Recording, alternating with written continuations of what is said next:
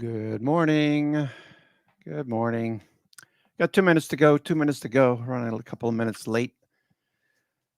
But I'm here with you. I'm your host, Cousin Vinny, coming to you from theclosingprint.com. It is Wednesday the 21st. We got a VIX expiration at 9:30. Expect to see some volatility, stocks moving around, indices moving around.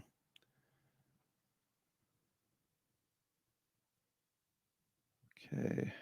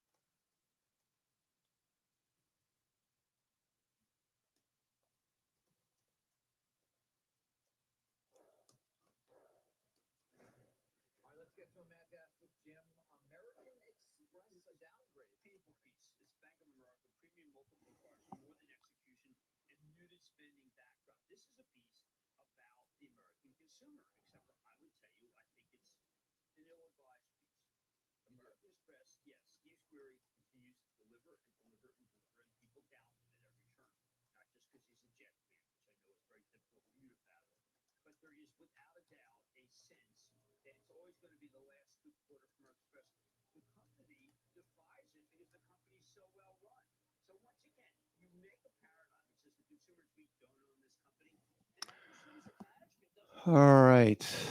Let's get ready. Seconds away from the opening bell.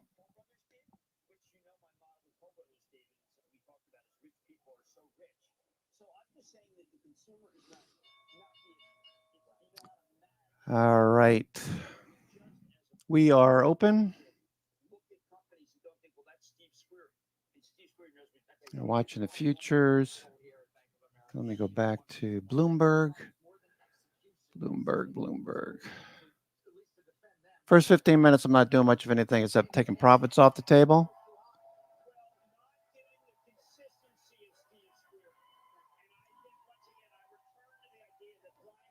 Reassess the markets after 9:45. I got Super Micro jumping around.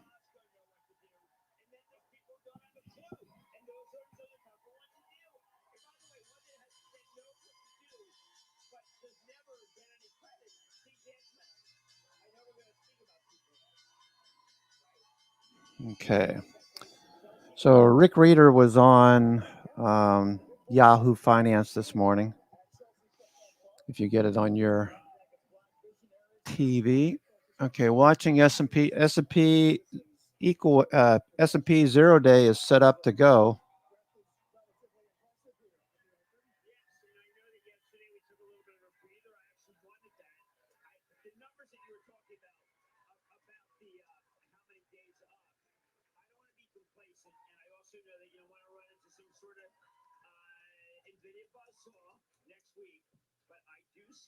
Okay, 0 day is set up for a pop. We've got up volume leading. I'm not going to take the trade, but I will wait a few minutes.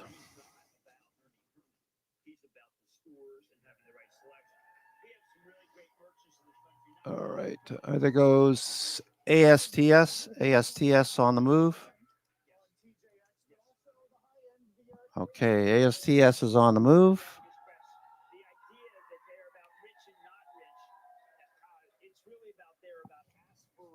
Okay.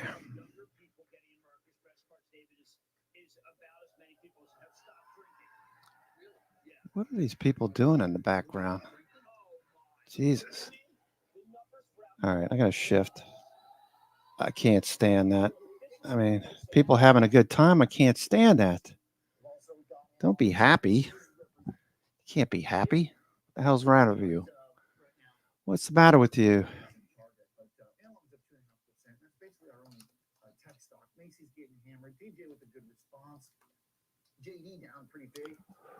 Okay, ASTS on the move. All right, so if you're trading ASTS, that's satellite cellular related name. Okay, you got areas of liquidity overhead.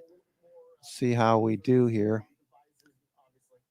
Okay, 5 minute. 5 minute is going. All right, this is the daily. Let me do 60-minute over there. Okay. So break of structure moving up to probably headed towards 39 on this one.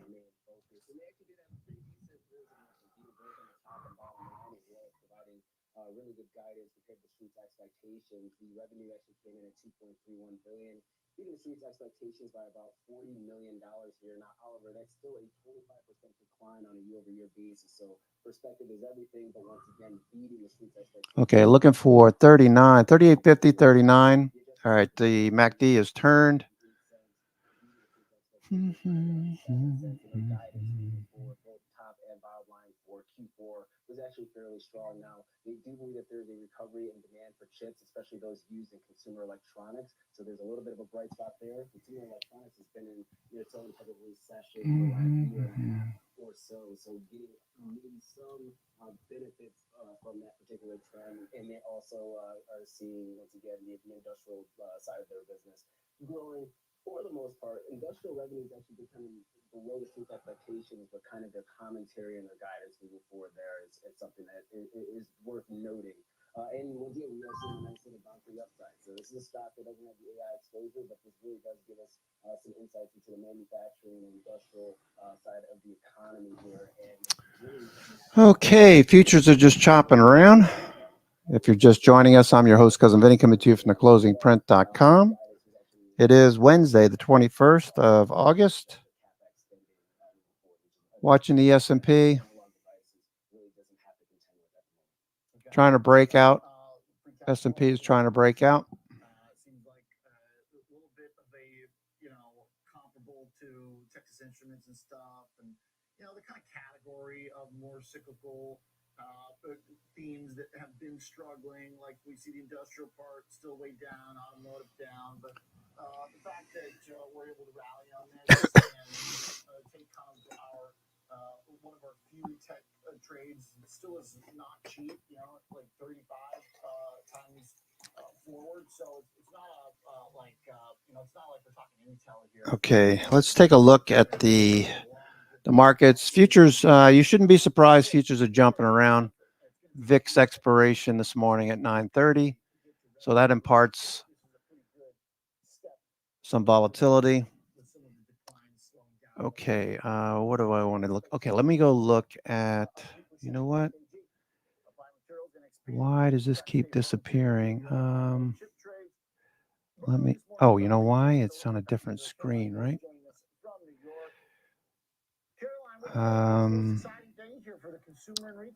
Add one. I want to add a watch list. I want to add the NASDAQ 100. NASDAQ 100.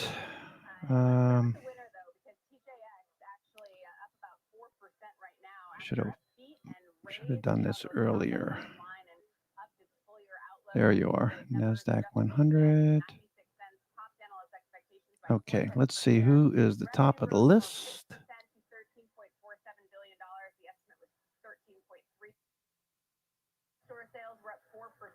Whoops, didn't mean to do that. Breaking it down by segment, Marmax was up 5%, Home Goods was up 2%, TJX Canada was up 2%, and then TJX International was up 1%. So growth across the board there. And then in terms of the outlook for the full fiscal year 2025. Okay, sorry. Running a little late this morning. Dexcom at the highs. Dexcom, let's see. Net change. We got Costco at the highs. ASML, Semiconductors, ASML. CLAC, KLA. Used to be KLA 10 Core. Orly, when did they change their name? CLAC. Orly Automotive has been on the top of the list lately. Orly.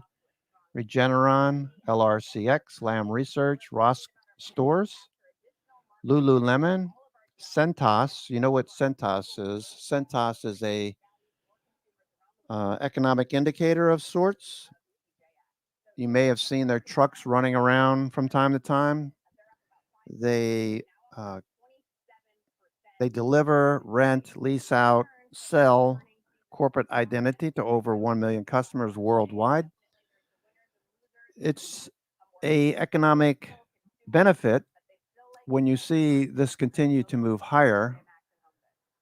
Okay, when you're watching this, economically speaking, this is bullish for the economy.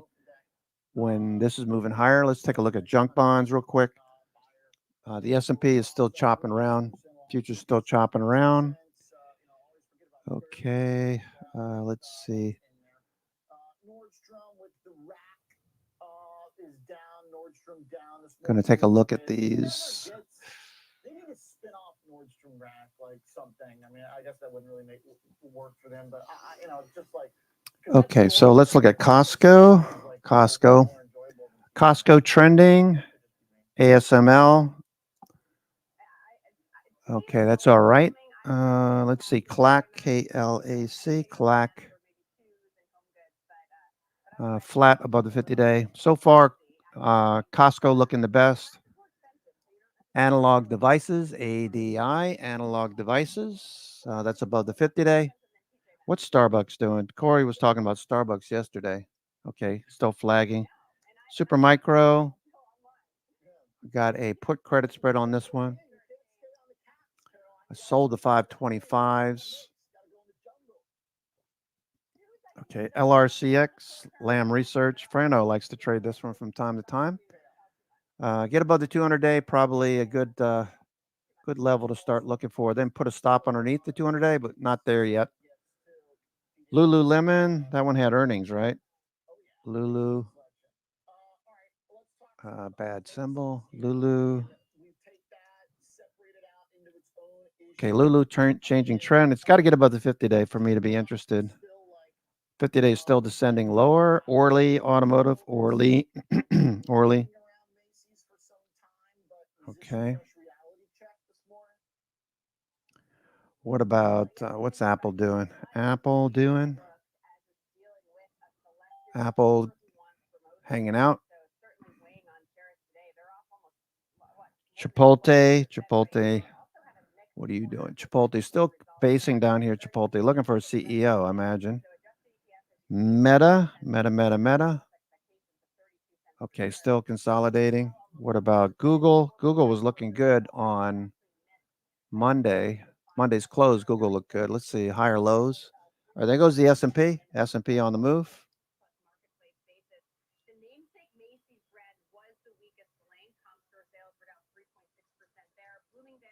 Okay, watch NVIDIA. NVIDIA is turning the corner.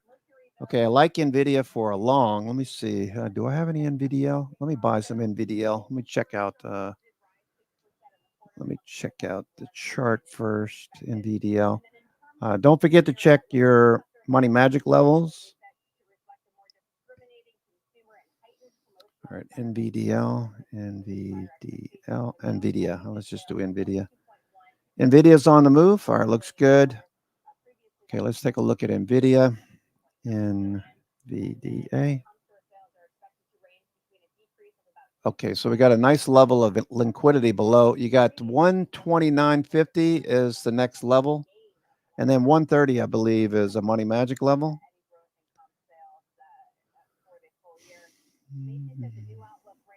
Okay, you can see over on the right, once we move above that value gap,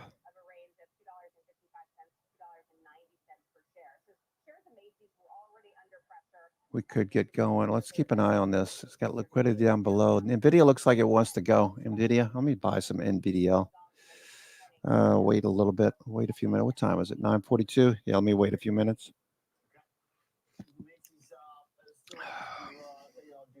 Coffee's good. That's a good sign. Waiting a few minutes on NVIDIA. Waiting to buy NVIDIA. Okay, 0-day setup. We're at the upper Bollinger Bands. We have 2-to-1 up volume on the NYSE. This could change with this VIX expiration. Futures just pull back in a little bit. I wouldn't be in a hurry to do anything at this morning, only because I'm waiting for VIX effects. All right, so ASTS, a nice little pop and a drop. Don't like the way this thing is trading, ASTS. I got out some shares on that pop. Okay, this thing is very volatile.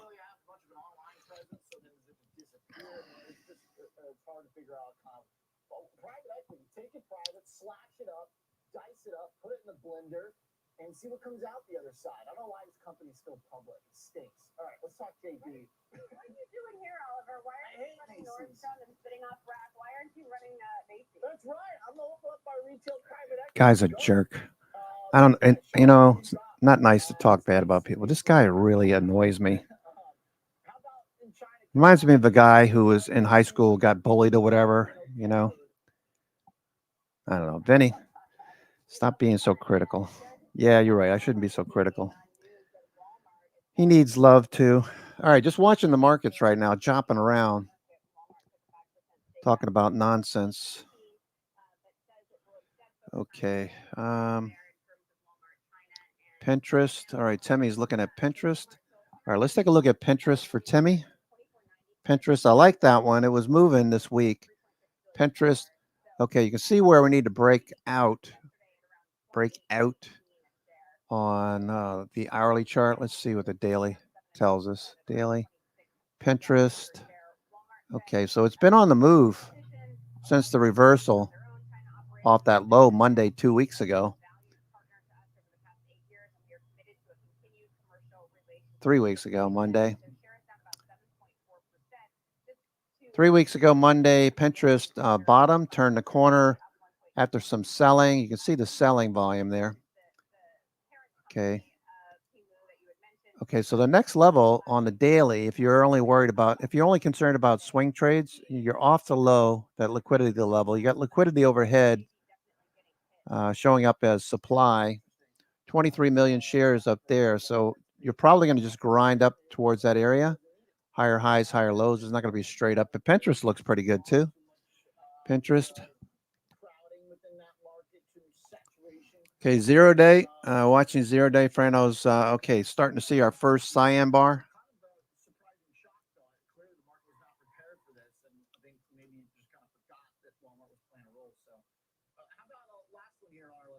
Toll Brothers.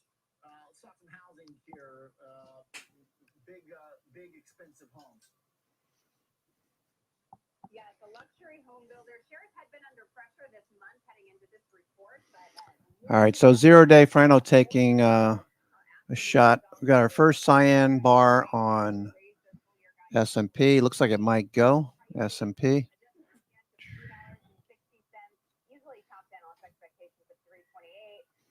Okay, 945. Let's keep an eye. Okay, Pinterest looking okay. S&P 500. All right, looks like it might go.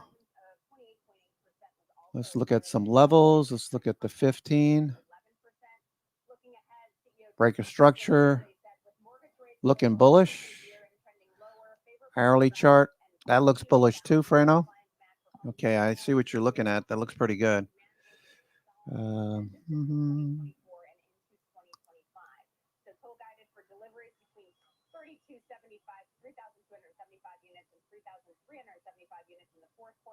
And then for fiscal 2024, they now see deliveries coming in Today is the 21st. Looking for more. Let's go. Scaling back the high end by about 50 units there. So also expect earnings between $14.50 a share and $14.75 a share. That's up from a previous estimate of 14 cents per share, and also ahead of what Wall Street was looking for, which was around $14.17 per share. So shares in turn up about 5% today, still negative on the month, still down about 2% in August, but up 36% so far this year. Okay. All right, 5%. What a rip! Home builders are unstoppable right now. Okay, S&P 0 day. Watching 0 day. Okay, cool. S&P watching. Appreciate it. All right, we'll talk some more Target when we come back. Okay, so looks like 5640 is the top of the range for now. 5640 on the daily. 5640, 5650. You got 35 billion shares there. 20%. That's a pretty decent amount. Tailor-made for trader minds. Go deeper with Thinkorswim, our award-winning trading platforms. Unlock support from the Schwab Trade Desk, our team of passionate traders who live and breathe trading. and sharpen your skills with immersive online education crafted just for traders. Also, you can trade brilliantly. Okay, NVIDIA is moving through some levels. NVIDIA moving through some levels of resistance overhead. Let's take a look at that. NVIDIA. Okay, so you can see the liquidity underneath these levels just keeps building. Overhead, you got 130. What was it? 130 Money Magic levels. 130 for NVIDIA. NVIDIA 128, 130. Okay, so 128. We're above 128, so that's a good sign. 130 is the next level, Money Magic level. Okay, NVIDIA, bullish, next level above 120.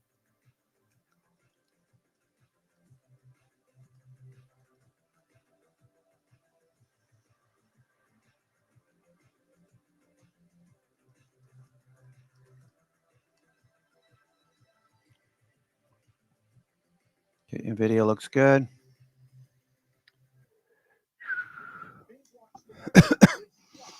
NVIDIA, okay, there's about 8 million shares right here, right where we are right now at 128. You also have a call wall to deal with, so we got to get above that level, NVIDIA.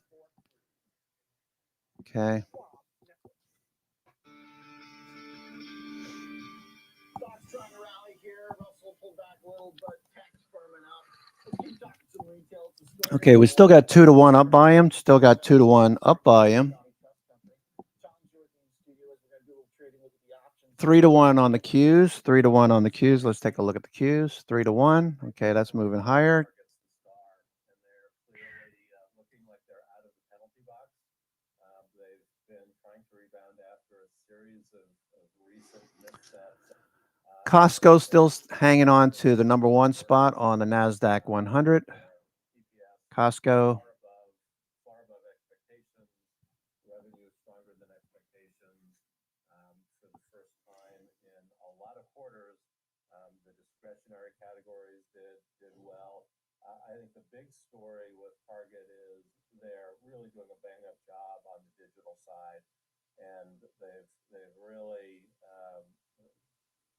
their same-day delivery, same-day pickup, a lot of their comparable sales growth, which was expected to be 1.1% growth, they hit 2%, and a lot of that came from strong digital sales.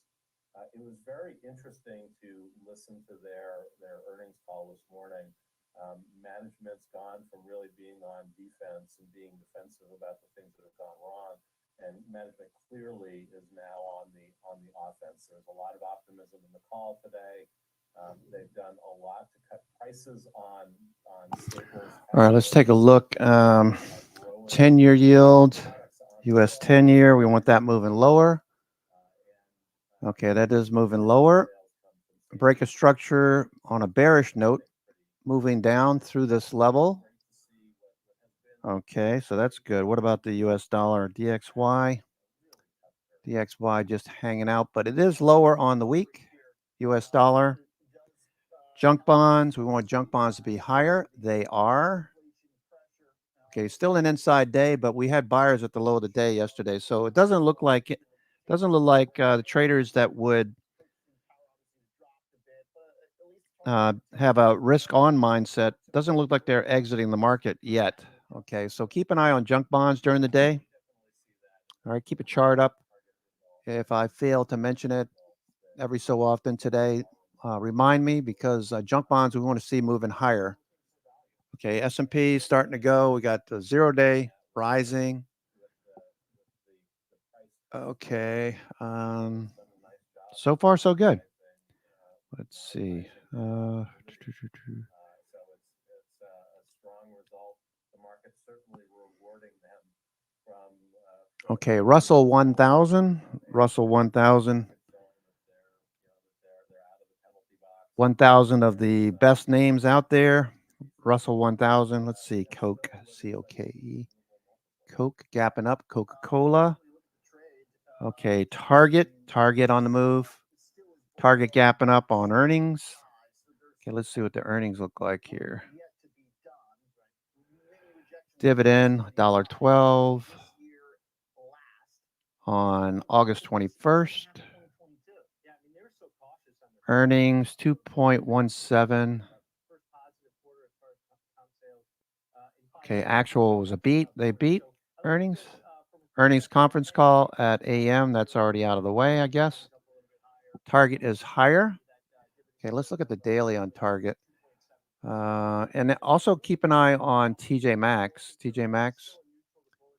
Okay, so we're right up against the supply on the daily.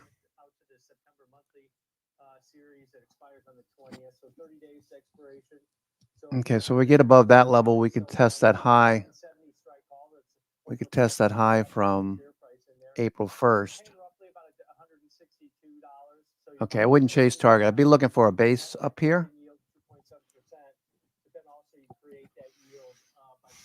ASTS looks like it wants to bounce now that it some people took profits. ASTS. Okay, that's getting more and more crazy. Parabolic. Okay, let's keep an eye on the S&P though. S&P 500. Okay, as we ease into Jackson Hole and Powell's speech on Saturday, we're approaching a double top. So very coincident that we would be approaching a double top. There is a higher probability, like 68%, I believe Brent said. Go back to Gamma. I think it was either yesterday or the day before. He talked about the probabilities with a pullback on Friday, and over the next Monday, Tuesday, Wednesday next week, we should see options fill in after OPEX on Friday. So I'll be leaning towards taking profits off the table and perhaps, I wouldn't call it hedging, but looking for a dip to trade. I know Russell and Mondo are thinking similarly for a pullback. Doesn't mean it's going to happen, but we're approaching a double top. So that's pretty significant, something we should pay attention to. Junk bonds are at highs, so we got everything working in our favor for now. Okay, so here is the stock charts chart. We had a doji yesterday. So after 8 days straight of gains, 8 days, we started on Wednesday 2 weeks ago. 8 days later, going into yesterday, day 9, we created a doji. Now we look like we're going to follow through. Let's go take a look at the FANG, New York FANG index. That should tell us a lot. If we see all of these moving higher, okay, doji. So that's telling you that these stocks are probably going to consolidate for now. Apple, okay, spinning top doji. No, it's a little small candle, small range today so far. Amazon looking really good. Amazon looks good. Amazon looks good.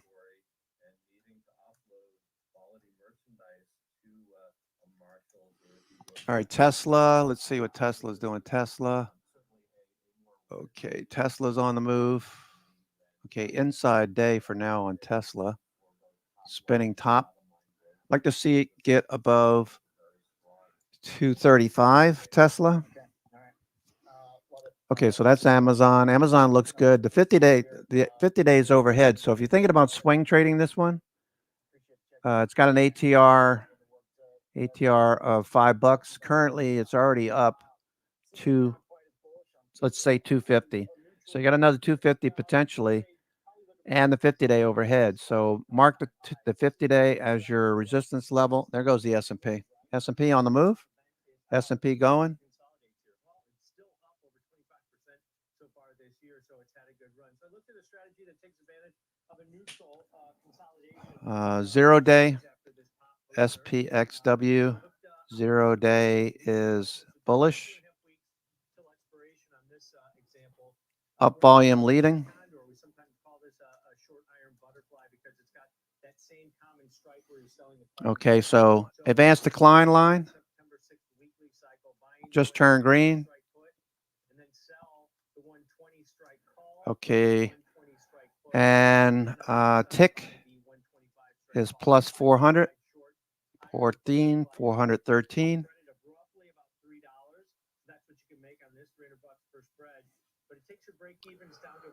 All right, looks good. All right, 0-day looks good. I'll show you what I'm looking at here shortly, but that should follow through.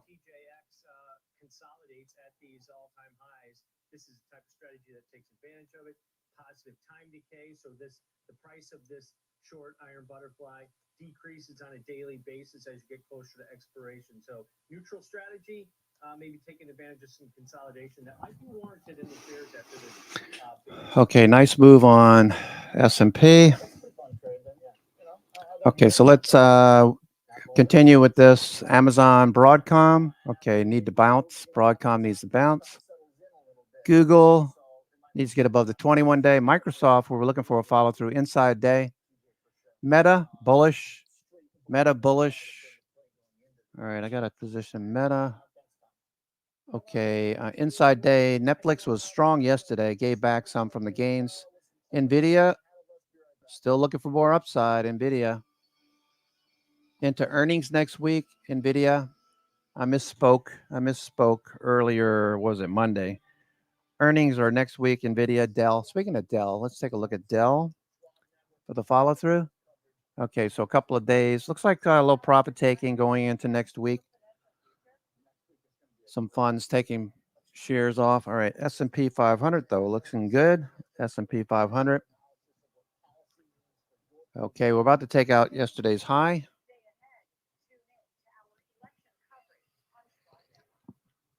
Okay, let's continue on with the stocks that are working. All right, so Ulta. Ulta is one that your buddy Warren started the position. I assume it's his management group. I don't know how much Warren actually does anymore, right? The chairman.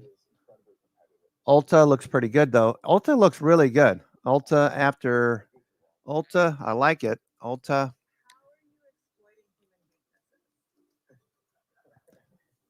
Good company. Let me just check the earnings. Okay, let's take a look at Ulta earnings. Ulta, you know that Warren bought a position. They beat expectations May 30th. They report again Thursday. Tomorrow after the close.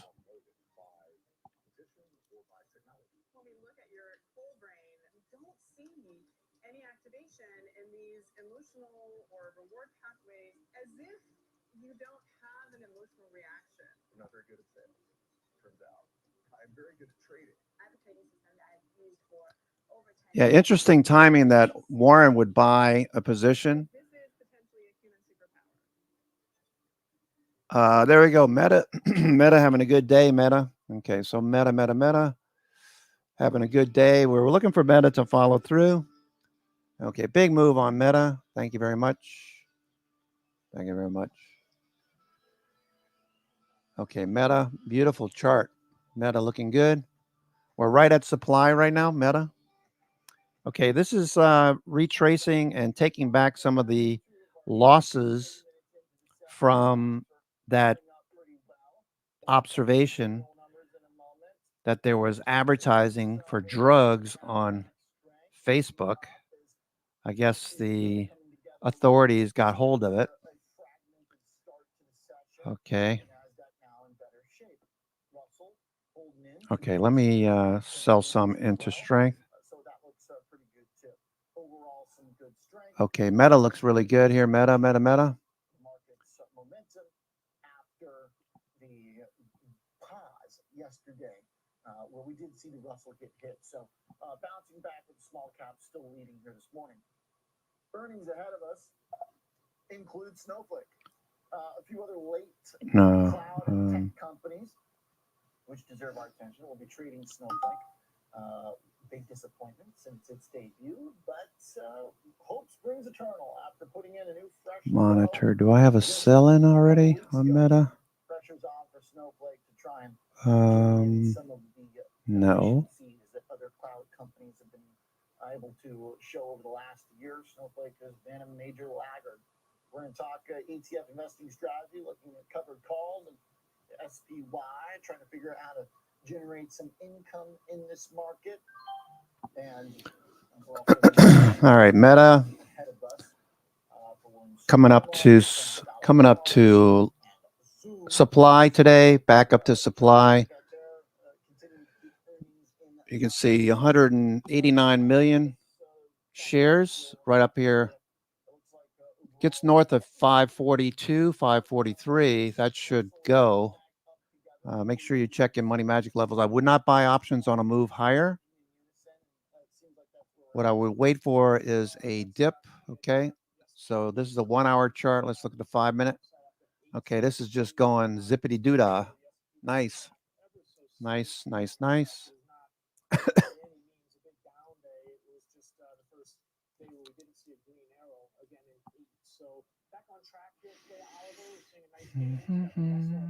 Microsoft. Okay, let's take a look at Microsoft too. We're looking for Microsoft to follow through.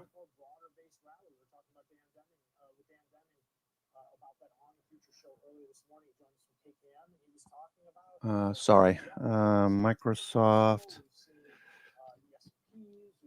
Okay, Microsoft. Okay, Microsoft. I have a open September 27th. September 27th. I have a 425, 430 call vertical. All right, so we're starting to approach at the money. We can get back above 425. Microsoft would be good.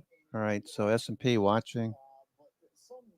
So Microsoft, that's a 425, 430 vertical. That's the end of September for that. Looking for that to go green. What else is working here? Okay. Looks good. Looks good. Good start to the day. All right, Tesla. Okay. Looking good. Tesla. Let's take a look at Tesla.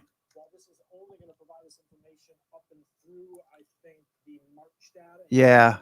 Got some bag holders here we got to get through. Okay, Tesla. Nice little pop. And we pull back in. Okay, watching Tesla. All right, S&P 500.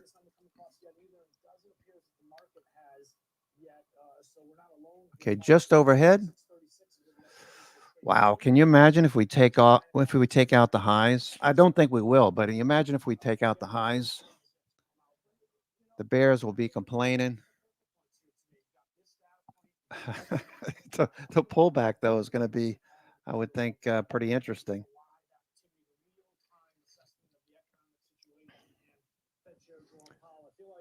Got some aggressive traders pushing this market higher.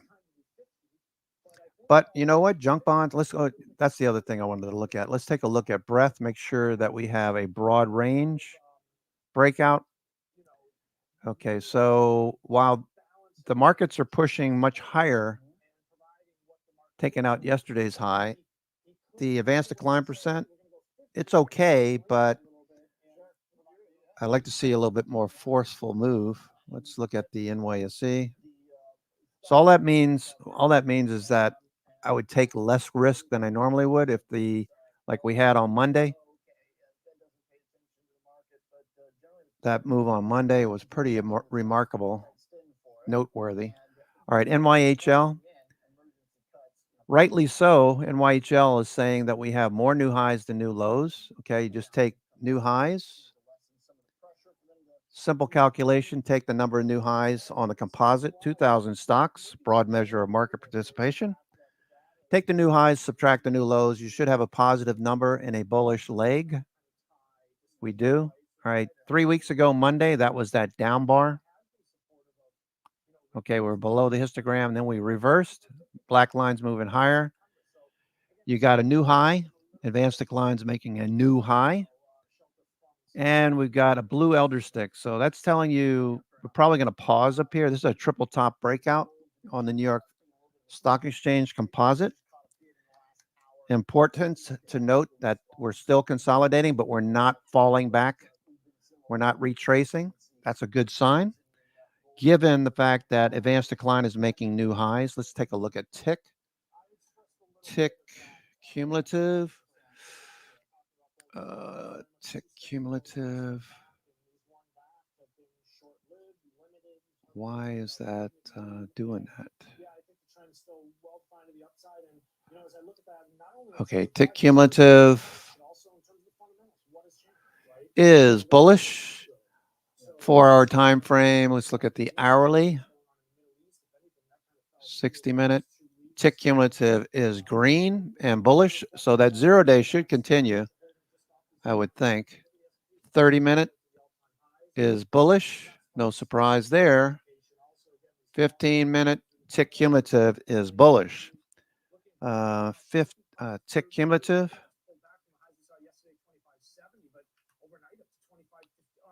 Overnight up to 25.58, so not by much. And again, kind of holding its own, not no major 15. Pull back here, but that trend up still remains.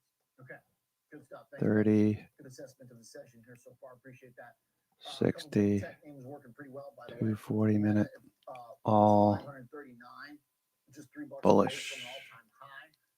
But we do have a big loser, frankly, in fact, coming out. So let's talk some earnings. Jeff Pierce looking at Snowflake. Okay, so 0-day should keep going, I would think. Cyan color bars. Let me show you what I'm looking at here. So, there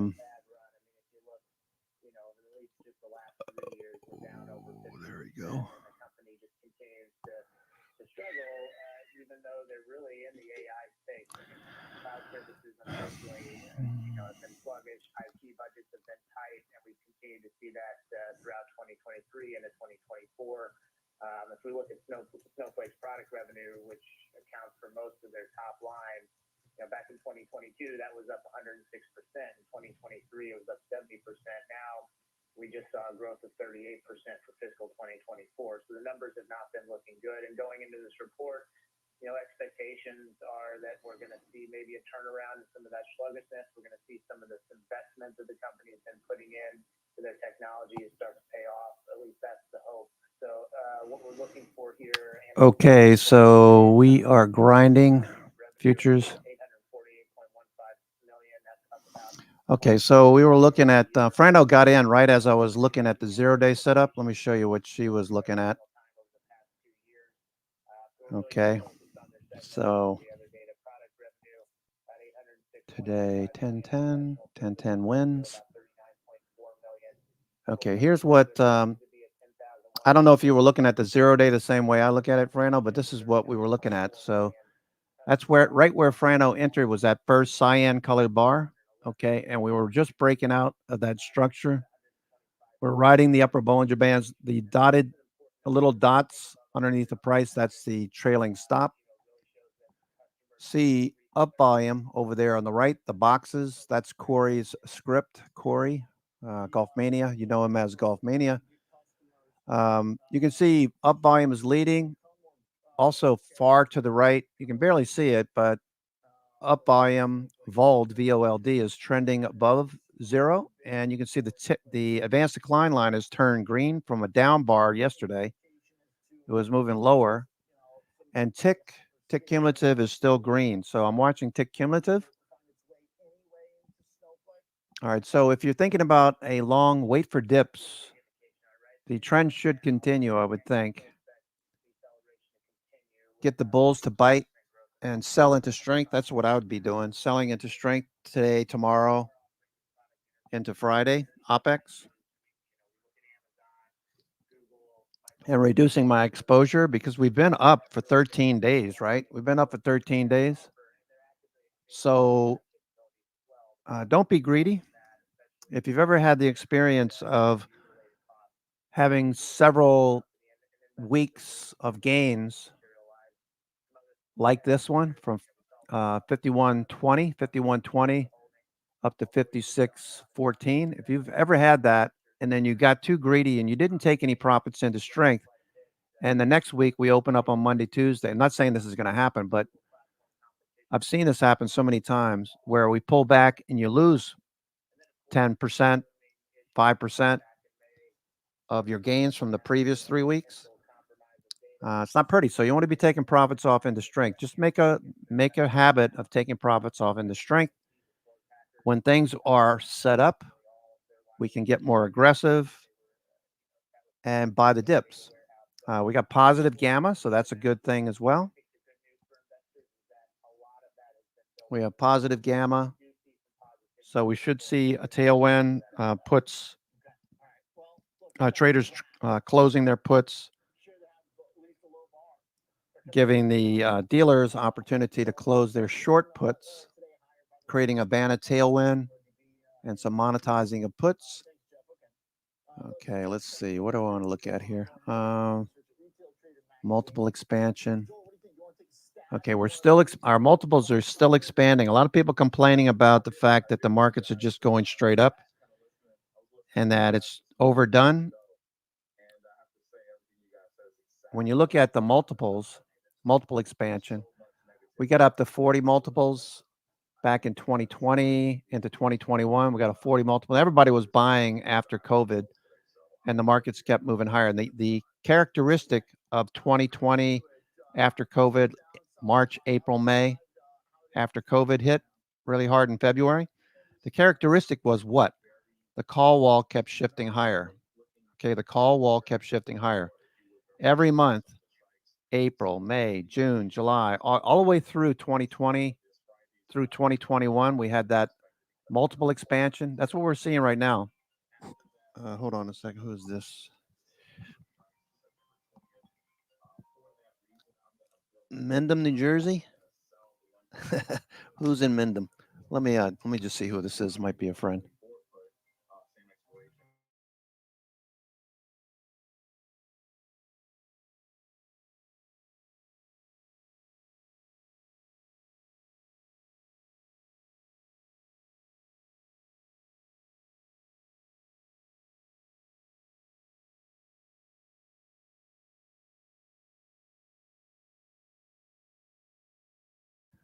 Somebody called me about solar panels from New Jersey. I still have my New Jersey phone number, 973. So anyway, yeah, multiple expansion can continue a lot longer than, okay, we had a nice little drop there. Nice little drop just now while I was talking. Okay, watching.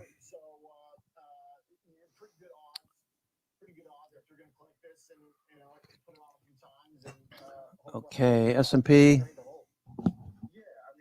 Okay, so we could see this liquidity level right here tested and then bounce. Let's see if that happens. We're looking for liquidity to come in. All right, so we fill the gap. Had a nice gap up. Makes me a little bit nervous, but again, my break even is 124, so if we happen to settle near 120, I have between now and September 20th to see some price action, maybe revisit some higher levels, and then maybe even have an auction in this stock. So I just believe that a lot of the negativity, I mean, they know that they've been getting better. They know Super that micro. I think there's going to be something about this stock that's going to maybe get a lift off. And if I'm right about that, then my options expire worthless, and I keep putting it in my collection. Okay. And then if it does drop significantly, a stock you feel okay owning lower? Yes, but I would tell you I'm more inclined at that point probably to let my wins go away. I'll probably take the loss. This is one that even going back to about almost exactly. Okay, futures, a little dip there. Somebody took some profits off. Okay, so we took out that trailing stop on the S&P. Looking for a bounce. So if you missed the run up this morning, looking for a bounce. Remember, tick cumulative is bullish. Let me just check it again. Make sure that didn't change.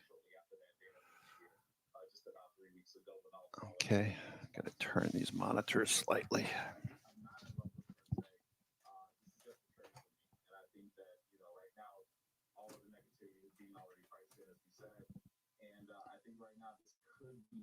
An opportunity for them to surprise the street and maybe get a lift off.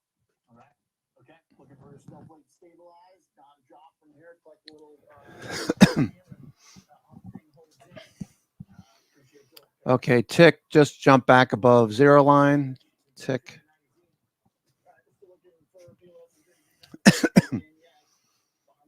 Looks like they're looking for some liquidity, looking for some people to sell so that they can buy. We are getting close to this double top though, so it does get a bit more risky. TTM bars just turned dark blue. So we're looking for the next wave. If there's a wave up, we're looking for another wave. Tick is at 259, still positive. Tick.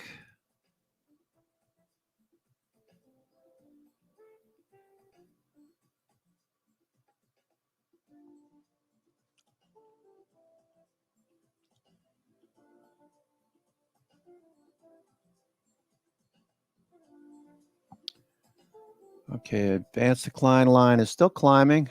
So they're buying the dip, looks like. Okay, back to VWAP. A little shakeout. All right, so we were expecting some volatility. If you recall, we had a VIX expiration at 9:30, and we're almost 40 minutes into the trading day. I'm your host, Cousin Vinny, coming to you from theclosingprint.com. It's Wednesday, the 21st of August. We got VIX expiration this morning at 9:30. Got some volatility expected. Up volume is still leading. Close to 2-1, but it is fading a bit. The diamonds, the Dow Industrials, 30 stocks have the highest volume, 4-1 at the moment. Industrials, but it's not moving much. All right, so let's look at some of these components of the Dow Industrials. See who's doing what. The S&P, the Dow Jones. All right, Dow Jones, Amazon looking really good. Amazon filling the gap. Okay, Amazon filling the gap. Okay, so we're getting close to the 50-day. If you like Amazon, what I'd be looking for, if you didn't take it early, what I'd be looking for is an ABCD pattern. Let's go to the 1-minute chart. Okay, I'd be looking for this to be A, perhaps. It may just continue to put in higher lows. I'd be looking for a B pivot. Could very well be that we're going to pivot right here and keep moving. Amazon. All right, so S&P is bouncing. Okay, so a little shakeout there. Okay, let's see if we take out the trailing stop on the short side right here. If we get above 56.15, that'll be a bounce and a follow through. Upper Bollinger Bands are at 56.20. Okay. All right, so let's go take a peek at some of these names that are looking strong. Okay, so we got Amazon, 3M looks like it's going to break out. 3M is consolidated. All right, so this is 1, 2, 3, 4. It's about a 4-week tight pattern. That generally leads to a bullish follow through. 3M, if you recall, 3M has been making this big cup and turn back up to the highs that we saw back in 2021. 3M has been underwater for much of 2022, 2023. We finally started to turn, and now we're headed back up. So 3M, if you like dividends and you like the company, this is a decent setup. Let's take a look at 3M here. 3M. Okay, so if you're a swing trader, you're looking for a follow through, 3M looks good. Just don't buy the high of the day. Pretty tight pattern. I'm looking for a breakout though. So they report again October 25th, 3M. Okay, I like to see all 4 of these metrics green. So I would probably pass on it, but it does look good. Was it Stephanie Link that was talking about, called this GE 2.0. If you recall what happened with GE when she got in a couple of years ago, that signaled a low. Not necessarily because Stephanie Link was buying, but she was buying down here. And the rest is history. It went from, what, $40 up to north of 170. Not a bad trade for Stephanie Link. So she was looking at 3M. She's looking at 3M as GE 2.0. You can see what she's looking at. All right, you had this base down here on GE, broke above 70 after that split. Reverse split.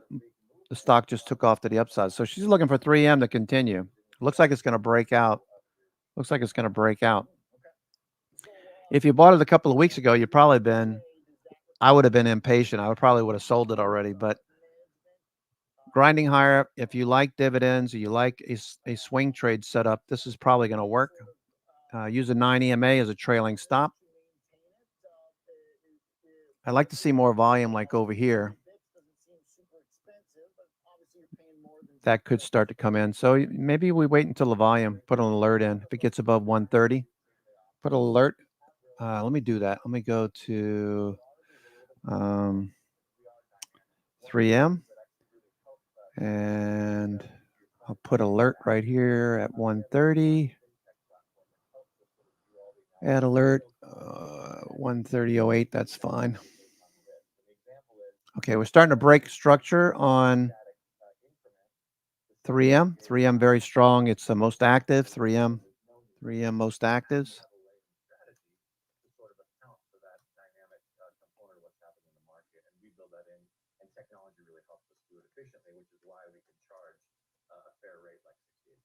I see. Okay. So then, that's a fun point because obviously certain days have more potential volatility than others. How much flexibility then do you have for what strikes you're using? I guess it's not fixed then. Is it just kind of market dependent? Do you always want to go some certain distance out, some certain percent or some certain standard deviation, like based on what, like a implied vol of that day? Yeah, that's a great question. We take actually multiple factors in. So historical performance, how often those moves happen, volatility, volume, market events. Trailing stop. All kind of components that we build in to the algorithm. And then a big one, of course, is calendared events that happen. And so that actually factors in.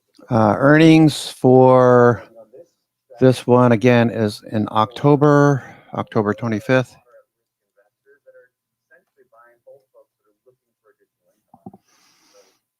Okay. Where the risk that we'll take, we'll typically take a 25 delta or less, which means we're not riding it super close to the money. We have a lot of headroom because the goal of the strategy ultimately is we want to capture and maximize the underlying capital growth in addition to sort of harvesting these operating premiums on top. And so it's that balanced approach.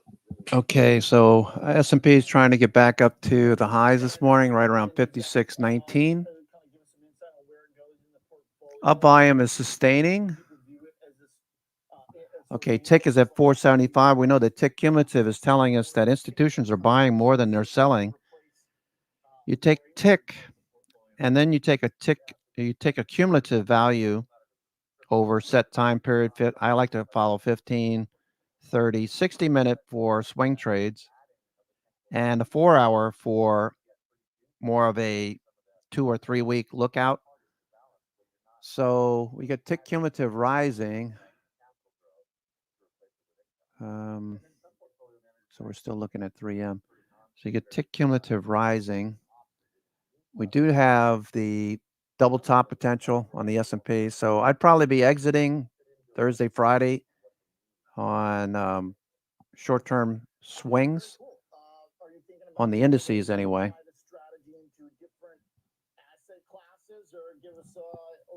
Into the Planet Tap Alpha. You guys want to see how this thing runs, or is this part of the general approach to the market? Okay, what else did I want to look at? Losing my train of thought. Okay, let me look at this here. Let's look at the New York FANG index. Okay, bullish. Trying to push a bit higher. So we're watching Apple and the likes of Apple. You know what I want to look at? I wanted to look at the top performing stocks on the NASDAQ 100. Okay, NVR This is Ryan Holmes. This is a family-owned business. I believe the story is they've never split the stock. Stock is trading for near $9,000 per share. So the Ryan family, who builds, they're a builder I believe in the Northeast. I know we were looking at buying a condo at one time. Don't ask me why. Wife wanted to get out of the house. I said, yeah, but condos suck. You know, you don't want to pay those the fees that you have to pay. Anyway, long story short, Ryan Holmes was the company that was building out in West Jersey, and they do really good quality work. You know, the ceilings were like 10 feet on the first floor, 9 feet on the second floor. So it was when you walk into their condos, they're not like regular condos that, you know, maybe you have a lower ceiling. The difference between an 8 and a 10-foot ceiling is immense. When you walk into a house, it just feels much more, I don't know, airy. As an architect, I like high ceilings. Anyway, so that's Ryan Holmes, and this looks really bullish. Look at this stock. That's pretty crazy. All right, so that's one of the stocks on the NASDAQ 100 that's leading the list. The next one down is Empower. Empower, semiconductor related monolithic power systems. They're breaking out. Okay. Semiconductors were at the 50-day yesterday. Still at the 50-day. Semiconductors. Okay. Semiconductors like Supermicro. Let's see what that's doing. I have a bull credit spread on this one. I'm looking for prices to continue higher. I sold the 525, bought the 515, I believe. 520, no, 520, 510. So looking for this to move higher. So that's Supermicro. What else is looking good here on the NASDAQ 100? Keys, Keys, Keys. Big gap up. Don't want to chase gaps. We're looking for stocks with good setups. Ulta has earnings. What I find very interesting is that Warren and his group, Berkshire Hathaway, bought a load of shares, and earnings are tomorrow, right? So do they know something? This has come down quite a bit. It's come down quite a bit. Ulta. Let's look at TJ Maxx. TJ Maxx, another retailer. Whoa, look at TJ. That place is always busy. I love TJ Maxx. Okay, some other names like Walmart, Walmart continuation. Let's see, Nordstrom, JWN. Let's look at Gap stores. One that Susie mentioned, Abercrombie and Fitch. Looking for that to continue. Okay, Abercrombie looks really good. Okay. We got some fun earnings over the next 24 hours. Jenny Horn in the newsroom taking a look at the numbers. Rick Ducat on the charts. Jenny, we got Zoom today, Zoom video, and we talked Snowflake earlier. Ulta. Let's see, Costco, TJX, Abercrombie and Fitch. Let's look at Ross Stores. Ross Stores. ROST. You can't chase these.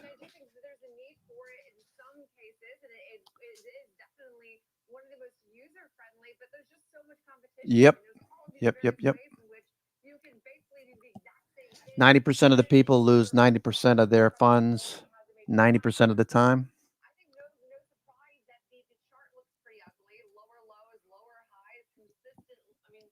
Just talking to Lee Star. You have to use good money management. Okay.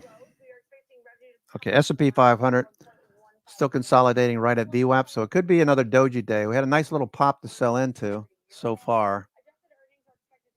Okay, still going through the list. I'll pull up a chart if it looks really good. Let's see.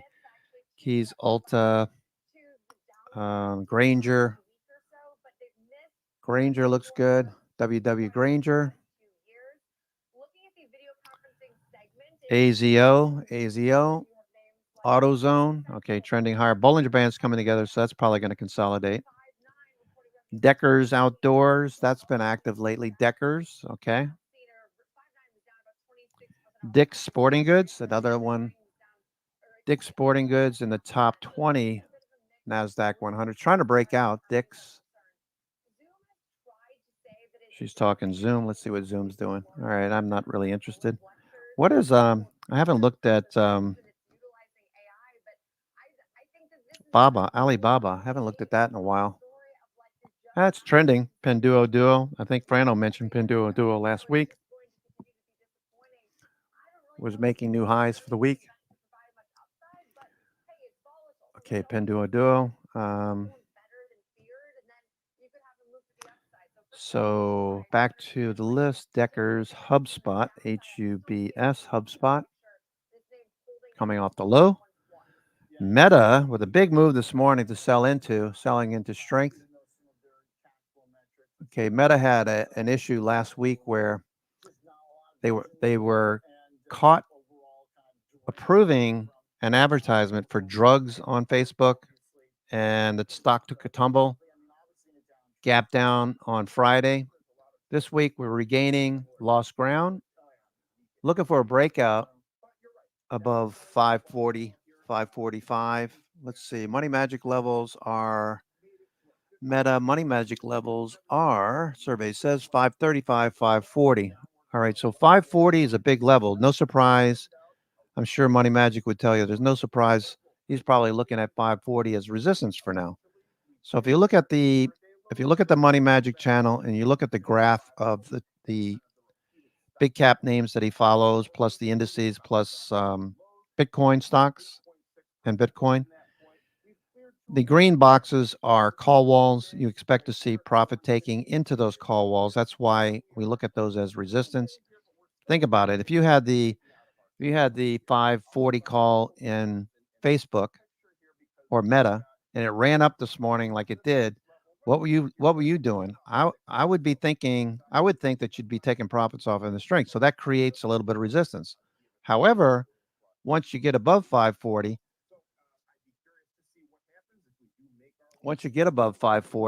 there's not much resistance above that.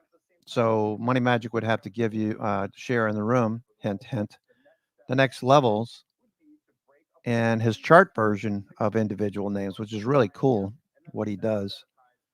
If you don't know what I'm talking about, check out the Money Magic channel and you'll see what I'm talking about. That's basically, I believe you take 6 months, right? You take 6 months of data. The data being open interest. The highest levels of open interest are the call walls. And conversely, the red boxes below are put walls. So those act as support. What happens when we come down to, say, what is it, on Meta, the put walls at 525. So where would you expect? Look at that. You see where the supply is? Or rather the open, there goes the S&P. Let me shut up here for a second. S&P on the move. S&P break a structure going, S&P going. Okay, I'll come back to Meta, but Meta, the red boxes are support. Okay, S&P. Okay, there goes the S&P. Nice job there. So if you didn't get shaken out, you got a nice little pop. And the indices now. Okay, breaking out to the upside. Was there a news item or something?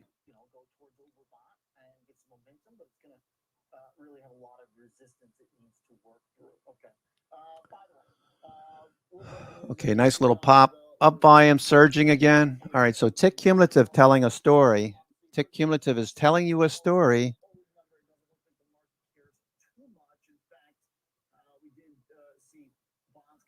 About a 3-hour tour. Tick shows institutions are buying. There was chatter about $1 million. So, okay, there's a number we were waiting for. doesn't seem to have a big impact just yet, but I do watch bonds and get the thread there. Let's talk some advanced auto parts, Jenny. Okay, tick cumulative showing that they're buyers.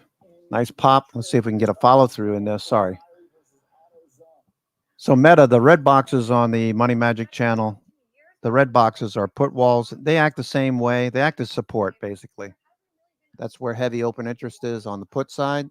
So as you approach those puts, you start to see a bounce. You start to see traders taking profits, and that relieves the dealer of their short put obligation. They can turn around and buy the underlying if they decide to do so.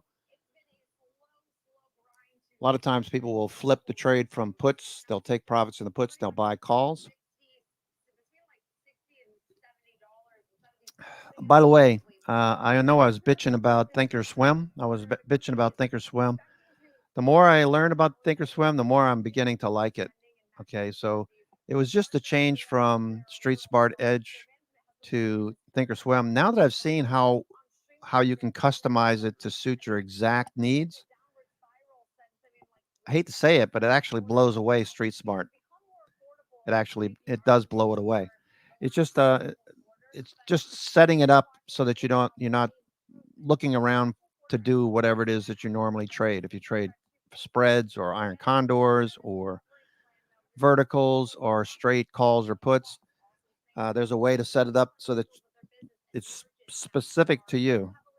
I really like it. So, wow, big revision down. Bad news is good news. Okay, big revision down, and wow. Wow is right.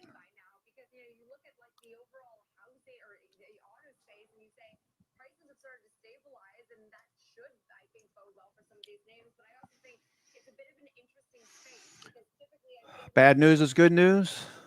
Okay. Payrolls seen revised down 818,000. Wow. In preliminary revision. Wow. All right. So the futures continue to rise on that note.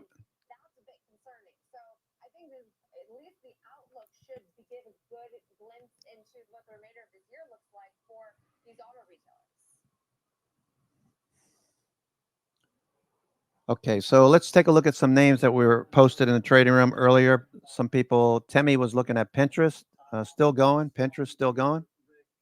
Signs of life in the chart.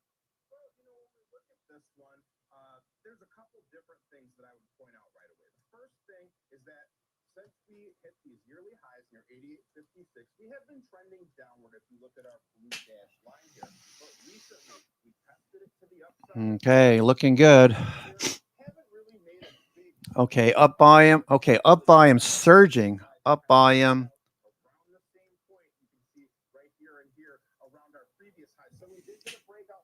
So this is probably going to lead to Jay Powell, maybe a bigger cut. Maybe a bigger cut.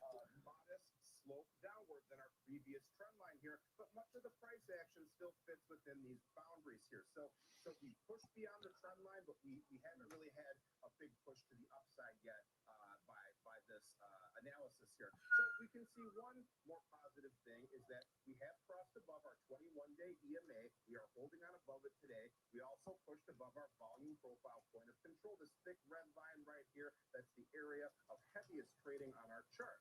We still have to take out the top of the channel as well as our Okay, everything is bullish now. Everything. Oh, there he goes, the S&P. Okay. Giddy up time. Giddy up. Yeehaw. All right, so this looks good. Looking really good now. Okay, making up for yesterday's, I don't want to say losses, for yesterday's lost profits. Wow. 0 day. Okay. Big revision down in.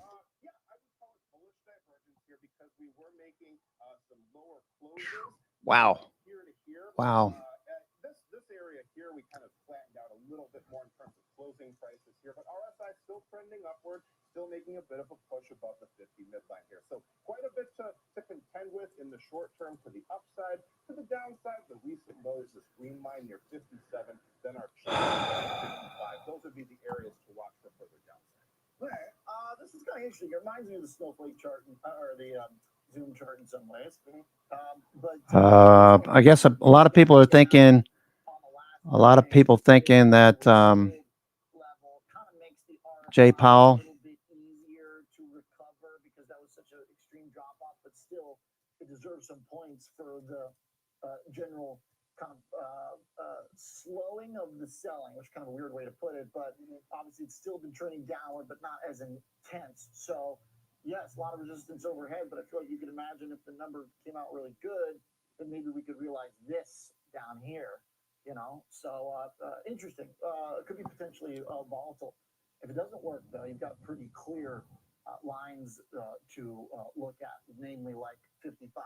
So, all right. So here too, this volume node right around 51, 52, that could be the next potential stopping point to the downside. Kind of seems like a trade that could have some volatility because if it breaks through the resistance to the upside, then it could really move.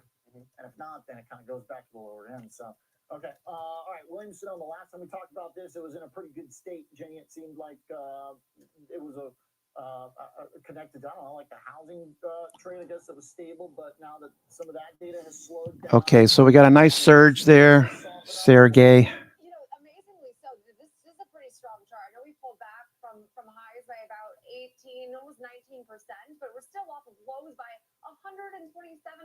So I was shocked to see that we're up 40% this year, and I think that this speaks to this is serving like the higher end of the mid-tier consumer. It's not luxury, but it's not middle class by any means. This is expensive. I mean, I can definitely say from definitely spending too much time at Williams-Sonoma and Pottery Barn that it is a pricier option as far as like upscale your redoing your home. And okay. Just at their various brands through AI, which is so funny because it gives a description on each brand. And it tries to say these are like affordable brands. Wow, I'm just floored by this move here. So big one there. Well, you know what? They're expensive, so maybe it's better that you haven't heard of them because it's definitely serving maybe a more insulated consumer because you cannot walk out of these stores like plates. All of this stuff is very, very costly. I think I told you I was redoing my apartment and I was attempting to model some of the Pottery Barn type rooms, but I was not actually buying any of the products because I could not afford it. But as far as overall expectations for this quarter goes, a bit of a mixed picture. We are expecting very nice. Okay. So don't forget to take some profits off in the strength, folks. Remember, I think that we're probably going to see a double top. At least the first attempt at the previous highs, we should see some rejection. That said, 0 day is working out very well. 0 day is still very strong.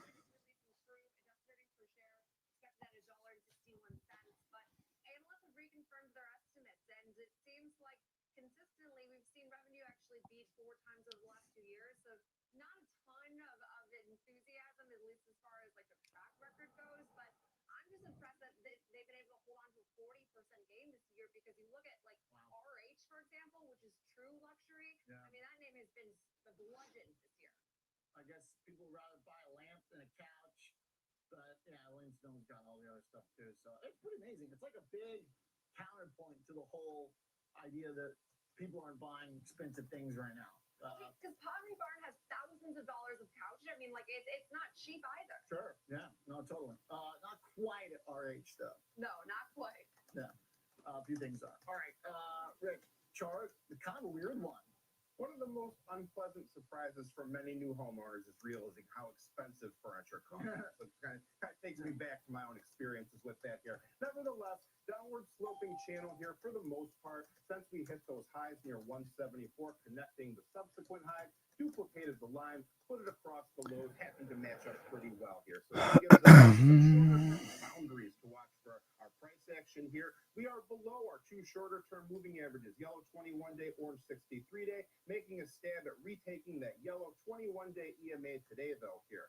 So the RSI kind of been trending downward here, but kind of the flip side of our first chart here, we have support at a persistent level near about 38.50 or so. We are below that 50 midline right now, so things are still more in the hands of the bears. Couple that with our downward sloping channel here, and we're below our moving averages, and our moving averages are Okay, we're starting to see a little profit taking now. A little profit taking, not a bad idea. Long-term trend is still more biased toward the upside.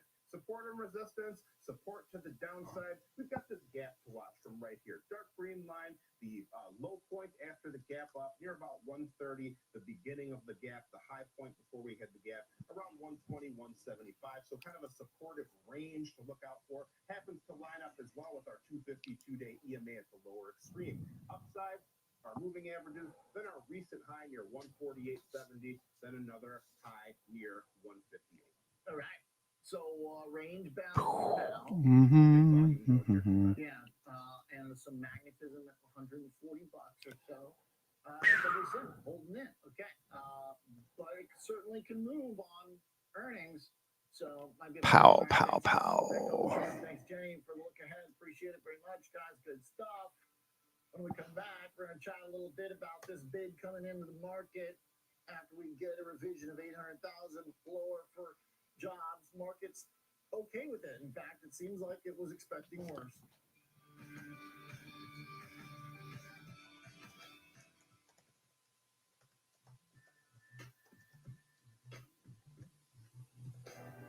Kickstart your morning with a full dose of commodities, technical analysis, economic data, and live reaction in global markets.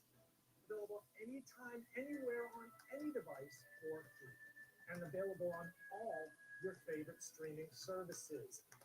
Futures with Ben Lichtenstein every weekday, 8 a.m. Eastern on the Schwab Network.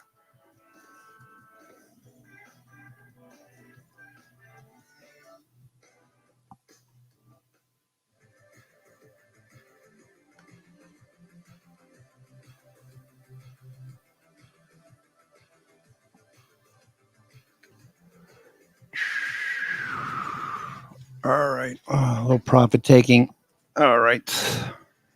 Looking for a follow through. Tick cumulative is still bullish, so buying the dips likely would be good.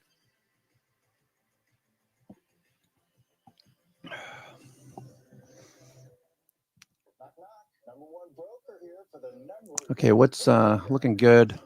Pinterest looking good. Sorry, I'm stuck on this. I'm just taking some notes, writing down some stuff in my journal. All right, looking for Pinterest to continue higher. All right, let's continue to look at stocks that look strong. Where did my watch list go? Oh, there it is. Okay. Let's see who's the top of the list now. Okay, so still the same usual suspects. WTM. Who the hell is WTM? WTM. It's on the Russell. Okay, WTM. WTM. White Mountains. Okay, not very interesting. Chart. TPL. Okay, TPL looks pretty interesting. Texas Pacific Land Trust. These guys, this company is into oil and gas leases, I believe. And I believe, let me see, TPL. I think that's what the deal is. TPL looking pretty good, though. TPL, Texas Pacific Land Trust. Okay. Revenue from pipeline, power line, and utility easements, commercial leases.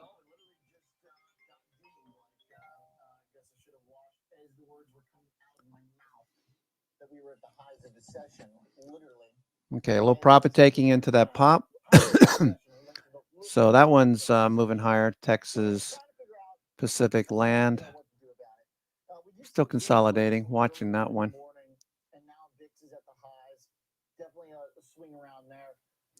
Okay, so the Dow just surged. Okay, so watch Intel. What's Intel doing here? Intel, nah, no follow through on Intel.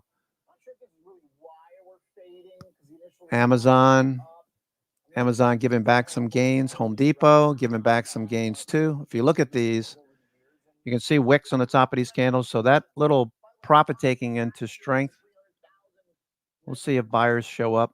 3M looks okay. Walmart, McDonald's are consolidating. So I've been looking for McDonald's to consolidate and give me an opportunity to get back in. I sold on Friday because I was out of town and I saw it surging towards 280. So I took it off for a profit. But then as luck would have it, come in on Monday. And what does it do? It did exactly what we thought it was going to do when we first took the trade. We saw the 200-day a few weeks ago. Initially got above it, moved back below it. But what was the 9 and 21 day doing? The 9 and 21 day continued to move higher, crossed over through the 200-day moving average on Thursday, Friday, Monday, Tuesday, Wednesday. We just kept going. So I've been looking to get back into McDonald's because I see this bigger trend on the weekly bringing us back up to potentially 300 and a breakout above that level. Take the base. It's about 50 points on this base, this W-shaped pattern or whatever, range-bound action. It's about 50 points. So add 50 points on top of this. So you're looking at what, 350-ish? Maybe 350 in the long run. So if you're thinking about swinging something, for right now, I would probably look for it to push higher over the next few weeks from 287 to 297, 298. I'd be taking profits off into that, looking for it to consolidate. And then if it does break out above 300, I'd be looking for 350 by the end of next year, maybe, if not sooner. So maybe the third or fourth quarter. I don't know. We'll see. But McDonald's I really like. I want to get back into it. I just don't have a position right now. All right. So futures, they sold that. They sold it. Okay. S&P, they sold into strength. Okay. Right back down to that area of liquidity. Now watch what happens here if we do bounce. Watch what happens. We're right at liquidity right now. Do we move through it? The next level below. This is about 60%. You see that? 869 million. Look for a bounce here. Watching for a bounce. See that liquidity? I'm looking for a bounce. S&P.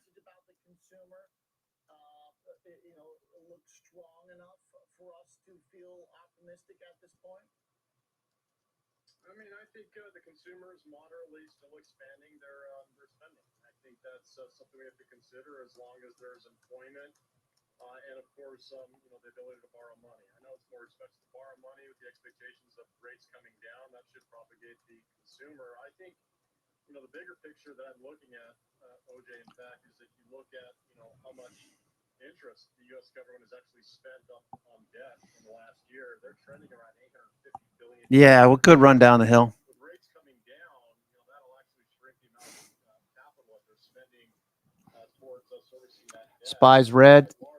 I don't know. I have futures are still up. 3. Okay, so we got a pretty big area of liquidity right there. You see 869 million. Okay, so overhead, we've got a little bit of resistance supply. And I wouldn't expect to see a move above 5640, 5650. I would not expect that.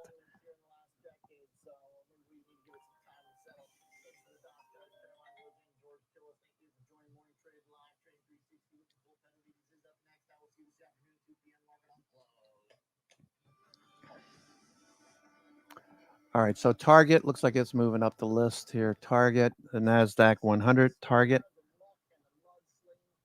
Don't get stuck on the S&P. We could see a bounce here. I'm looking at this liquidity right in here. That's a 5-minute. Let's go to the 15-minute, see how much more we got, maybe. 15-minute. All right, so there's 785 million shares right here. Okay, we got a gap fill. Do we get a wick? Do we get a wick right here? That'd be something if this runs back up. All right, so I'm getting ready to buy some 0-day on this dip. If this goes, that'd be very interesting. Okay, watch for a bounce. Advanced decline line is still rising despite that little profit taking, that bout of profit taking. Trade. Being lucky in trading is great, but it's not the formula for success. You need to be able to find opportunities in the marketplace and sit through enormous. All right, watching this liquidity for a bounce. They brought it right back down to that level. Otherwise, certain parts of your skills will become outmoded by competition or by technology. When we look at your whole brain, we don't see any activation in these emotional or reward pathways as if you don't have an emotional reaction. I'm not very good at sales, it turns out. I'm very good at trading. I have a trading system that I've used for over 10 years now, and it's almost second nature to me. Do you think that this is potentially a human superpower? Looking for a bounce off of this area. There's a big, large area of liquidity right below. They pushed it right back down to that level. 20%. It's a pretty decent number. Okay, let's see if we can't get a bounce out of this. The reason being is that tick cumulative has been bullish. Tick cumulative has been bullish. Set yourself up correctly. It's controversial. The old guard is saying, away off with their head. AI feels controversial and it's going crazy right now. Shorts covering. All right, watching tick cumulative. All right, it is peaking. Okay, up by did surge, and now it's 2-1 on the Qs, nearly 2-1 on the SPY, 2-1 on the New York Stock Exchange, 1.4 on the NASDAQ Composite.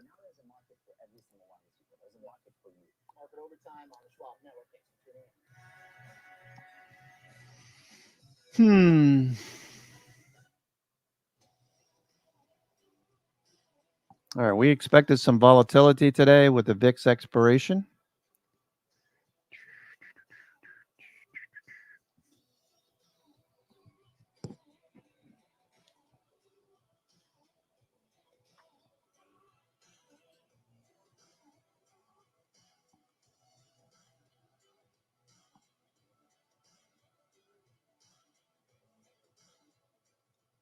Good morning. We're 90 minutes into the trading day. Welcome to Trading 360. I'm Nicole Petalini, live on the floor of the New York Stock Exchange.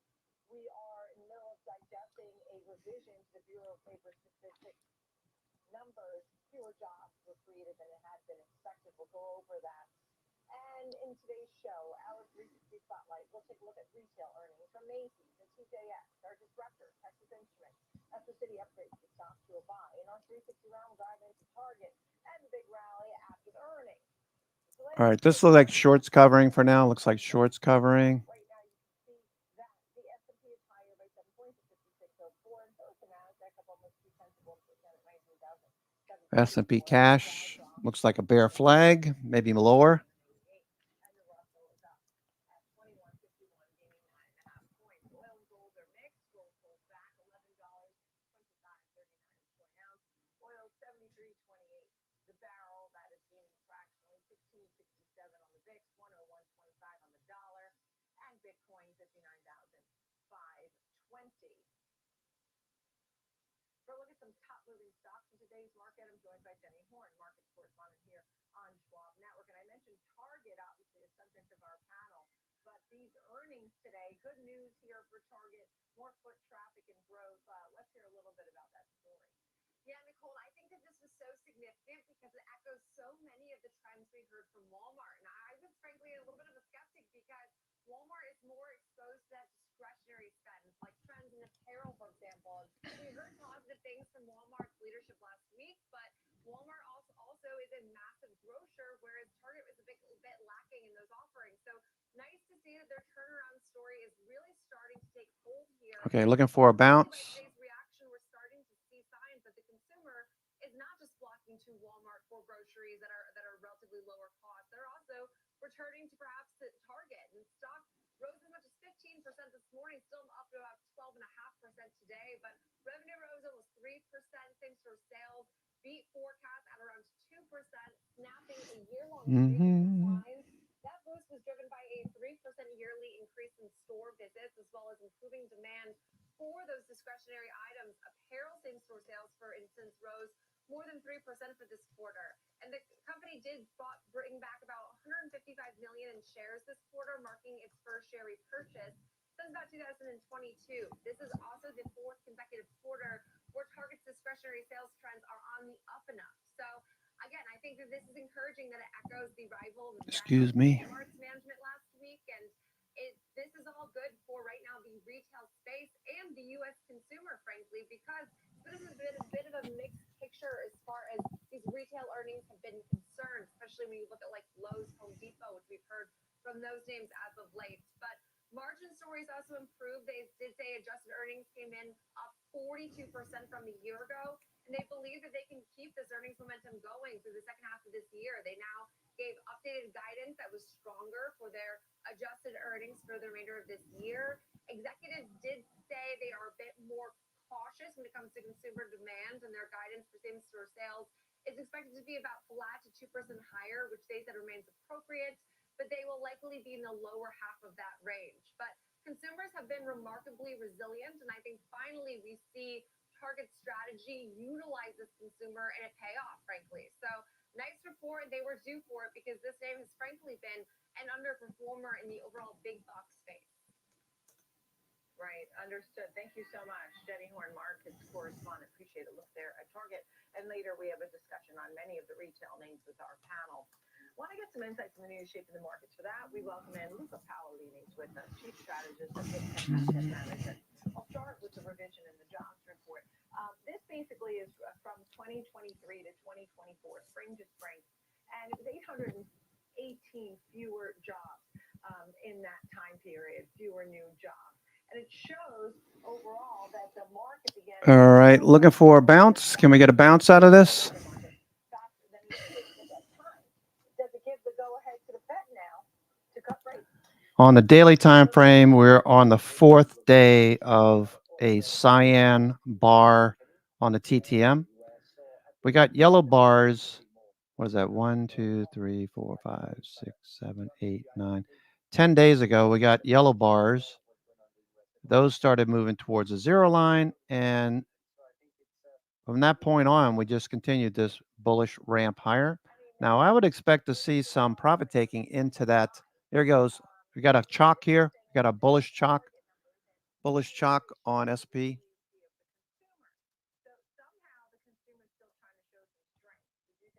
Bullish chalk. It is interesting. I think that the consumer is still in decent shape, but we still expect consumer spending to be in the area between 1% and 2%, which is not great, but it's far away from the recession risk that quite a few investors are worried about. So I think we are still in a positive environment for these assets. We have to keep an eye on the consumer. Marked buyers. Liquidity was noted there. 785 million shares.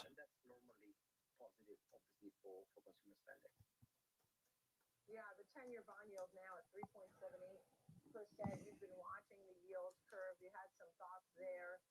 What are you thinking? Well, I think it's what I'm thinking is that there is a little bit of inconsistency between an economy that is still growing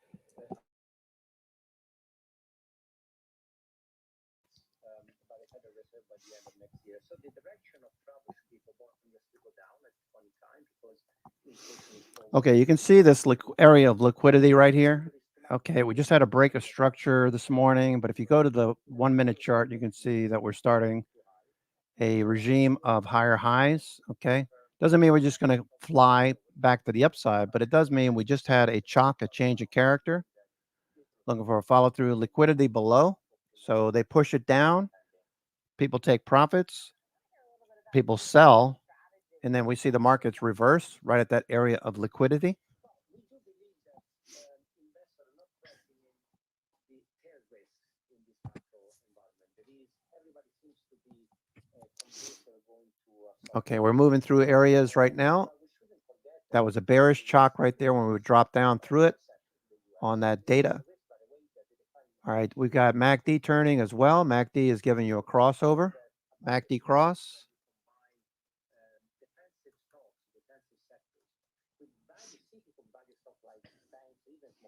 Okay, VWAP coming into view. Environment where everybody seems to be believing in one macro scenario that is soft landing and everything else will go well. I think the risks, the tail risks are still pretty much there and are probably underpriced.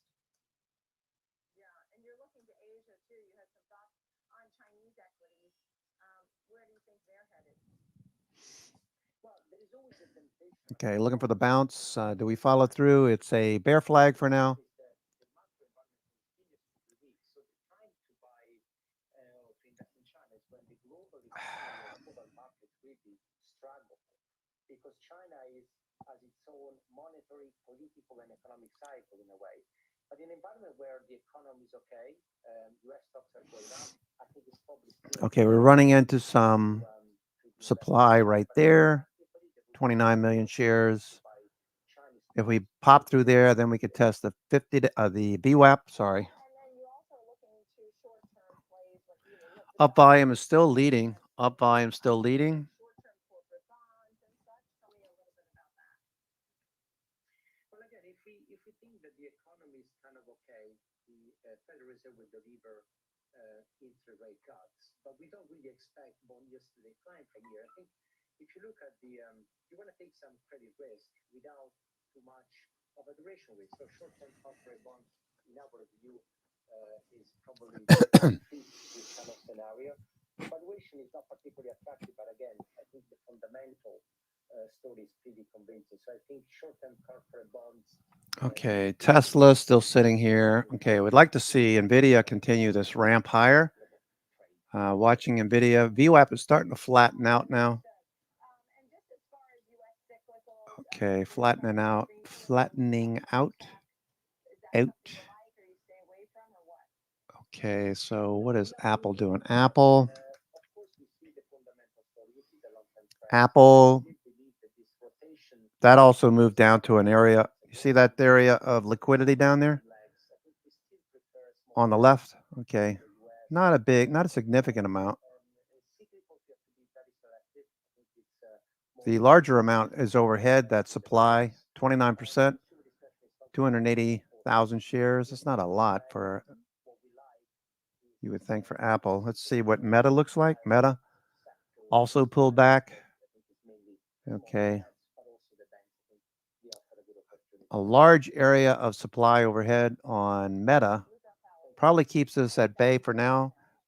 The Money Magic levels also giving you a lot of information. As far as supply right in this area, open interest. Okay, S&P, just watching the S&P for a follow through. Okay, we're starting to see a little more. We're pushing through this area. Okay, this chalk is going to disappear. Not the chalk, but the block orders, right? You see these block orders starting to flicker on and off as it just went off again. So we took out those blocks right there. Order blocks. We just pushed through that area of order blocks. And now we're starting to see more shorts cover. S&P looking good coming off the low. Buying that area of liquidity down below on the left chart. The daily, we got supply overhead. So we know that we're going to probably run up to 56.40, 56.50, probably test that. We got very close to it this morning. Got very close to that area of supply. Now we're pushing back through VWAP. Nice reversal.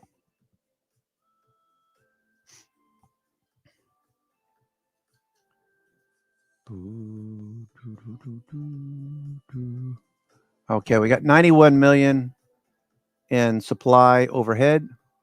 Can we get back to 56.32? Or we got a flat VWAP, so I wouldn't be surprised to see price just chop around. Mama said chop around.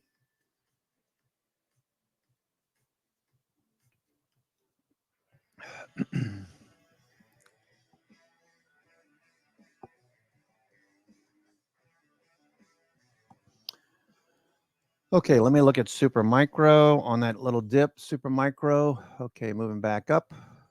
Super Micro. Let's look at some of the stocks that were active this morning. LRCX also dipped. These dips are giving you opportunities.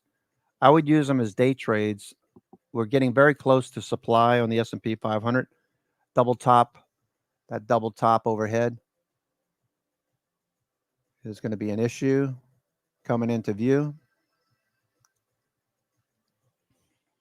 He's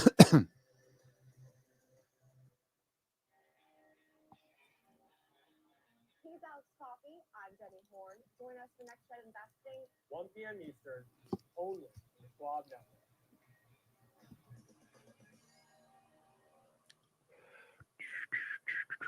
I'm Nicole Petalides, host of Trading 360 and The Watch List, live on the floor of the New York Stock Exchange, where we bring you breaking news, experts, CEOs, influencers, and analysts. It's all available on Schwab Network. Doo-doo.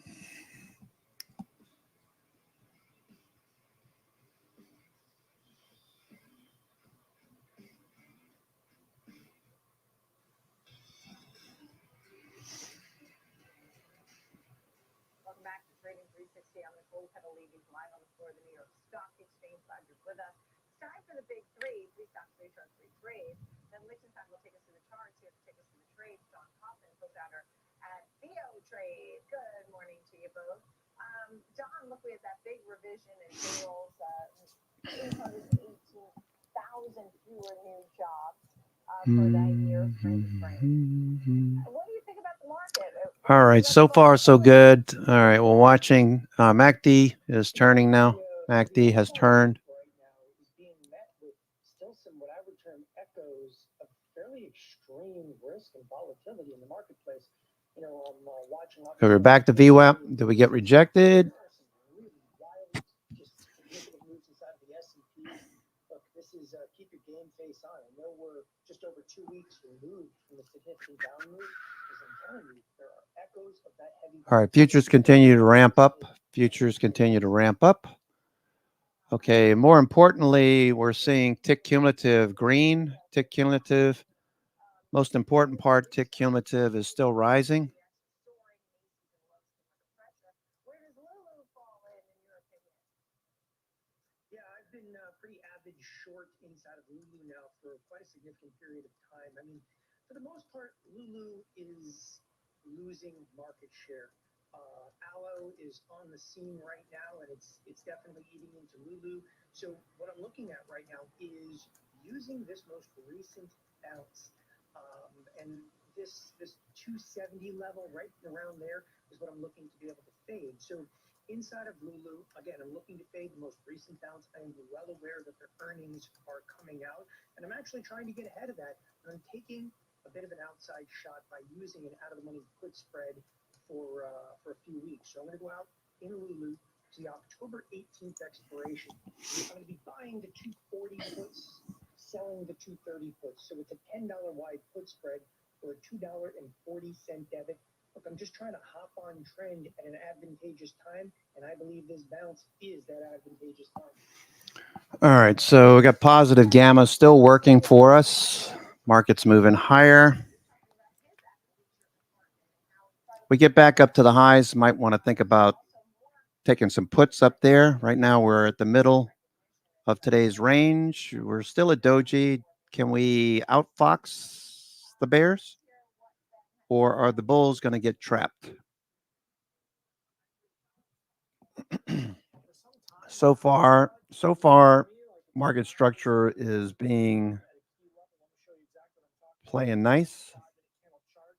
And just a look at the price activity we've seen since the middle of last week, rally up, a move from, well, all the way up to 270. If you remember, Let's see. We're right back up to the stop, a trailing stop overhead.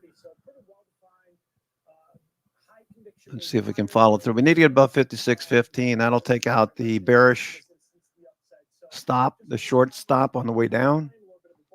We're watching liquidity and supply.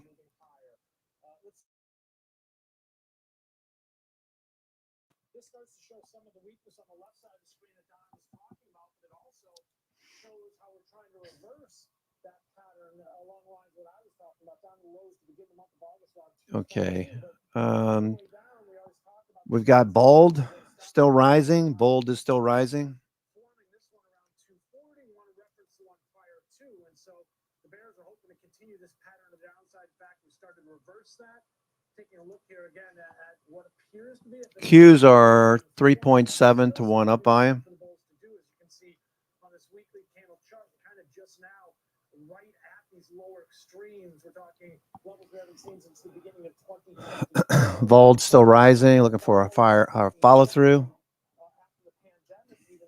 Tick at 400. Tick is staying above the zero line. So again, this longer-term trend is still intact to the upside. This could be a prime buying opportunity to participate here again in this longer Okay. weekly candle chart. Short it or a prime buying opportunity. That really leaves people scratching their heads. Don? Yeah, Ben, have you been to the gym lately, Ben? Because all I'm seeing in there is aloe right now. Now, that's completely anecdotal, but it's enough for me to want to short any bounce I see inside of Lululemon right now. Look, it's out of favor. It's out of style. I think we're going to move on from this stock. Okay, Vold is about to make a new high. Vold make a new high. Eli Lilly, not the stock, but the pants. Eli Lilly, let's get to that one. I mean, obviously, we've heard so much about the weight loss. Vold making a new high of the day. That's bullish, not bearish.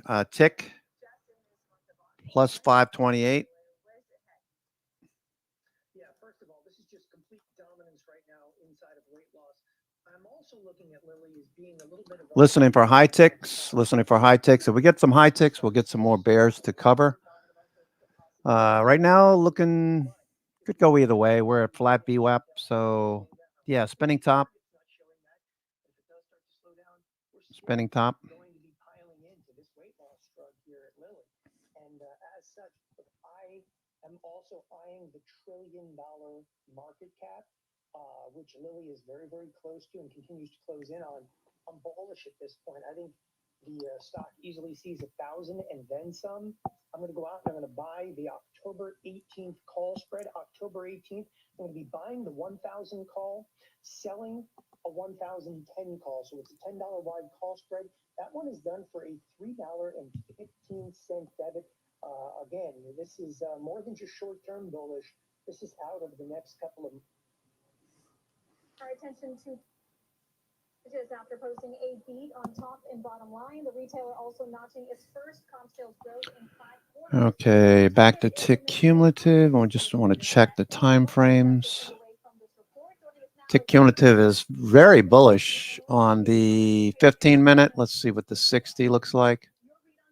60-minute tick cumulative, very bullish. Tick cumulative on a 60-minute. 4-hour chart, very bullish on the 4-hour. Let me see what the daily looks like. I don't often check the daily. Should be good. Daily. What about the weekly? Weekly is very bullish. Wow, tick cumulative on the weekly. Wow, that's pretty impressive.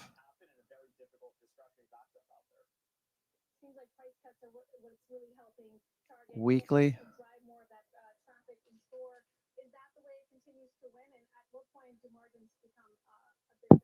Very interesting. Very interesting.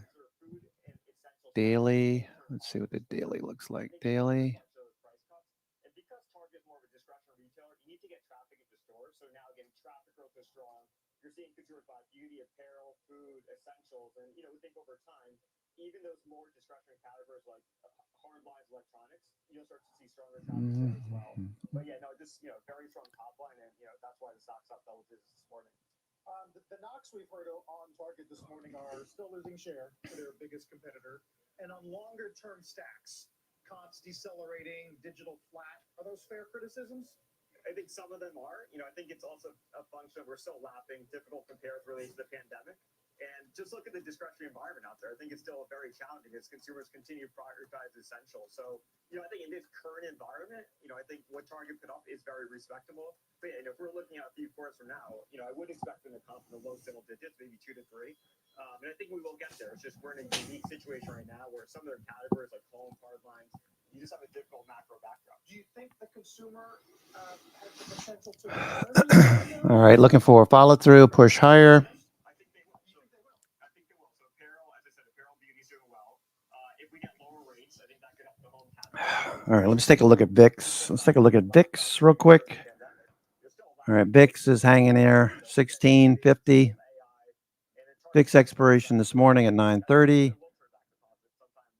New expiration now. Okay, so let's see, junk bonds. Let's take a look at junk. Junk inside day on the right. You can see the daily chart on the right. Inside day, but higher. We're above VWAP. The U.S. 10-year yield. U.S. 10-year yield. All of these things are either risk on or risk off. This is risk on with the 10-year moving lower. I mean, I think it's a foregone conclusion that Jay Powell's going to cut. It's just a matter of how much he cuts. Is it getting better? And where is self-checkout now? How does that affect that trend? Yeah, it's getting much better. So if you go in stores today, yeah, you have more, more full staff cashier registers. So that helps on the shrink side. They're locking up more product, and then even just from a security perspective, I go into stores, you'll see security sometimes. U.S. 10-year. Okay, what's crude oil doing? Crude oil still trending lower. What about the Deutsche Bank commodities ETF? That's moving lower. That's bullish for equities as well. And we talked about Centos, economically sensitive. Centos continues higher on the right, daily chart trending higher. That's bullish equities. It's bullish recession. We've been talking about in the trading room the probabilities of recession. If you just go to ChatGPT, a very good resource. Very good resource, ChatGPT. Just ask it your questions. A lot of times it'll give you concise answers. As of August 2024, the current odds of a U.S. recession within the next 12 months have been reduced to 20%. You guys have been talking about that in the trading room, Brother Bill and others. This is based on a recent assessment by Goldman Sachs, which previously set the probability at 25% earlier in the month. The lowered odds reflect positive economic indicators, including strong retail sales and a decrease in jobless claims. We also had the payroll numbers just came out, revised down, which suggests that fears of an economic downturn may be overstated. The odds could decrease further, potentially to 15%, pointing to the resilience in the U.S. consumer, economic performance in the recent weeks. All right, so retail sales is a big boost as well from last week. All right, so we're just watching. The markets are just consolidating at the moment, trying to figure out what to do next. Okay, flat VWAP, looking for a push higher. Tick cumulative is rising on the daily, actually on the weekly as well. Going down to the 15-minute time frame, tick is still rising, so they're buying more than they're selling. So they're buying the dips. We got positive gamma, which you would expect dips to get bought. Above 55.50, we got positive gamma. Below 55.50, things get a little bit crazier. Okay, so watch 55.50. We'll watch it for you as well. Okay, tick cumulative on the shorter time frames, 15-minute is bullish. Just trying to get back above 56.15. 56.15 will give us another leg up, perhaps. You can see we're in the middle of liquidity levels. We got liquidity that shows up as supply overhead, liquidity down below, which shows up as buying support. Okay, so do we retest the all-time highs? If we got up there, I'd probably be reducing my exposure a lot more. Not probably, I will be reducing further.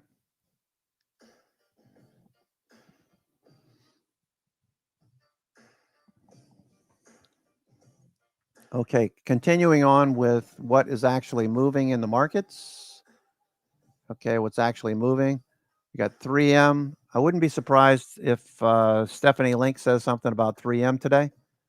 She called this GE 2.0. I talked about GE a few minutes ago. About an hour ago, I talked about GE and its performance. When Stephanie bought it back here in the 30s, I think she bought it pre-split, pre-reverse split. So from 50 up to 170. Now, it's never a guarantee, but that's what she's looking for on 3M. So if 3M can turn the corner and continue turning the corner, I should say, we should see a retest of the highs at 150. So that's a 30-point move from here. If you don't mind holding something for a few months, probably see 130 on this one. Okay. So another, what, 15, 20% perhaps?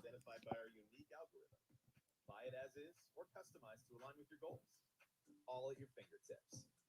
Schwab investing fees, 40 customizable themes up to 25. Okay, looking for a leg higher now.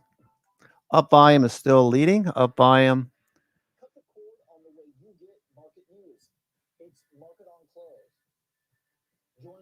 Okay, this is the way we started.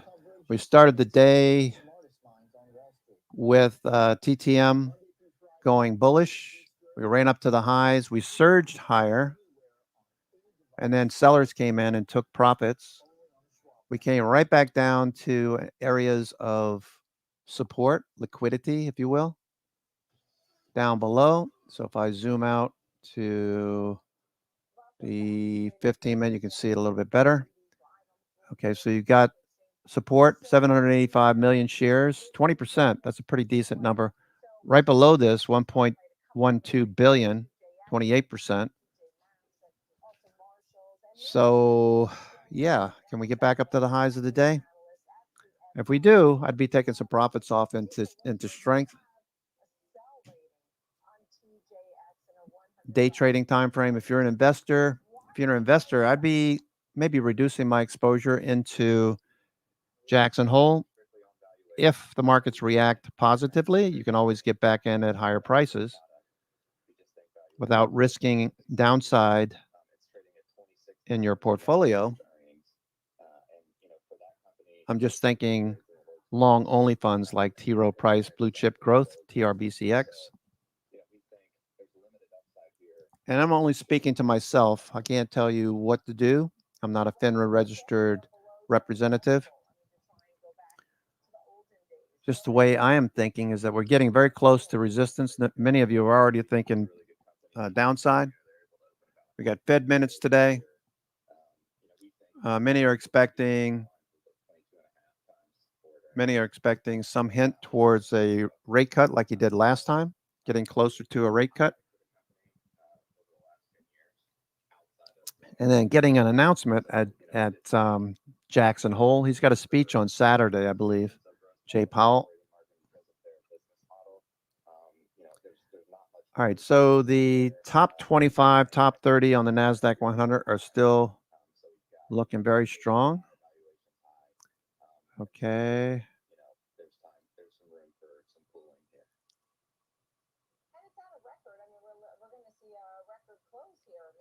Looks like about 50-50 on the NASDAQ 100, 50-50. Elf Beauty, that was one we were looking at, right? Elf Beauty, that had earnings. Elf, just saw that on the NASDAQ 100. Okay, it's bouncing. Lulu, Deckers, RH, flat. Costco dropped down the list. Dropped down the list of ways. Gravestone Doji, long-legged Doji. Excuse me.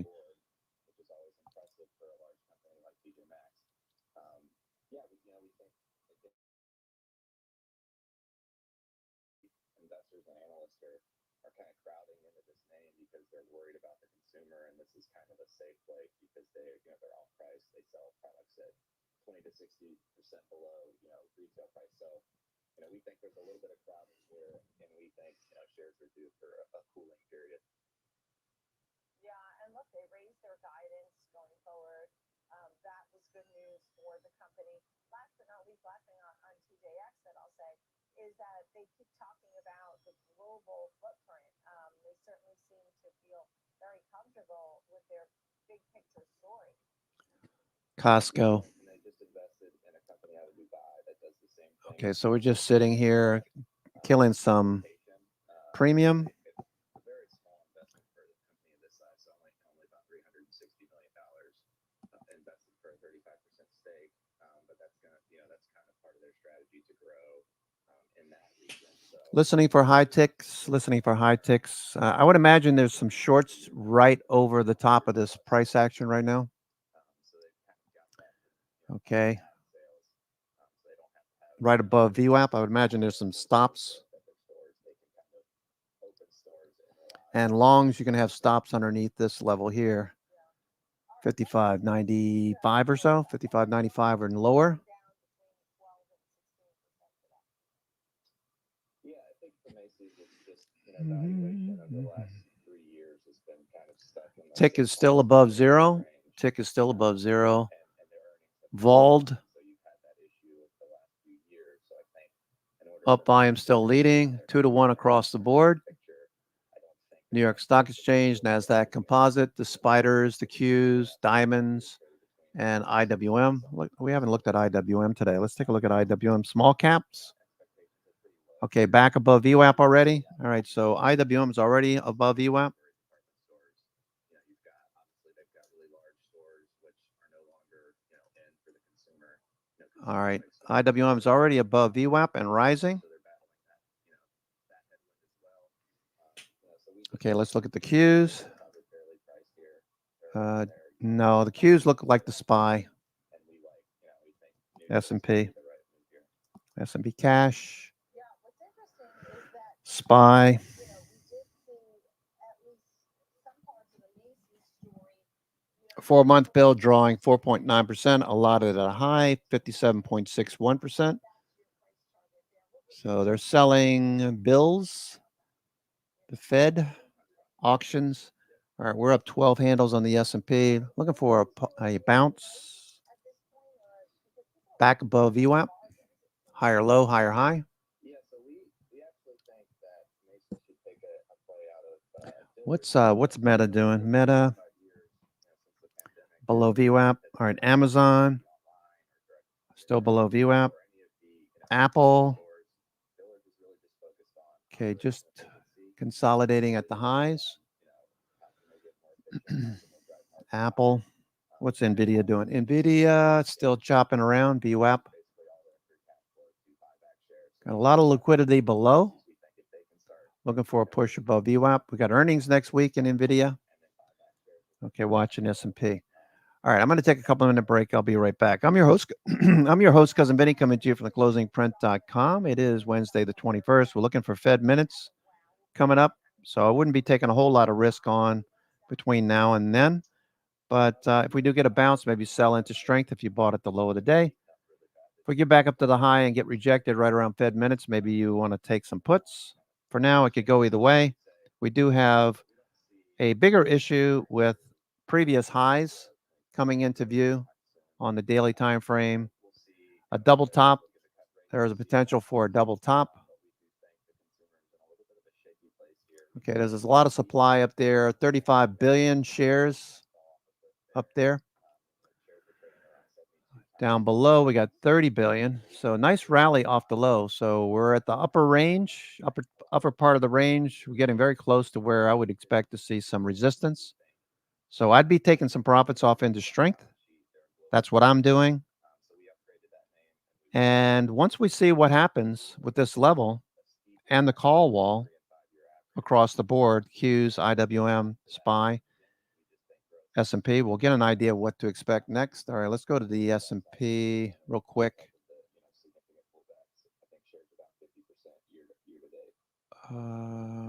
Indices. All right, so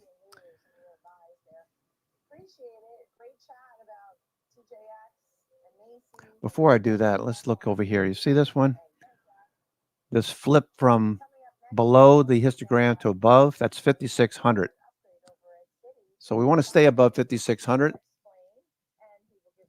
Okay, we want to stay above 5,600. Okay. Let's look at the gamma and deltas presently. Okay, that's 5,500 right there. Here's 5,600. It's the tallest bar. the tallest call bars is we are skewed to the call side, so that's a little concerning.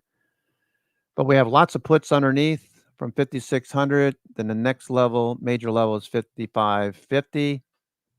We want to stay above 5,550. And then 5,500. Okay, so 5,500, 5,550, and 5,600. Really like to see a charge above 5,600. And I'll be watching these puts, the blue. I want to see more of this filling in above current price action. Currently, we see 5,650, 5,700. And out here, we've got a level building at 6,000, which was building over the last few weeks. Occasionally, we'd see the call wall shift up to 6,000, then move back down to 5,700, I believe. What's the call wall right now? Call wall right now. In this founder's notes. Okay, let's go down here. And we're looking for the call wall is 5,750. So we know where the call wall is. Remember, we were talking about 2020, how after the February drop, everything sold off. You know, all the risk on indicators flipped to risk off when COVID hit. And then what happened right after that? March, April, May, through the rest of 2020, 2021, we saw the call wall continue to shift higher. Where is the call wall now? 5,750.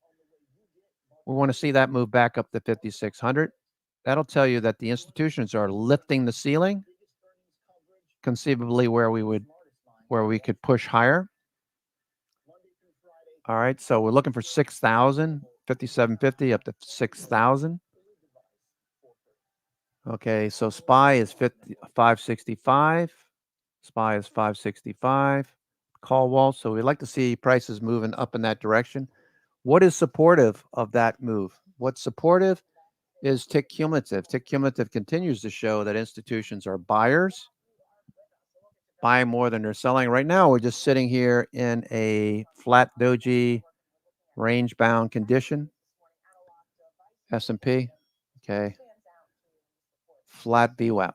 Okay, so we're at flat VWAP. We know that we want to stay above 5,600. Okay, so I'll be right back. Give me 5 minutes. I'll be right back.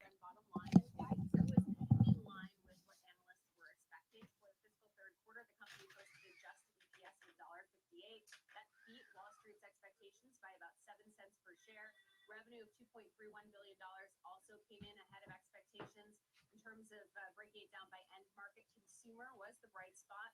Sales there came up 3%. Industrial, which is the biggest segment, saw sales down 37%, slightly worse than what analysts were looking for. Communications fell 26%, and then automotive fell about 8%. The company did say, though, that improved customer inventory levels and order momentum across most of their markets positioned them to grow again sequentially in the fourth quarter, increasing their confidence that they're they're past the trough of the cycle. So some forward-looking commentary that's upbeat. They did say, though, however, economic and geopolitical uncertainty continues to limit the pace of recovery. So cautious optimism looking forward. So for the fourth quarter, they're forecasting revenue of $2.4 billion, plus or minus $100 million. Analysts were looking for about $2.38 billion, and then just EPS of $1.63, plus or minus 10 cents. Analysts were looking for $1.62. So roughly in line. Shares up about 2.25% right now up about 15% year to date. All right, thank you for that. Right now, it's up 2.5%, like you said. Thank you, Caroline Woods. Now it's time for a disruptor, and we continue to look in the tech space, and we're going to Texas Instruments because Citigroup upgrading this stock to a buy rating. George Sillis is with us, senior markets correspondent here, taking a look right now at Texas Instruments. So what do you think was behind this call from Citi? Well, there's some interesting things going on with TXN, Nicole. First, if you look at the stock, it's breaking out, hitting some new highs on an annualized basis. It's actually hitting some 3-year highs, and that's going against the revenue growth, which has actually been down sequentially over the past 6 quarters. But it looks like there's an inflection point happening here from the business in terms of margin, free cash flow, and capital expenditure reductions. And this is essentially one of the things that Elliott Management, for instance, which has about a $2.5 billion stake in the company, is looking for from the company. And so today, the company did announce that they actually are changing their capital expenditure allocation program going into 2026. The expectations that the company previously provided, Wall Street was around $5 billion, actually reduced that to $2 billion. And the only thing that they see that will cause them to increase it back to $5 billion is if they actually hit the higher end of their revenue guidance or exceed it. So they're kind of giving Wall Street sort of a performance benchmark that if they hit or exceed revenue guidance, that they will spend additional capital, but until that happens, they won't. So what this ends up doing is essentially frees up additional cash flow for the company to continue with their capital allocation plan of buying back shares and paying generous dividends. And within this context, Texas Instruments is actually gaining quite a bit of fiscal stimulus, if you will, or credits associated with production in the United States. So the Biden administration has actually been very favorable to this group. This also includes Taiwan Semiconductor for domestic manufacturing, and I think that's part of this cut in capital expenditures from the company standpoint. In fact, the tax credits they're receiving from the government are rather favorable. So essentially, if they're spending less money, it frees up additional cash flow to buy back shares, and this is essentially the catalyst a lot of the analysts are looking at, including Citi, which upgraded the stock to $235 from $200, and from a hold rating to a buy rate. Okay. So with that, how would you go about an example trade today, George? Yeah. So previously mentioned, if you look at the price action, it looks actually really good, irrespective of the fact that sales and earnings growth have been down over the past 6 quarters. The price action speaks to, positive returns going forward. So around the $205 level is sort of an area of resistance. It's just now support, which goes back a few months. So what I'm going to do is I'm going to sell essentially a cash secured put at the 205 level, assuming that support holds between now and expiration in September in 30 days. So selling that 205 put, or cash secured put, you could actually earn about $4.50 a share in credit, or $450 a contract in credit. So essentially, if the stock holds 205 or higher, that $4.50 premium will erode to zero in the next 30 days, but you have to be willing and able to take ownership of the stock at 205, but your cost basis is at $200.5 per share. So if you're willing to buy it at a lower price, this is certainly a strategy you can consider. Right, understood. George, great to see you. George Sillis, a good look there at Texas Instruments, Citigroup calling on the example trade. Thanks. Coming up next, our 360 round, we're diving back into those earnings for some of the retailers. How about Target? Big rally there in reaction to how the consumer remains strong. We'll break it all down. We'll be right back.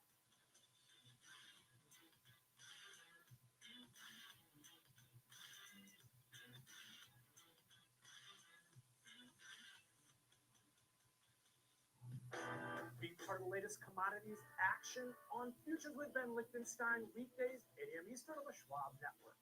Available anytime, anywhere, on any device for free. Trading at Schwab is now powered by Ameritrade, giving you even more specialized trading support. Connect with the Schwab Trade Desk, our team of passionate traders ready to tackle your trading questions, no matter how complex. Plus, get 24/7 live help and access support by phone, email, and in-platform chat. Trade brilliantly with Schwab. Download the Schwab Network app and join us to follow all the market trends. Schwab Network is available anytime, anywhere, on any device for free. Schwab Network. Ethan, how's my favorite client? Great. I started using Schwab investing themes, so now I can easily invest in trends, like wearable tech. Trends. All that research sounds exhausting.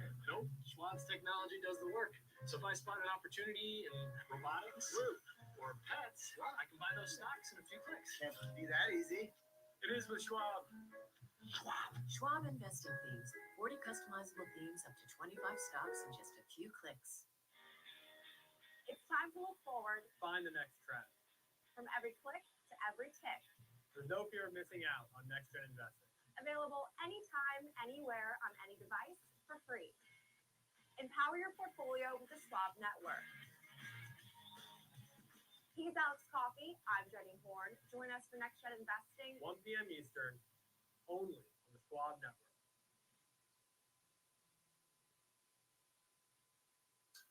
Knock, knock. Number one broker here for the number one hit maker. Thanks for swinging by, Carl. No problem. So, all this for?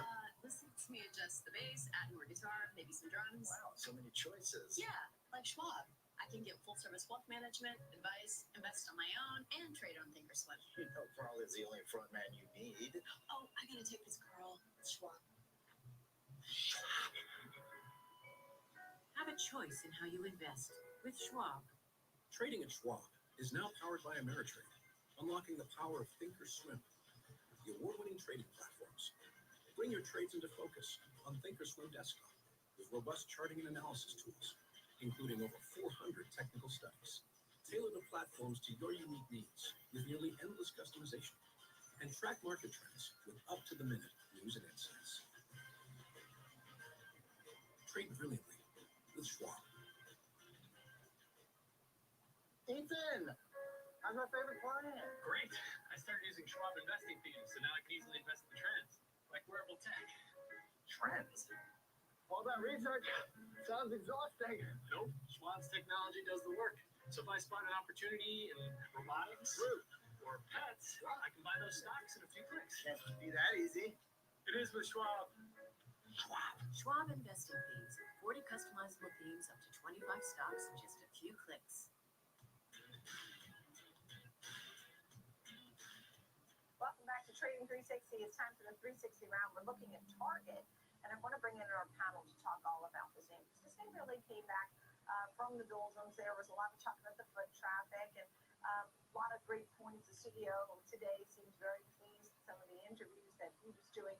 Target is up 12-13% today. Sucharita Kandali is with us, VP Principal Analyst at Forrester Research, and Jen Rogers-Niffen, CEO at J. Rogers-Niffen WWE. Thank you both for being with us. So, Sucharita, what did you think? They're saying how, Target came up and out and that Macy's didn't. What is Target doing right here?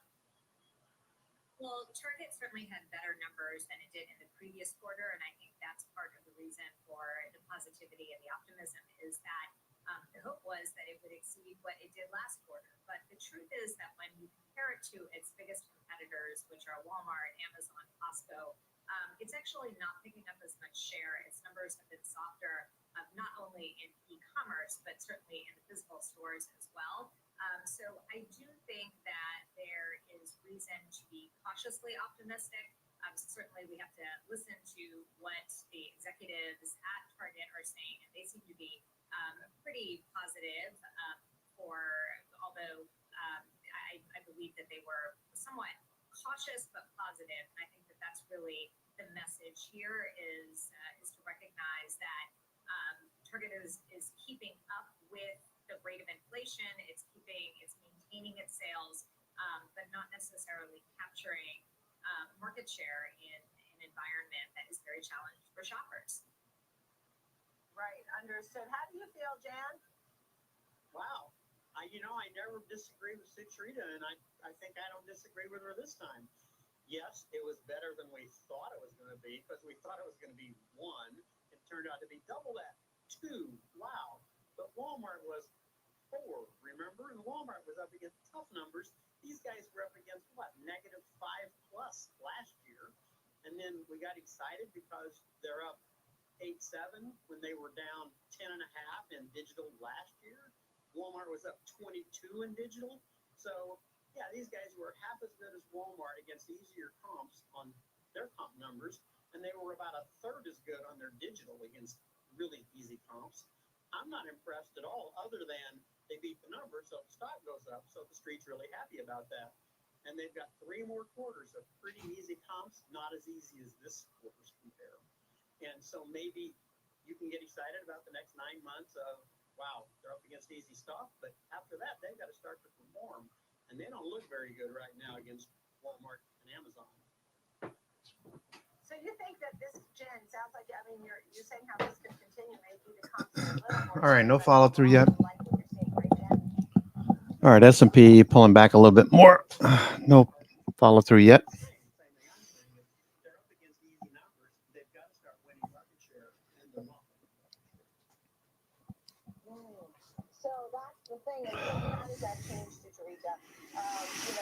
Let's see. Meta. Right, and I had to say, Jen and I did not coordinate on our notes. They're totally Coinbase. consistent. Bitcoin trying to push a bit higher. Let's see what Coinbase is doing. Coinbase. All right, trying to regain yesterday's levels. Bitcoin's just consolidating. Hasn't followed through yet off of these lows. Bitcoin, the daily on the right. Bitcoin still inside of this larger channel. Let me go to the weekly time frame. Weekly time frame. We're still in this channel. Trying to get to the middle of the channel. Okay, so the middle of the channel. Excuse me. Middle of the channel. We tested that a couple of times.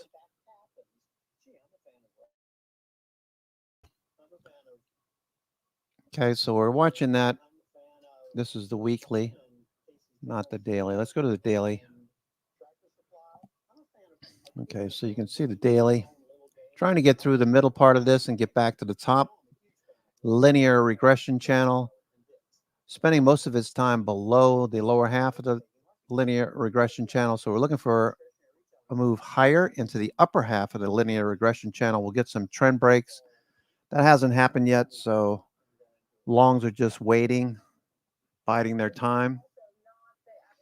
Still 2-to-1 up volume. We're starting to fade a bit more, so I imagine people are starting to get frustrated that the markets didn't follow through and maybe taking some profits off.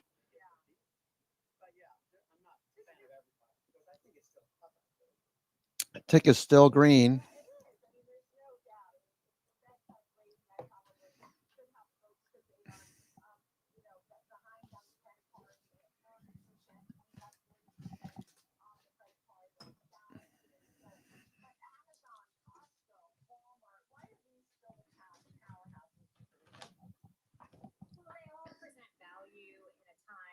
Particularly that low-end consumer is most stretched. The amount of credit card debt that So that's Bitcoin, S&P. Okay, so we've got a couple of dojis up here. Sellers at the high of the day, showing sellers at the high of the day for now.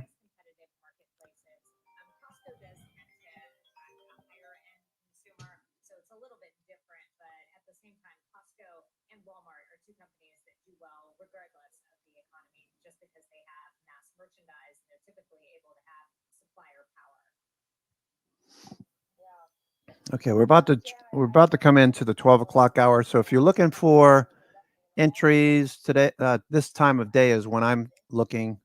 Stocks like, for example, Apple, looking for a higher low. Looks like a doji still on the daily on the right. So nothing there. Let's look at NVIDIA. NVIDIA is a doji. Okay, no follow through. Could be one of those boring days.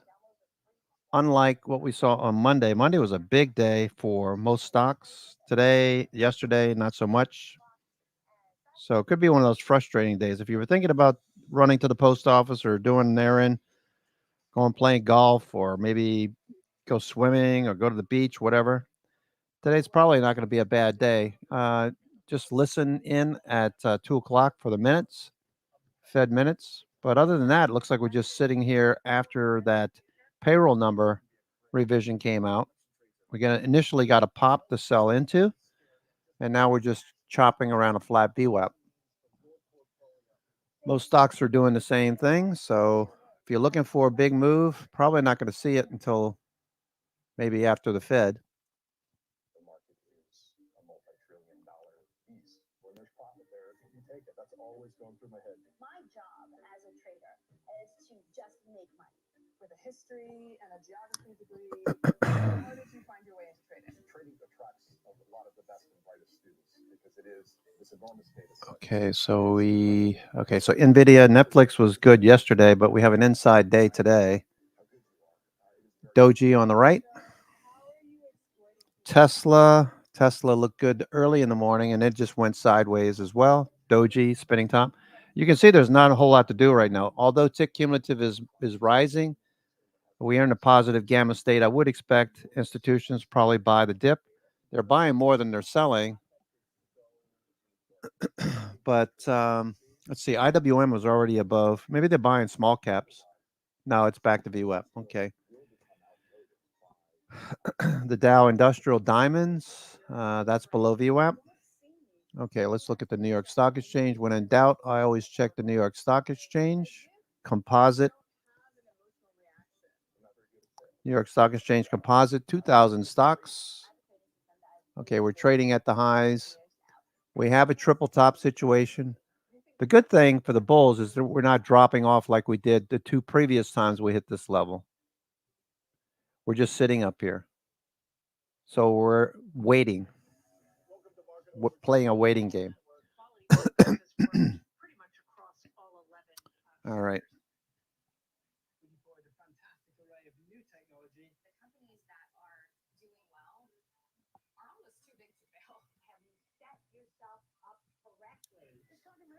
All right, so let's shift gears and go over to CNBC. As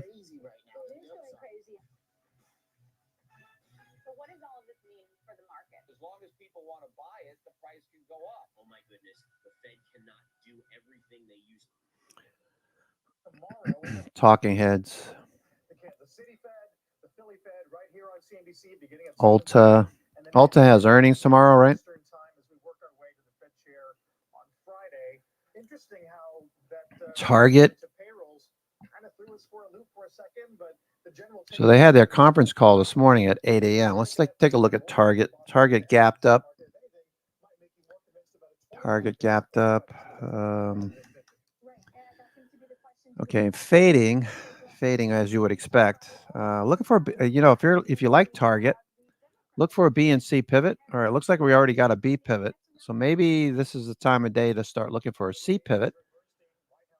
I say maybe. I'm always looking for 11:30 for a dip to get bought in an otherwise bullish condition. This is a bullish condition. This is a breakout to the upside. Volume suggests institutions. Probably some shorts covering too. Let's look at the weekly time frame. Target's been spending a lot of time in the lower half of this range. Okay, let's go 10 years. All right, so you don't really need to go out that far, I guess. We hit the highs, came down, and we've just been chopping around. Basically haven't gone anywhere since 2022.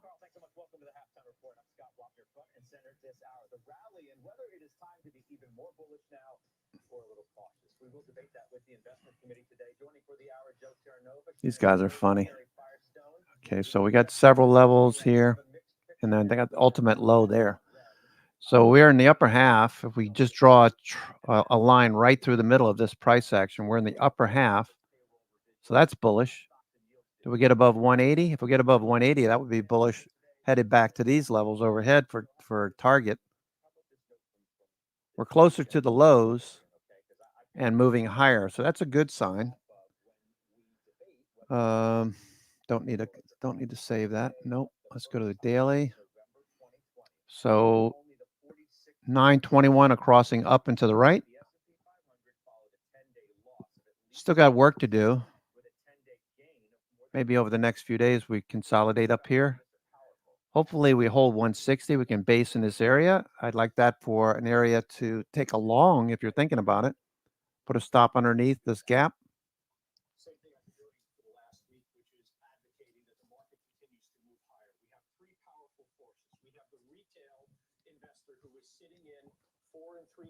Cash yielding equivalents. Anytime there's a correction, that retail investor is returning to the market, buying equities, buying the familiar names that they see rallying like the mega caps. In addition to that, corporate buyback window came at the absolute perfect time. And then you have the momentum traders, the systematic traders, the momentum traders are piling back into the market in mass. So the only reason right now to believe that the market can't move higher is because because of the calendar. You could rely on the seasonalities. You could cite valuation, or you could say, you know what? Oh, the market's just gone up so quickly that it's logical that it needs a pullback. Yes, it does probably need a pullback. And yes, it's been driven by mega caps. And probably the most significant catalyst for those mega caps is going to be NVIDIA's earnings next week. So would I be surprised to see some sideways price action from QQQ and the NASDAQ going into NVIDIA's earnings? No, but I don't want to bet against NVIDIA's earnings. I think the reality of this week. Let's look at NVIDIA. New York FANG index. New York FANG. Okay, so we got a pause. It looks like a pause, a shooting star, inverted hammer, shooting star. RSI is drifting a bit lower, but still above 50. MACD and stochastics. Momentum is still carrying us forward for the now, for the time being. UBS has others. Soft landing remains more likely than not. Earnings showed companies are still delivering growth. The Fed soon to be appropriate to start cutting rates. That's kind of all you need. Wolf today talks about earnings, that revisions are going to move higher. Wow, have you seen Obama? Dude got old. Holy crap. He looked like he aged like 100 years.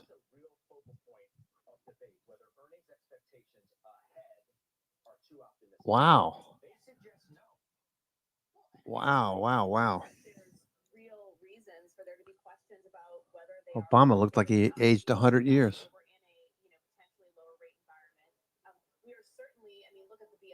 Damn, he looked like 30 when he started, right? That's not a negative. You know, it's just an observation. How much the stress must be being in that circle. Wow. He was just on Bloomberg. All right. So just looking at the stocks that are chopping around, it's still actually a little bit more green than red. It's about 55% green. On the NASDAQ 100 stocks that I like to watch. Crocs. Let's see what Crocs look. You know what? Before we do that, let's look at NVIDIA. NVIDIA, two bullish or two inside days after a bullish day on Monday.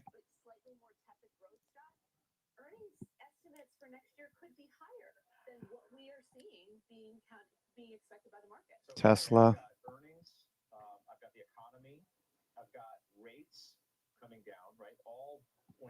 Maybe selling some credit spreads, call credit spreads, looking for prices to pull back in.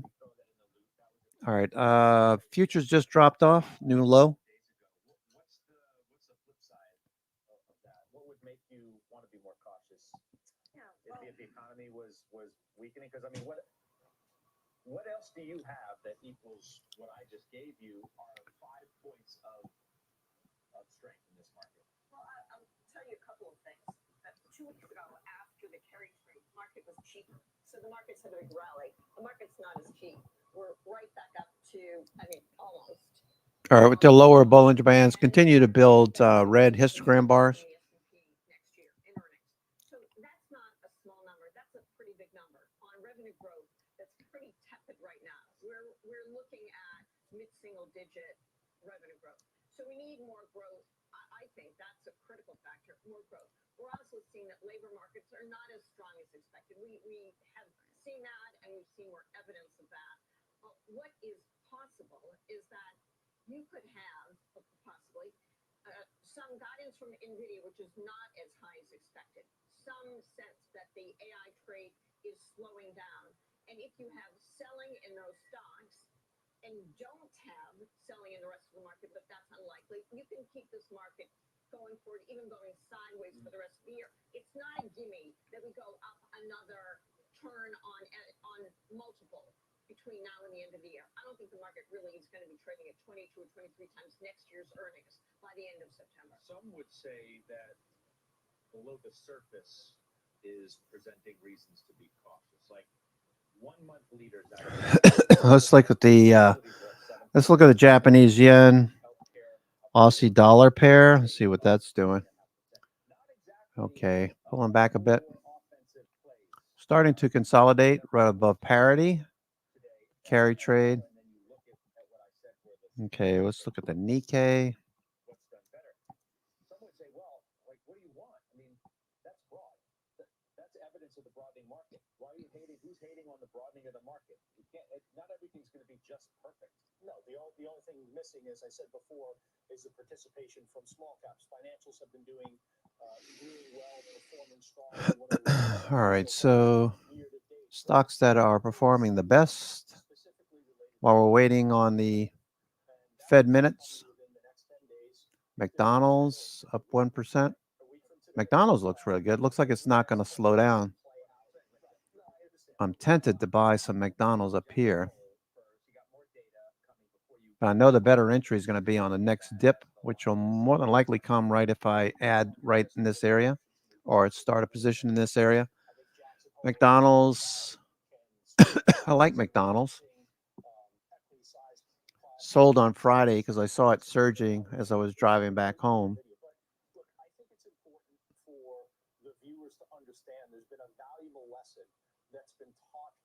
Okay, looks good. All right, so S&P is headed back up to the highs. So you have to say to yourself, where's my view over the next 6 to 12 months? Do I think risk assets are going to be higher? Yes, I do. Okay, then you have to stay anchored to your allocations because this market moves so quickly. You might want to time your way in and out of it, but I'll tell you what, if you moved out of the market in early August based on the price action that you saw, it is remarkably challenging to get back in once again because the modern market today moves so fast, much faster than it did when I started the business. Have we removed, at least for the near term, Shan, consumer risk? Right. Let's rewind. Right. Rewind the tape back to the Friday jobs report of 2.5 weeks ago that started that whole upset in the market to begin with, and it went from a weaker than expected job print to a conversation that, oh my gosh, we're closer to recession than we might think. The labor market's weakening faster than we thought. And then you had a retail sales number that was better than expected. You had Walmart earnings, and now you have both Target and TJX. Target's our chart of the day today for obvious reasons. If you take a look at the stock, it's up here 12%. It's not like their earnings were fabulous. It's not like their outlook was so great. I mean, they did give a cautious comp sales guide, but their comps did rise for the first time in 5 quarters. All right, so GDS being mentioned by Ivanov. GDS. Okay, making new highs. This is a Chinese data center. China's data center stock, the new 52-week high. Let's look at the weekly. Okay, wow, big turn. GDS. GDS Holdings, Chinese data center stock. Challenged by inflation, in particular the lower income consumer. I still think they're looking towards discount. What if you bought a couple of hundred shares of this, 1,000 shares of this, and this gets back to 115, 116, or even halfway there to 70? 6 or 7 bagger. Okay.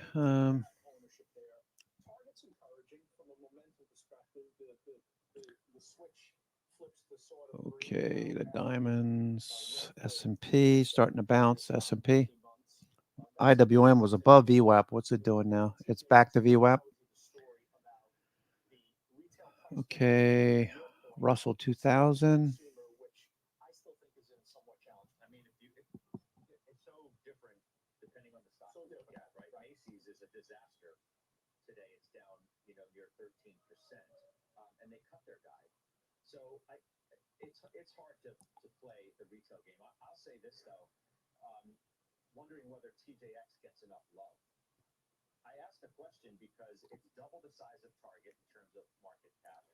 It's far outpaced Target year to date in terms of stock performance, 28% to 13%.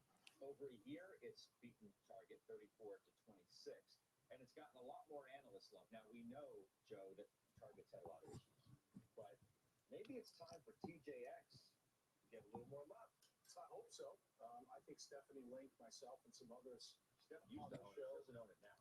But Steph's talked about it quite a bit. We've acknowledged the outsized, the uncharacteristic revenue growth and margin expansion that TJX has been delivering, not just really over the last year, but over the last 5 years phenomenal management team. It's a company that, as you said, is twice the size of Target, and it belongs in the conversation because I don't think we're moving out of an economic scenario in which the consumer is going to lose all perspective on price and just, have no degree of frugality and just say, okay, let's frivolously spend away.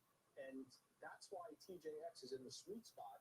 It provides the consumer exactly what they are looking for in the economic climate that we're in now, and the economic climate I think we're going to be in over the next 12 to 18 months. Maybe, Shan, I mean, do you feel like the demise of the consumer was greatly exaggerated?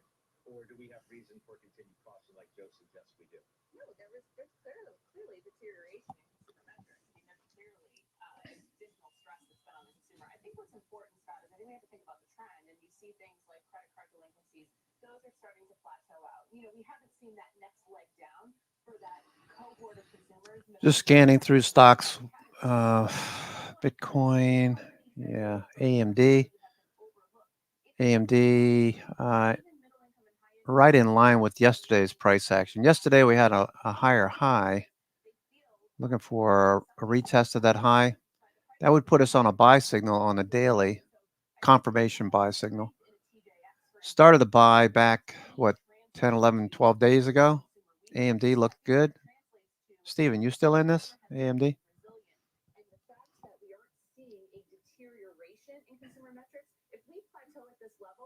Certainly we have some consumer stress, but it's not as if we're falling off a cliff from a spending perspective. When you asked, what does a soft landing look like? Right.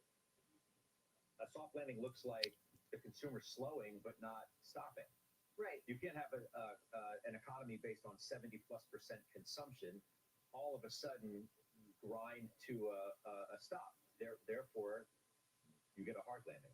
Right, and Carrie and I were actually having this conversation right before, so I want to acknowledge this. But I think that as Carrie, and you can take this, Carrie, we were talking about how consumers have been spending, and I think that what you're starting to see is maybe some of that pent-up demand for experiences is starting to translate to, you know what, those have become very pricey, and the time and the Well, look at the travel. That's a travel stock conversation in some respects. Those stocks have traded terribly over the last handful of weeks. There's only so much travel that people can afford, and that's why we've seen such ridiculous here. And you can buy a lot of pairs of sneakers, for example. You have to start to recognize that the job numbers are not as strong as they were, and they're down by, let's say on average 22% if you just adjust. Then we know that the job market has slowed, and you need income to have expensive experiences. So we'll go to the mall. That doesn't mean you're going to the mall and spending a lot of money, but you're going to the mall and you're buying something at TJX or Target, and so that's a shift that we expect, but it's weaker than what we had hoped. Okay, so again, a week from today is Joe's moment for this market, and I think a lot of people would agree with that. It's NVIDIA. I want to talk about some other semi-movers today because there are several stocks that are making some news. Analog Devices, we can throw that up. They beat. It was their fifth straight quarter of declines, though. Their guidance was slightly above expectations. That's why the stock is in the green there. You own that one. I do. I was concerned going into this report. It's clear that automotive has not recovered to the degree that we wanted to. That's obvious whether you're looking at onsemi or NXPI. And I think the challenges are still there for ADI. But what ADI has done really well is they've executed, and they've been really strong on their execution. They have a good management team. So they are able, in an idiosyncratic scenario relative to the others semis that have the exposure to automotive, they're able to overcome some of those industrial challenges. Marvell today, positive ahead of earnings next week. Texas Instruments got upgraded to buy today at Citi, the target 235 from 200. You sold it in May during the rebalance. I'm fine selling it. I'm fine with that. I don't view Texas Instruments as having the definitive, clear AI strategy that some of its peers has. Well, it's different, right? I mean, it's more of an industrial type chip, wouldn't you say? Yeah, of course it is, but that's one of the reasons why it's not as compelling or as appealing to an investor is because they're not in where they need to be for this economy of 2024. How about this, Shan? Morgan Stanley today of what's happened in semis and AI-related hardware. We see a cyclical peak in the tech sector, X software, as the main risk in coming quarters. We're in the late stages of the cyclical rally. Obvious signs now that the strength in tech could be getting ahead of itself. Do you see those obvious signs that Morgan Stanley does?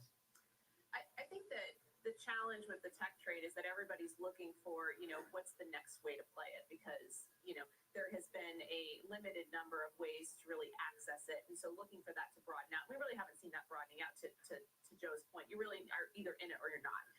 And I think that the challenge is now is that what are you anticipating the growth to be next year? Will that continue to be supported by CapEx outside of the technology sector? And I think that's where you're starting to see the look through of does this mega trend have legs? Is that there have to be companies outside of technology that are beginning to spend. I also would say that we need to start to see some real inflection higher in industrial spend in order to support kind of further AI spend over the long term. And we are not seeing that inflection point as of yet. I mean, if you want a software name that is being talked about, I know that particular note talks about semis and hardware X software.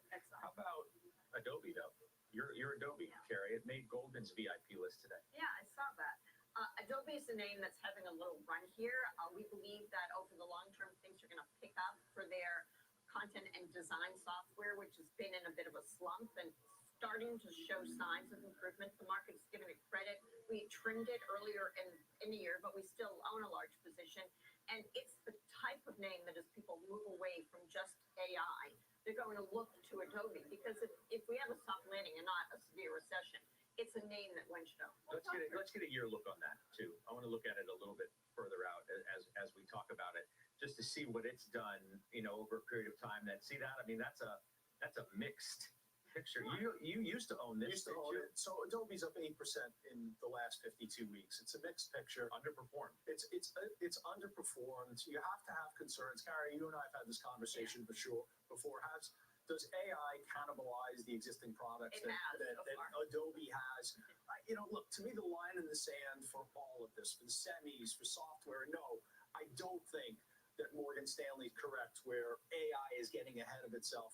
The distinction is in semis and software, are you benefiting from CapEx being spent on your product, like NVIDIA is, like KLA Corp is, like Lam Research is? We talk about Texas Instruments. All right, Texas Instruments is higher. Why? Because they're reducing their CapEx. It's financial engineering. It's managing the balance sheet. Are you directly benefiting from capital spending on building out the logistics of generative AI? Yeah, but you are. And if you are, that story's not over. No, but you'd say that's a limited scope of companies right now that are benefiting from that. But AI is going to be a big part of what Adobe delivers. And they have spent a lot of money on improving their products. And if they can't improve what they're giving their clients, right, then nobody can. I'm sure that they can, and it's going to play out over the next few years.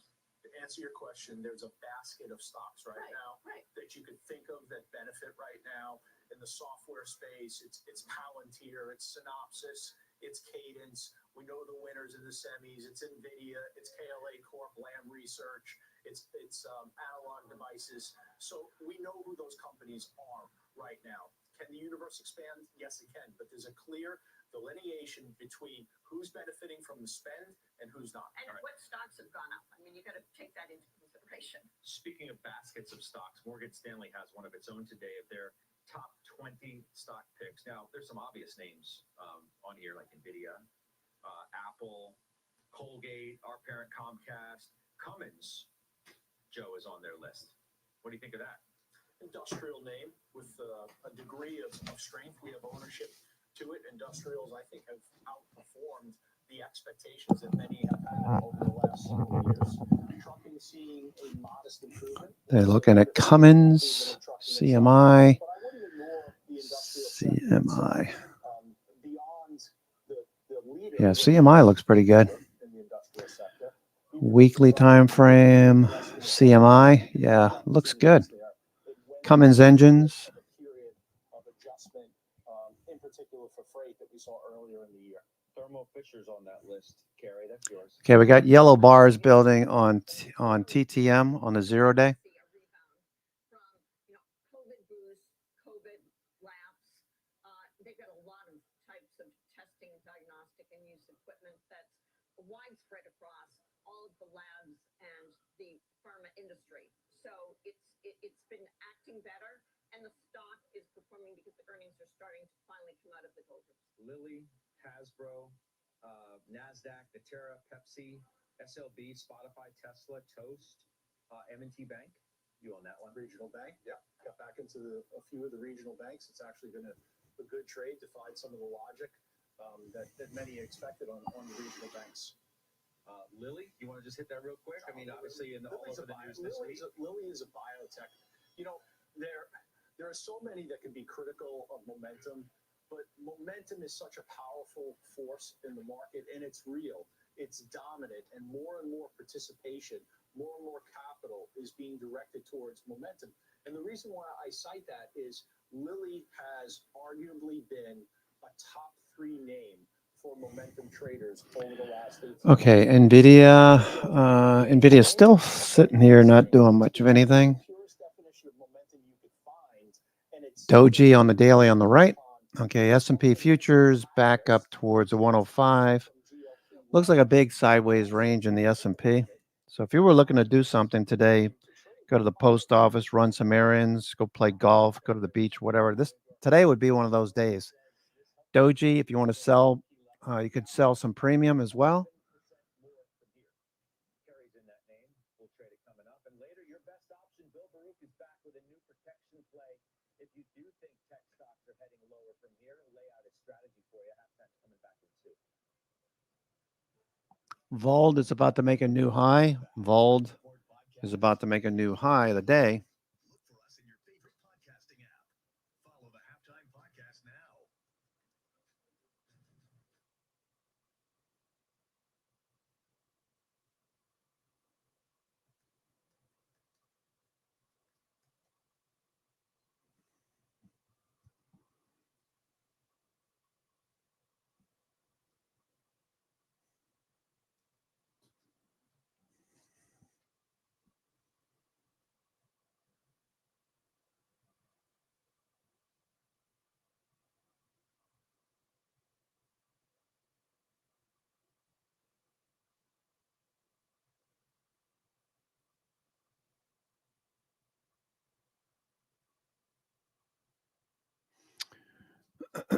All right.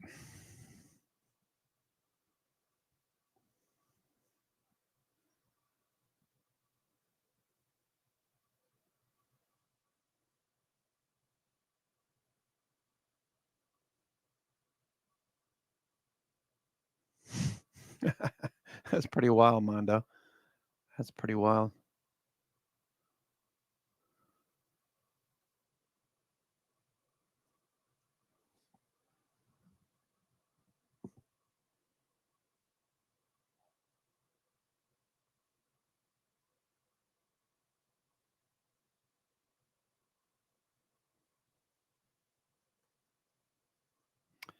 Roblox, are you looking at? Okay. RBLX. September 20. Looks good. Once you get through this 43 level,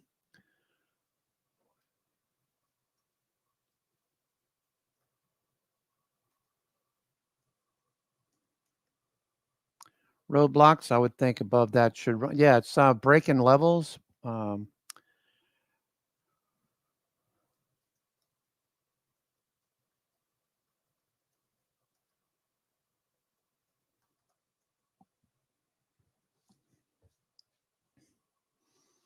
Roblox, is that Karen Firestone? Is she still in that? Roblox, let's see what that looks like. Roblox, got a big area of supply, pretty obvious. Okay, let's go to the weekly time frame. Okay, so you're into supply. It needs to get through this area, big range. 1, 2, 3-year range.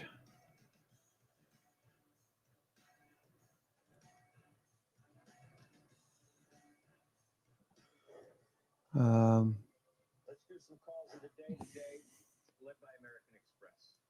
Downgraded to neutral from buy at B of A. The price target is 263. Can we pull up a year-to-date chart of this stock, please? Because it's up 30% year-to-date, Carrie. It is at the top or near the top of best outperformers. So what do you make of the data here, which is not on valuation, anything like that? Quote, we see limited incremental upside given potential for subdued billings volume growth and current rate. Well, yes, they say the valuation is part of it, but it's the subdued billings that seems to play a greater role. Yeah, so AXP is a name that we've trimmed recently. And again, not because it sells for a high multiple, it's 15.5 times next year's earnings. But it's been such a strong performer because, as we talked about, the experience, whether it's travel, hotels, concert tickets, lots of people use their American Express card for that.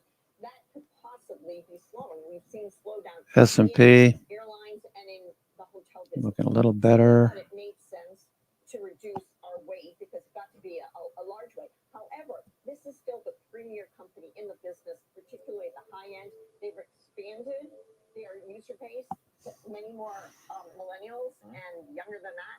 So it has a great runway. It just got a little bit expensive, and the weight was high for us. So we did a portfolio management decision. So, Joe, what do you make of this? It's the second best outperformer now. It was number one, but the run that 3M has been on has been unbelievable in and of itself, and that sort of eclipsed it. But nonetheless, it's still a huge gainer year to date. So most people come on the network, and when they have a position, they talk glowingly about supporting it. Amex is You never do that. Amex has treated us very well. Talk glowingly about a position you have. I don't, but Amex has treated the strategy very well. Look, there's a lot of validity in what was written in this note, and I appreciate you paring back your holding, because if I had the flexibility, I probably would do the same. What I see that's somewhat concerning to me is a little bit of the moderation in the revenue growth. You study the last 36 months, you're talking about a company that was growing at 20%. Okay, now what do we do with that? We begin to see a little bit of contraction in the growth, and we're down to only 10% in the last quarter. That's somewhat troubling to me. So I have to tell you, I'm concerned about the position of the company. Yeah. Wall Street Journal today, Carrie, says Charles Schwab wants What's that? AppLovin? APP? AppLovin? Are you skeptical? AppLovin. Yeah, it looks good. Very positive on Schwab. However, this has been a tough stock to own. If you look at the last couple of years, they had cash sorting, massive cash sorting, where their depositors or their clients wanted to have more than 0% interest rate, and they Weekly. higher interest vehicles. That was a big hit for the earnings. Ameritrade, that deal is Weekly looks good too there, Susie. To 116. 116. Because they should. Because it's not a part of the business. It's really generating a lot of income from them. They're still getting more depositors. And as the market goes higher, people do open accounts and they do trade, and then they use the services. And that's where they're making incremental revenue and earnings. And over the next 5 years, we think this is a company that can grow earnings in mid-double digits. Okay, CrowdStrike. Okay. I feel like we talk about it almost every day because there seems to be a new call on it every day. They say it's a top pick. They say it's overweight. The price target's $330. Meaningful upside from here. They say, quote, the scale of the outage was meaningful, but our review of comments so far this earnings season, in addition to conversations we've had with partners and IT experts, reflect more efficient recovery efforts from the disruption than headlines seem to imply. In other words, the story isn't as bad as the headlines would have you believe. So you should buy the stock now and expect it to go to $330. I think the management team of CrowdStrike, if there's a management team out there that could affect and navigate that type of positive. Let's see. Let's see. Microsoft. Looking for a follow through in Microsoft. Inside day for now. Microsoft spending top. Microsoft spending top. Apple, Meta, Netflix.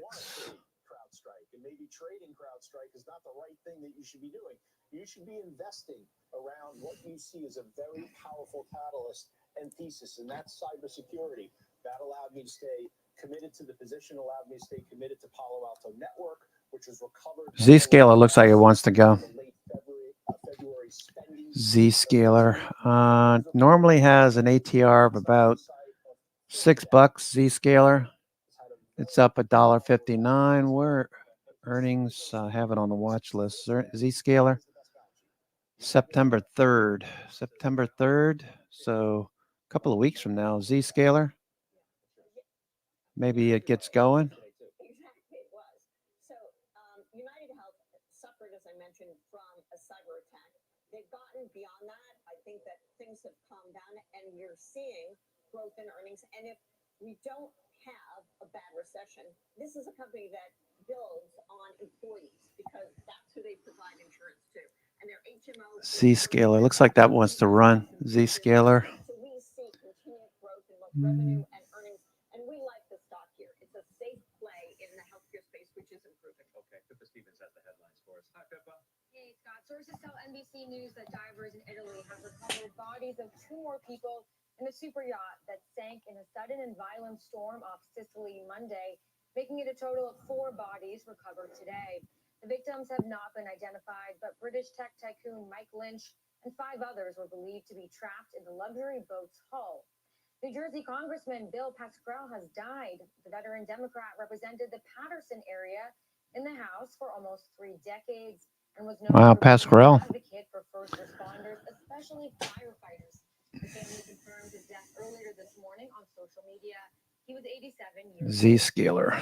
Zscaler going to do something? The man accused of killing 4 University of Idaho students in 2022 say mob mentality against him is enough justification to move the trial. In a filing Monday, Koberger's attorneys presented a telephone survey conducted by a defense expert to argue potential bias in the jury pool. Both sides will present their arguments to the judge later this month. Scott?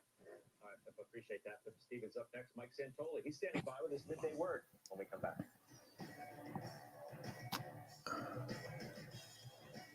Okay, so you want a venue change because people don't like you because you killed college students? Go figure. All right, Zscaler starting to move now. Zscaler starting to move. To the Zscaler. The only thing I don't like is that I can't check this. Let's see, Zscaler. Let me check the options here on Zscaler. It's got earnings. Okay.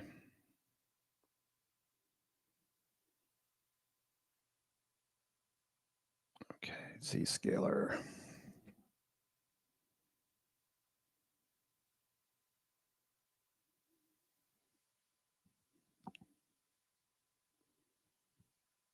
What's the open interest? Let's see. How can I? Oh, there's open interest. Okay. Zscaler. What about the 30th of August? All right, not a lot. September 13th. Not a lot of open interest. 20th. 20th has a lot of open interest. 20 September.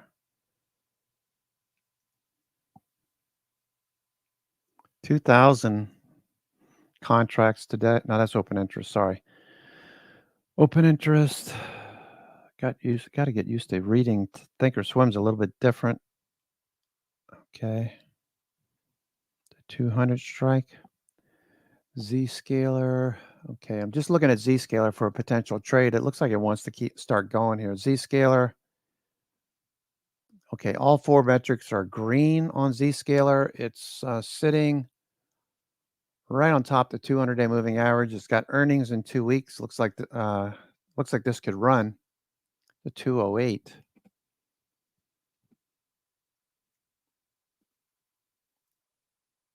The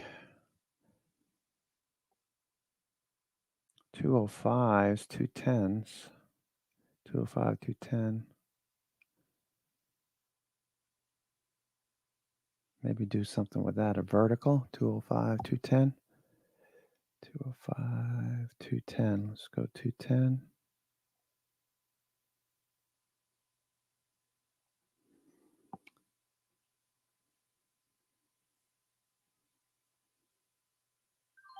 $205, 210. All right, I'm going to try some 205, 210s for Zscaler for September 20th. I'll sell them. Get a nice little profit here. 205, 210. September 20th. Let me just make a note. Senior markets commentator Mike Santoli has sat down at Post 9 for his midday word. What is on your mind today? Seems like there was a collective decision to hang out around 5,600 on the S&P until something forces a move or Friday comes. I do think that the positive reaction, target numbers and guidance shows you there's still a little bit of burden of proof on the consumer. And, you know, anytime you get a little bit of evidence that things are still okay, there's room for prices to respond to that. It's keeping the cyclical parts of the market just barely nosing ahead of defensive. But I think you keep having to reiterate on a quarter-to-date basis, the low volatility segment of the S&P is beating high beta by like 5 percentage points. So there has been a character change, whether it's persistent, whether it's something that's just kind of a catch-up move, and then we're going to have a risk-on move again after we get cleared of Jackson Hole. I think it's a question, but I'm noting it. Is this now we're going to just kind of hang around here until we hear from Powell? With the risk being that it's something we just don't expect. I mean, we because could the always market's kind of made up its mind on what he's going to say. I think so. I mean, the market can always go in search of something to react to. I think today's payroll revisions is a decent example of that. I was watching the 2-year note yield, and at 10 a.m. before the payroll revisions came out, but it was supposed to come out at 10 a.m., they started to just gyrate for no reason because something was pre-programmed to happen.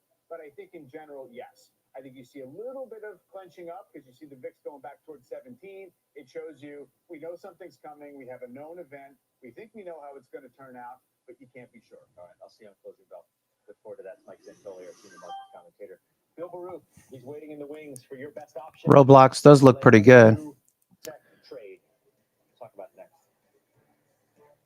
Roblox above the 20 MA and rising. Looking for a follow through. S&P continues to rise.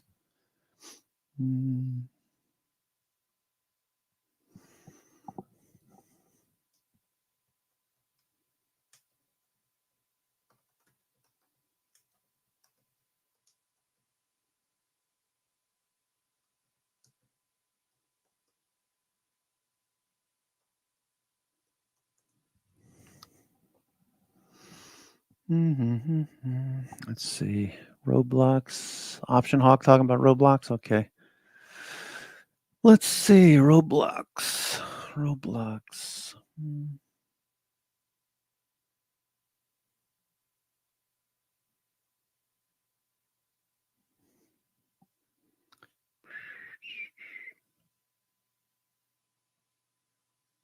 Roblox.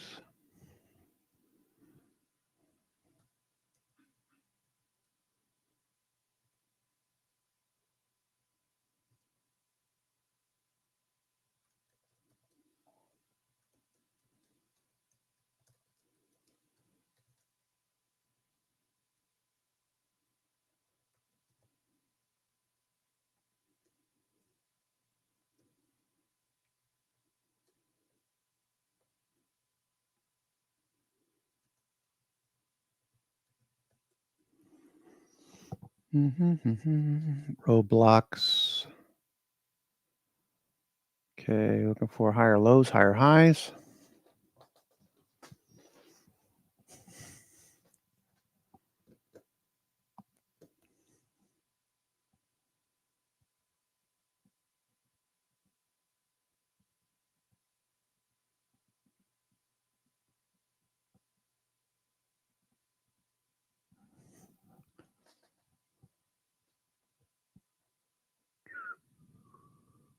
Target Roblox.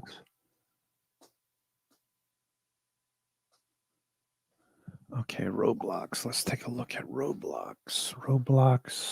RBLX. He's looking at the September 20th. 40 calls. That looks pretty good. I'm just looking at Twitter. Okay, here we are. Zscaler looking for a follow through. Roblox looking pretty good. Yeah, that looks really good, actually.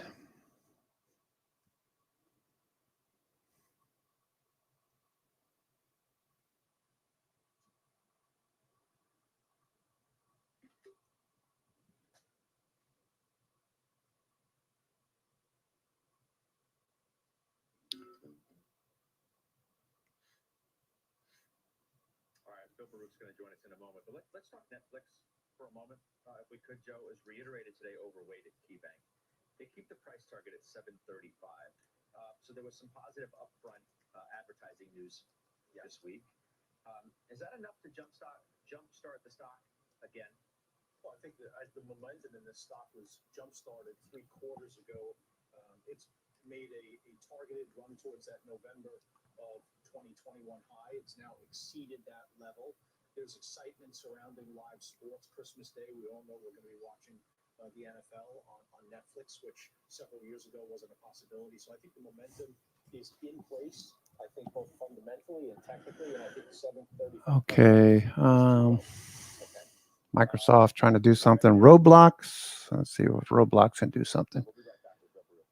Okay, Roblox looks good. Pushing through an area of supply. Gets above 42.50, 43 for sure. If it gets above 43, this could run. Break a structure. Looks good. Let me see. Do I have? I don't know if I have this enabled. Let me check this out real quick.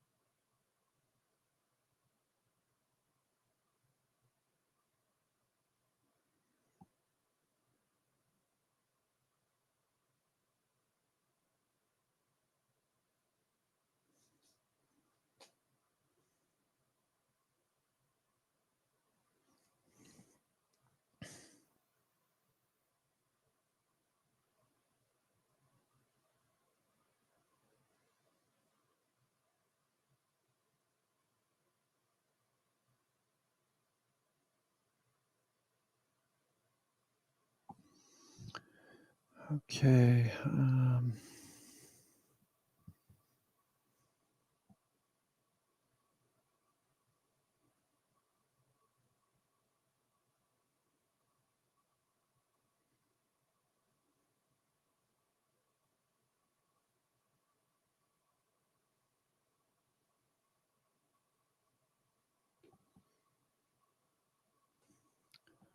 Volume.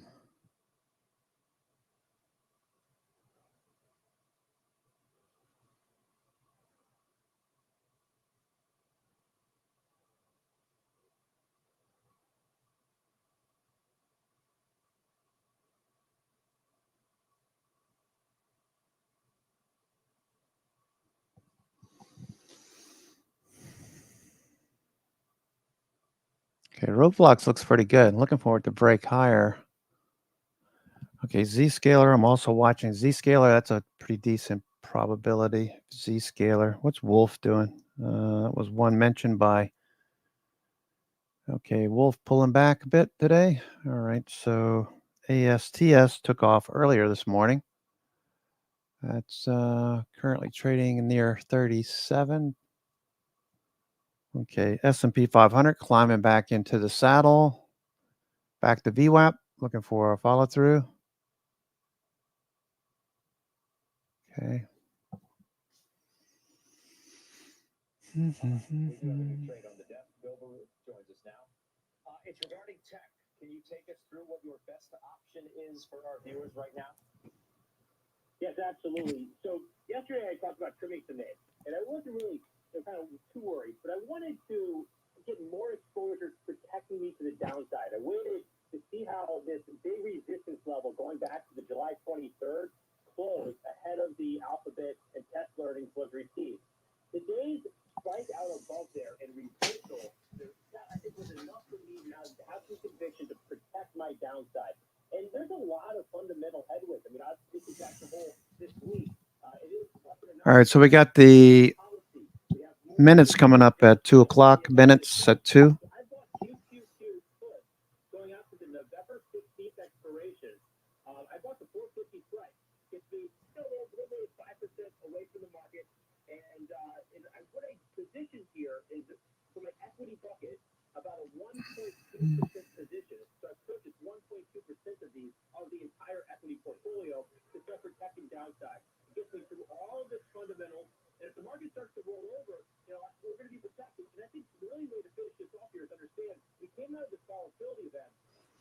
Okay, let me take a look at a few things. People looking for a day to take a break and go run some errands. Today is that day. Doji Day again, like yesterday. Waiting for the Fed minutes. Momentum is clearly bullish. Tick cumulative is bullish.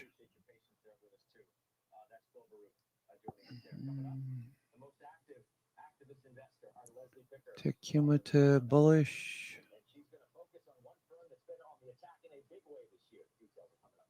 Okay. 15-minute tick cumulative. Spending most of the day above the zero line. Tick spending most of the day above the zero line. As we rise up, back up towards the top Bollinger Bands had contracted a bit. TTM histogram bar gave us some really deep red bars. Now we're starting to see yellow over the last 25, 30 minutes. Looking forward to cross back above zero. Perhaps test the highs of the day would be kind of cool. All right, so that's New York FANG. Let's take a look at Microsoft. I'm interested in Microsoft following through. Doji for now. Microsoft, Doji. Okay, Roblox. Watching Roblox. Roblox making a new high of the day. Microsoft grinding higher. Microsoft turning the corner, could get back to break even soon.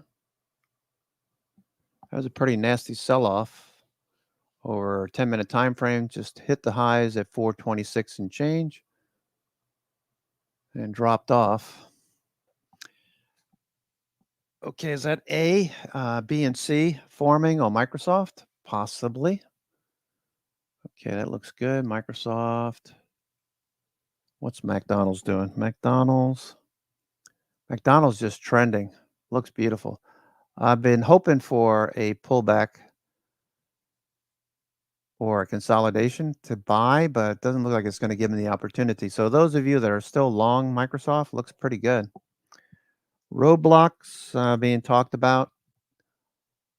That one's starting to move. Roblox looks good.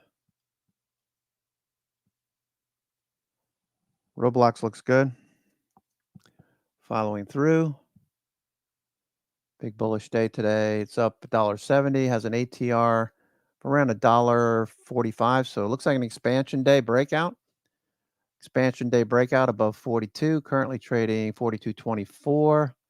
Upper Bollinger Band is at, survey says, 42.86. That's 2 standard deviations. Third standard deviation is 44.63. Can we see 44.63? Maybe. Looks good. Yeah, the most active activists in a year of incredible activist activity. In that space, Elliott is increasingly standing just in a league of its own. The firm has launched 12 major campaigns this year, a rate of 1 campaign every 3 weeks, and that is more than double the number from the next most active firm. Part of that has to do with the fact that other traditional activists, like Trian and Pershing Square, even Icon, haven't really kept up the pace in recent years. And Elliott has some differentiators as well, according to advisors and others close to the firm. These include its vast resources, its manpower and womanpower and depth of research.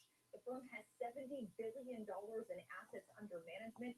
And additionally, it has this sizable team with specialties in a variety of sectors and regions all over the world. In the headlines recently, of course, is Southwest, where Elliott is planning to mount a proxy fight with a proposed slate of 10 candidates comprised in part of former airline CEOs. If it goes through, this could be Elliott's first proxy fight in 7 years. That was when it took on Arconic, and that situation ultimately ended in a settlement there. Other recent Elliott news includes that from yesterday, where the firm applauded Texas Instruments' capital allocation update, which Elliott said is, quote, well aligned with the firm's proposed approach. That stock higher since CNBC reported the stake in May and currently up about 3% today. And then just last week, Starbucks, another prominent Elliott campaign, changed CEOs. And Scott, get this, this was the 13th CEO that had been replaced in situations where Elliott was an activist. Futures. Why do you think that this is that Elliott has sort of risen to the forefront? Is it the business is changing? I can't imagine there are Futures trying to get back up to the highs. Just watching Roblox. Okay. It's just the nature of the strategy itself. Oh, by the way, let's take a look at Roblox Bollinger Bands. Notice the bands are opening up top and bottom. Looking for a fast move.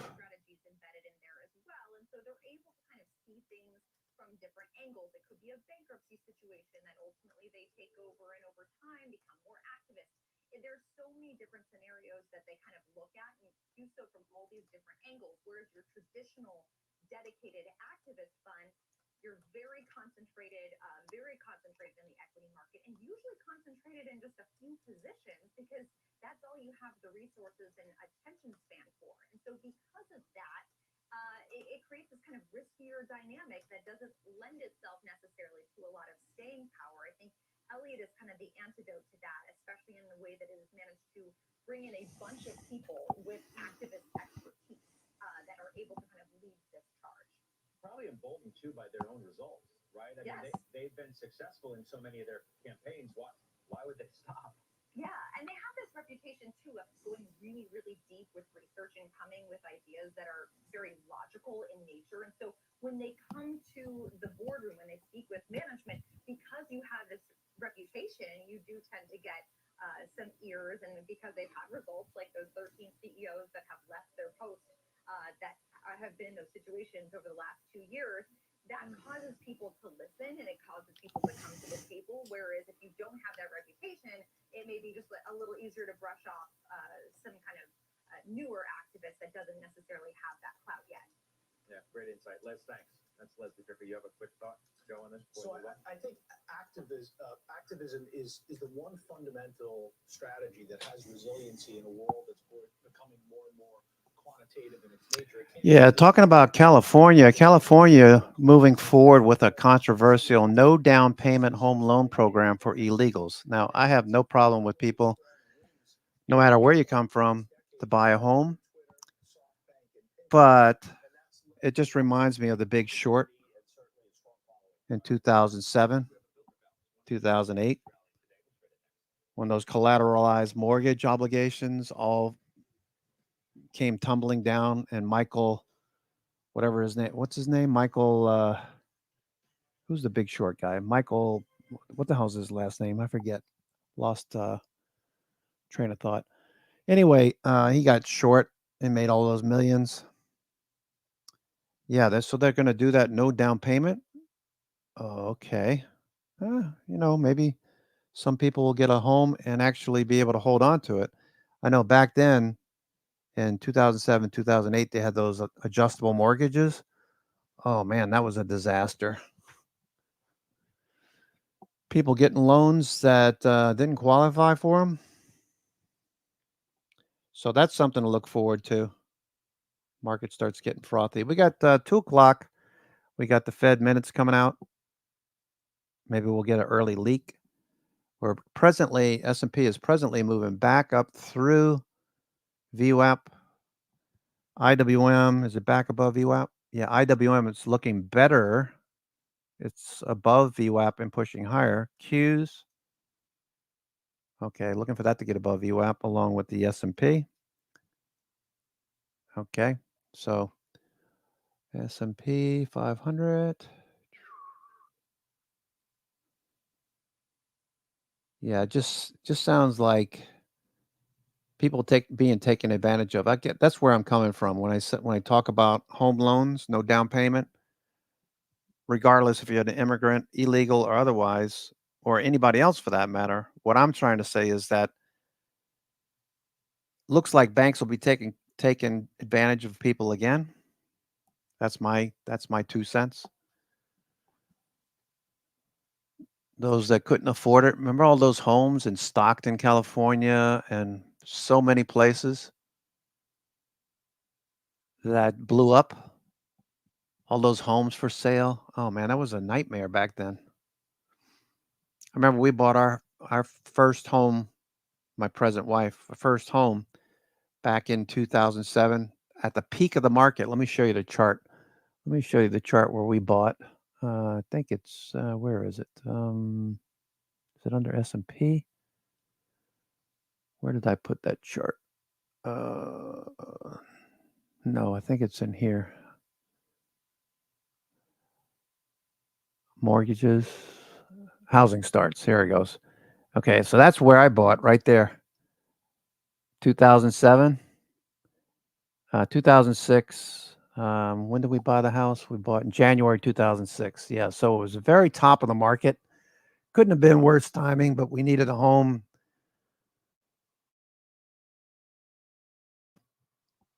And it took until 2020 to actually break even. And that was because of the COVID crisis. You know, we had to spike up. We sold in August of 2020.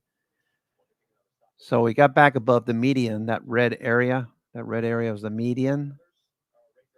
Too high, too low. Crazy. And of course, when we sold our home in 2020, August 2020, we got a very good price for it because everybody was freaking out over COVID, leaving New York, coming to Jersey like it was any better in New Jersey. Okay, so we bought right there, that red arrow. That was January 2026. That's when we closed. And it wasn't until 2020 that we actually were able to sell because of COVID and bought our house here in Myrtle Beach at a discount.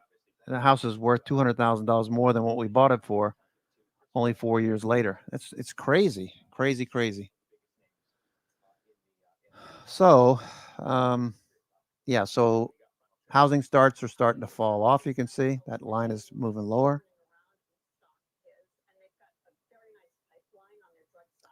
October 9th, 2007, financial crisis. And homes just fell.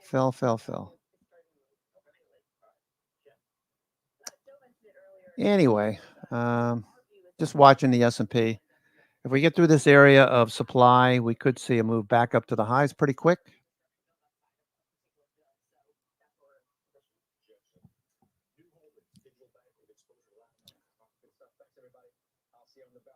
Oh, that was final trades, I guess. And thank you, Scott. Welcome to the exchange. I'm Kelly Evans. Here's what's coming up this hour. An equity rally that could put the Dow over 47,000 in the next 12 to 18 months. That's how bullish our strategist is on stocks in the long term. But for now, he's cautious and expects more volatility. He's here to explain and tell us when to expect those bigger gains. Plus, it's the third day of the DNC. Harris's running mate, Minnesota Governor. Okay, Ryan Holmes is still the top of the NASDAQ 100. Ryan Holmes. Okay, we've got the majority of stocks on the NASDAQ 100. It's about 60% green, 40% red. Okay, 60, 70% green, 30 to 40% red. So Ryan Holmes in the VR, Nancy Victor Romeo. November Victor Romeo. That is net change 160%. Wow. Coke, Coca-Cola, WTM, MKL, AutoZone. AutoZone's up 21%. Is that right? AutoZone. Okay, watching Roblox for the follow through. Roblox looks really good. Thank you, Susie, for that one. And Option Hawk. Note the Bollinger Bands. When those Bollinger Bands start to open up, top and bottom, that's telling you look for a fast move.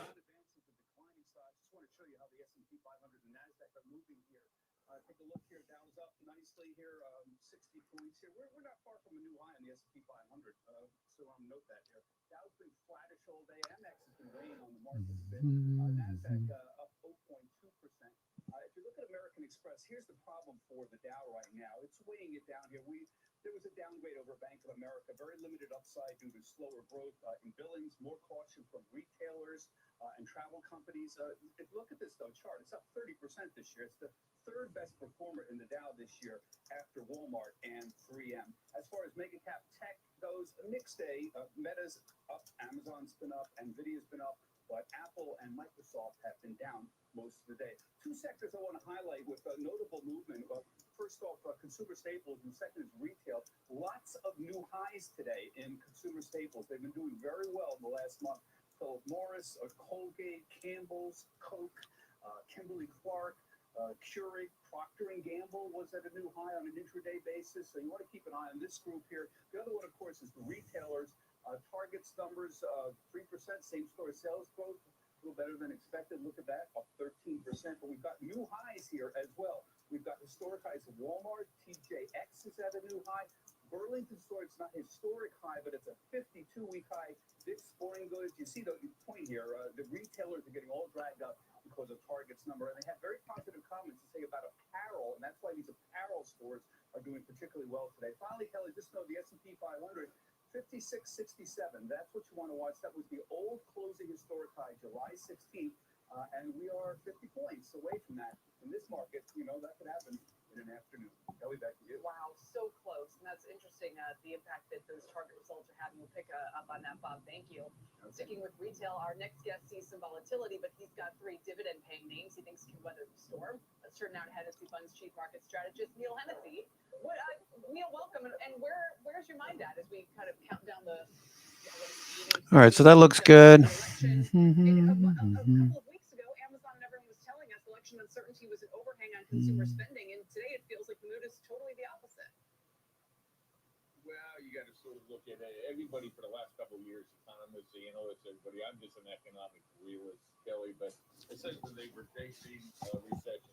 Okay, whatever, Mr. Economic Realist. Was once maybe less so the last year. And at least attempting to revive some of that optimism with its earnings, because JD did have a pretty nice week last week, but gosh, yeah, one that over the last 12 months, not looking as promising. Now, our next name today is Gap. And Gap floors me because there was a time when we were saying Gap was basically left for dead. It was going to be one of those retailers we were just somewhat saying goodbye to. They've actually made a pretty decent comeback. They're hanging on to a 16% rally this year. They're unchanged this week, but up 158% off their 52-week low. So who would have thought we'd see this gradual but definitely a notable recovery in Gap shares? And making a nice move to the upside today, analysts are feeling more optimistic as we go into their quarterly print next Thursday after the market closes. Citi did open a 30-day positive catalyst watch. We're keeping a buy rating and a $32 price target. They do anticipate a big earnings beat for their second quarter, driven by strong gross margins and is likely stronger than expected sales. Oh, Michael Burry, yeah. Management will raise their fiscal 2024 sales guide and implied earnings from around $1.60 to $1.70 plus, flowing through their second quarter beat. So the sentiment mixed on Gap, they actually think that the stock is now more favorable as far as its risk reward skew.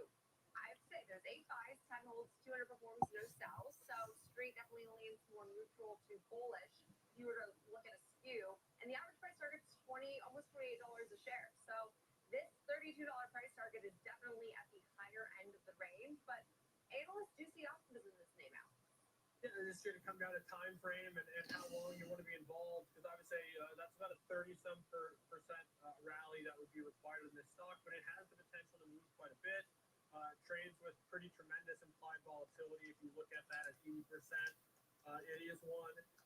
When you look at its performance on a longer time horizon, the picture gets a little bit worse, but it does have earnings on the 29th of August. That could be that catalyst to send it potentially towards some of those numbers that you mentioned, $28, $30, $32, depending on what those results are. Next one on the list, though, Coinbase.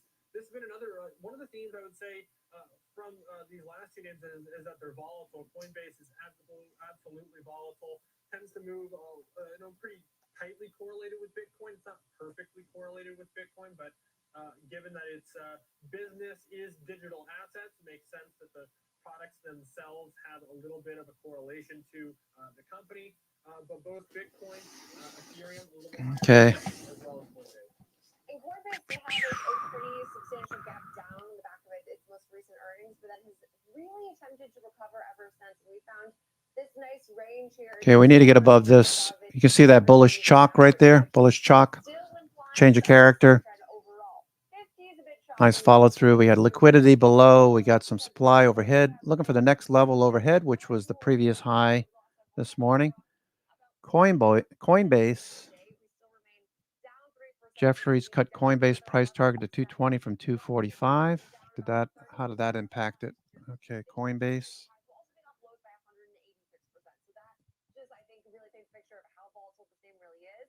Jefferies is cutting its price target though to 220, while keeping a hold rating, and they overall updated their payments models to reflect some of these key themes post second quarter earnings. The group, they believe, is in a better spot with some stable trends expected to persist through the second half of their 2024 and the increasing number of own-able stories, they said. Corpay is their top pick coming out of the second quarter. For Coinbase, they said they expect this softer market backdrop and lower volatility to drive a quarter-over-quarter decline and actually transaction revenue. So I frankly find it amazing. I know that we're still, we're outperforming on the year. I guess we're pretty much in line on a year-to-date basis. We're still positive this year, I should say. But all of that excitement that was kicked off 2024 around these spot Bitcoin ETFs, and what happened to that? Yeah, well, that wouldn't necessarily benefit Coinbase. S&P 500 looking for a push higher. Alternative to invest in the space without Kind of a slow day, I realize. or directly invest in those products. So I think that long term, that isn't necessarily a positive for Coinbase, but excitement around the assets. We know. What's ASTS doing? ASTS. Okay, at the high of the day, ASTS. When you look at the chart, though, it's obviously had a really nice, first quarter or so of this year. But like the assets themselves, unable to kind of break through those. Okay, what's Microsoft doing? Microsoft, looking for Microsoft to do something. Been kind of quiet. So the inside day, looking for 425, then 430 call walls. Okay, I got to take a couple minute break. I'll be right back.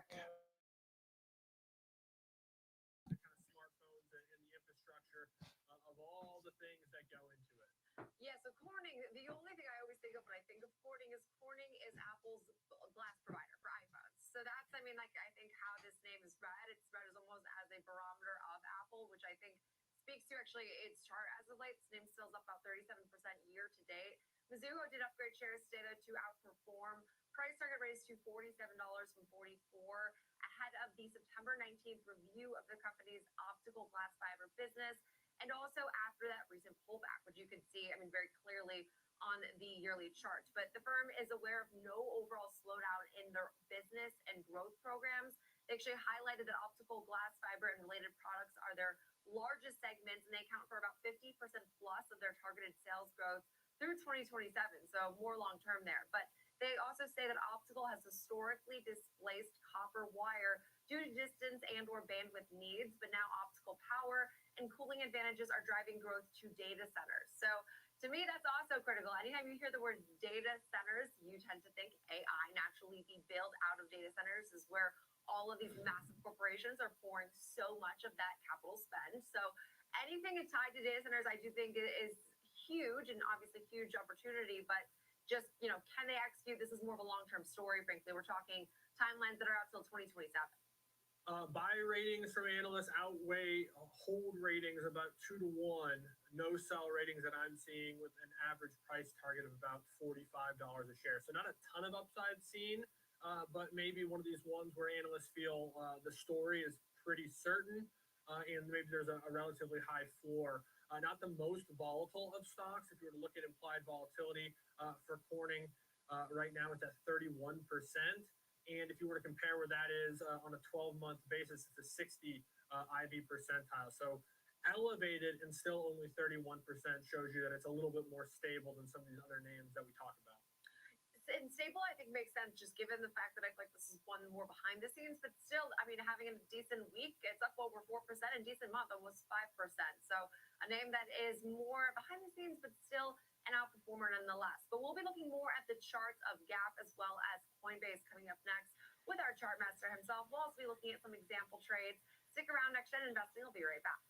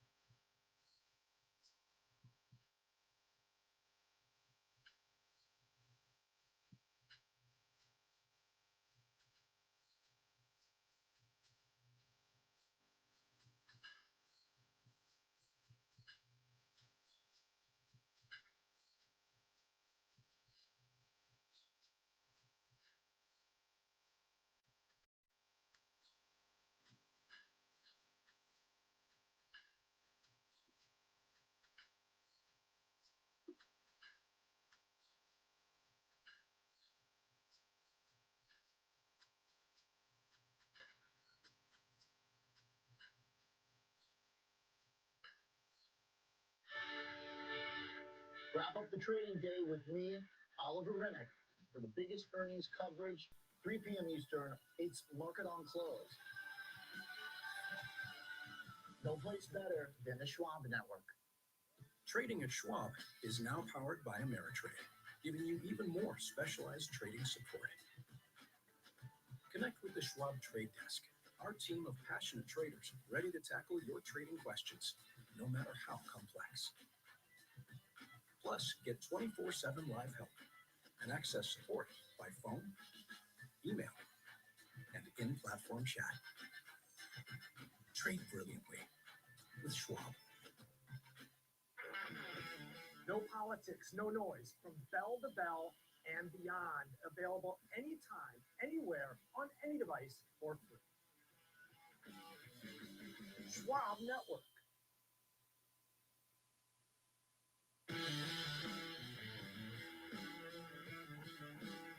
Welcome back to Next Gen Investing. It's now time for our Chart Master segment. Today we are diving into the charts of both Gap ahead of its earnings next week, as well as Coinbase, because Coinbase is always volatile and a fun one to look at. So here to break down the charts is Rick Ducat, of course. So we'll start off with Gap. As I will say, I looked at this name like 2 or 3 months ago. I was floored, Rick, because it just hasn't been on my radar as of late. But good thing it was brought to my attention because it's actually been one of a recovery. And who would have thought that Gap would be this interesting recovery retailer? So walk us through what you're seeing as of its price activity and the technicals as of late. You know, some of these clothing stocks, Abercrombie and Fitch, we talked about yesterday, Gap, very large gains over the past 52 weeks. And case in point, this one, we're up 157% from those yearly lows all the way back near that white bubble where our chart begins here. So really strong upside movement here that has, you know, in all honesty, kind of moderated a bit, kind of more sideways here for the past 6 months. After we had this large rise up here, we kind of roughly topped out in terms of closing prices around the same level. Please excuse my wavy, what's supposed to be a horizontal line there, about the same level near around like 29 or so.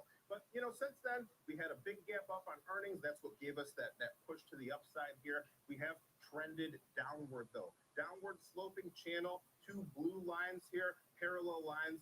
And then we bottomed out around this level of these previous lows here near about 1973, happened to be roughly the same spot as our purple 252-day exponential moving average. Since then, traveling upward in a very tight, very narrow upward channel here. We've recaptured our 2 moving averages, yellow 21-day, orange 63-day exponential moving averages. They're clustered together right on top of each other. So this is a confluence point near 23 that traders should be aware of for potential support. But, you know, now today we have faded a little bit from the intraday highs. Red candle, but still up modestly on the day here. So kind of an uncertain situation, not really any notable volume recently as well. Actually, a lot of it has been below the 50-day simple moving average. So not a lot of big conviction moves here as we kind of digest the recent price action.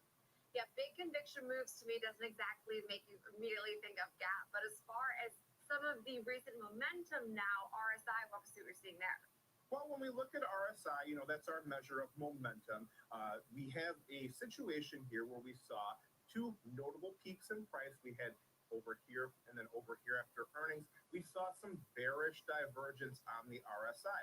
Price made a higher closing, and RSI actually made a lower high at the same time here. So a little bit of the bearish divergence here, complicated by the fact that it both occurred in the overbought area, which is a sign of strength here. Nevertheless, we did trend downward here after that earnings event that we had most recently. Also, kind of to complicate things even further, RSI actually has been making higher lows since then. So kind of more of a triangular shape in RSI. People who watch this segment regularly will know that I am especially interested in these kind of triangular movements in price or RSI because that signals that there is a potential, lower volatility is often the precursor to higher volatility when you get the eventual breakout after price has kind of been moving in an increasingly smaller direction here. Not really seeing a triangle shape on price, but kind of more of a range here. We've got these lows, we've got these recent highs around here. So between like 1973 to 2472 or so, that's kind of the more specific numbers here. But I'd be really curious to see what happens if we get a breakout beyond either of these levels, coupled with a break in RSI. Yeah, not a triangle quite yet, but definitely moving in the right direction, Rick, at least improving as far as the technical picture is concerned. But watching now for some of these key levels to look for here, if you're hoping for a breakout or looking for some resistance, what are you seeing? Yeah, good question here. And we can see that a lot of the price action has been important near the $21 level. See this thick red line? That's our volume profile point of control. That's the area of heaviest trading according to our volume profile study. So we managed to, clear our way back above that volume. Now we've got another notable area right here, another kind of peak in this volume profile study near about 23.24. So we also made our way above that point. That was also a gap point. That's also near where our moving averages come together. So just around 23, that would be a key support point for traders to be on the lookout for. And then if we were to move lower, if we were to break out of our channel and kind of falter to the downside, this area down here, our previous lows pretty close to our 250 two-day EMA around 1973. To the upside, the recent highs come in here near 2472, kind of the range that I mentioned earlier. That's our red dashed line here. Beyond that, the next set of highs would be around 2724. So the bulls have a bit of work to do, but certainly not impossible here for this name. Yeah, and certainly not having a bad session today, up 3.3%. So with all of this in mind and say looking to lean into this continual recovery into earnings next week, Alex, walk us through your thinking here. For example purposes, a more neutral or bullish trade. Yeah, kind of awkward timing with the earnings next week, but say you saw opportunity to establish something like a neutral to bullish strategy now, you should think the stock may move higher in the interim, centered around that earnings day. One of the levels that Rick called out was 23, and that's actually the level used within this example trade when structuring this neutral to bullish short put vertical. What we looked at was going out to the next Friday's expiration, which was the August 30th cycle, selling the 23 put, so corresponding with that level that Rick highlighted, which is the 21-day EMA, as well as other points along the chart, and then defining the risk with the 21.5 put being purchased in the same cycle. You're able to collect 50 cents on this $1.50 wide put vertical. That's exactly 1/3 the width of the strike, so it creates that 2-to-1 risk-reward ratio that we oftentimes utilize as a loose guideline for these short credit spreads. With that in mind, $22.50 would be the break even, $100 theoretical max loss, and $50 per spread the theoretical max profit. Just a little bit over a week for this trade, and of course, you need the stock to maintain its value, or at least at the very least, Jenny, stay above 23 for max profit to be in play. Yeah, and Gap, it just continues to surprise me. I might have to go revisit a Gap with all of the discussion we've had around this and the interesting technical picture. But Now we'll shift gears and look at Coinbase, which is always an interesting one, especially on a day when Bitcoin is itself making a modest move to the upside here, up about 0.8% in the futures product. But Coinbase also slightly higher, Rick. So the technical picture for this name is all over the place. It gets even more complicated when you zoom out. But what are you seeing here?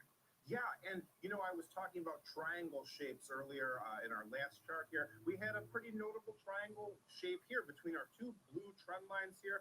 And the reason, this is a good illustration why the reason I care about these things is we had a pretty big move to the downside once the triangle shape was broken. So, and we retreated all the way back down to 160 eventually here. That was a high point and then a stopping point several times to the upside and the downside. After that, that's roughly right where we stopped there. So we did manage to quickly retake our purple 250 two-day EMA. You can see there it was supportive once again. Since then, we've been moving to the upside here. But, kind of some similarities to our last chart as well, where we had a very large rise up off the lows. This one is even more extreme. We're up 185%. And we had a sharp rise to the upside and then kind of big swings in price with a range that we've established here. So between about 161 to about 264, you can see we've topped out there several times as well. So we've got a bit of a range to watch here. So we have recovered. We are nowhere near our old triangle that we were in, though, but we've still got some obvious horizontal levels to keep in mind as we go further. Okay, so momentum here. Walks through RSI. Any interesting read here as far as the recent momentum of the trend? In general, RSI mostly trending downward here for much of the year. You can see we had a similar situation to our last chart as well, where we had some divergence here, where price made very large highs above our previous highs here, but the RSI didn't quite match up here. And that's why I often say you have to look at RSI carefully. You have to use some nuance when you're analyzing this here, because some people might look at this and, see it was bearish divergence here. To me, though, we already had a large reset in the RSI here, coupled with the downswing in price. This is kind of a new trend at this point here. So I'm not sure how relevant it is to look at bearish divergence when there's such a big dramatic swing to the upside and the downside in price once again here. It's kind of a new phase. Anyway, though, we can see, though, you can't deny, though, that RSI has been trending downward here. We've seen a series of lower highs. So our more current situation here, we're below the 50 midline. We are struggling to break above this resistance level here near 207. So momentum in the hands of the bears, and price kind of not really able to make some traction above some of these levels here.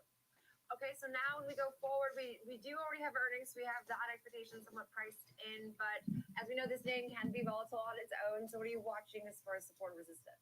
Yeah, one other notable thing that I saw today, yesterday we formed a rather large bearish engulfing candle. It's a little hard to see, but just imagine a larger red candle where the distance from the open to the close, the real body, completely swallows up the previous day's green candle's real body, which is, once again, the distance from the open to the close. We did not get the downside follow through today, though, which is a crucial component of this candle pattern here. So you got to wait and see if that plays out. Otherwise, the candle isn't really, worthwhile for your trading endeavors here. Nevertheless, 194, this green line here, it's more like 195, excuse me. 195 was that low point that we struggled to get above recently. We made our way back above it. It's about where price bottomed out again recently. Then we have that level I mentioned earlier, 161, our light green line here was our recent relative low that was significant. From there, we could also look to the upside. We've got this red line here where price bottomed out there near 207.71, about where price topped out. And that's also roughly the yellow 21-day exponential moving average. If we were to break out beyond that, next stop could be orange 63-day EMA, pretty close to our volume note there, around like 218 or so. Okay, so Coinbase, and up about 0.8% today, a name that is always a fun player to watch, as I feel like there's always analyst coverage, there's always opinions, it's somewhat polarizing, but today to the upside. So great insight, Rick Ducat, our chart master. So now we trade this name, and I think there's a lot of opinions on the crypto world right now, especially there's like a political nature of the whole space, and unfortunately so.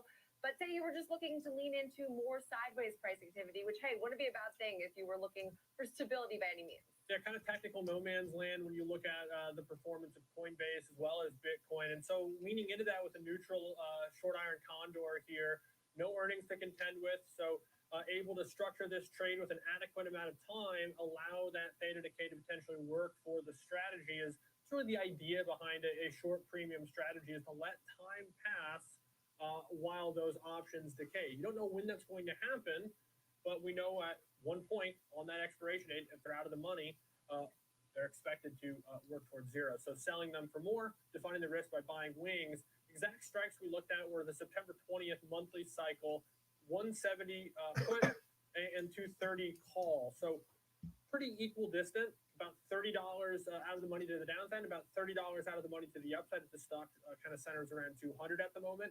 And then buying $5 wide options from those as wings. So 165 put to the downside, 235 call to the upside. You're able to get somewhere between 150 as a credit and $1.75. That would be sort of a comfortable amount. Microsoft came down to the 20 EMA this morning and is starting to bounce. Look for a move above 425. So it's a really wide window, Jenny, where this could be profitable, basically, as long as it's between those levels. And so you're looking at something close to $65 in terms of the width of those break-even points. There is risk in this trade, though, of course, $340 per spread. So chance to make 160 on $340 in risk. A little bit worse than that 2-to-1 ratio that we looked at in the last example trade, but really, really close to it. With this one, though, risk in both directions. You need it to remain within those bounds. So setting a line in the sand at 170 and 230, stay between that by September 20th and make 160. And a name I think it's good to be mindful of, like the massive swings. We traded as low as 69.63 a share to as high as 283.48 a share just over the last, of course, 52 weeks. Now trading at around 198, 199 roughly a share. But we'll leave it there for our Chartmaster segment. Now coming up next, it's time for FOMO. And how could we not talk Target today, the perfect FOMO candidate, as shares are ripping after strong second quarter, strong foot traffic, and healthy signs for the overall U.S. consumer.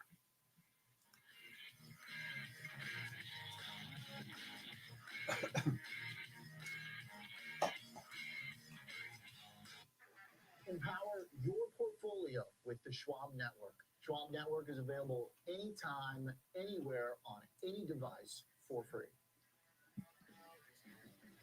Schwab Network.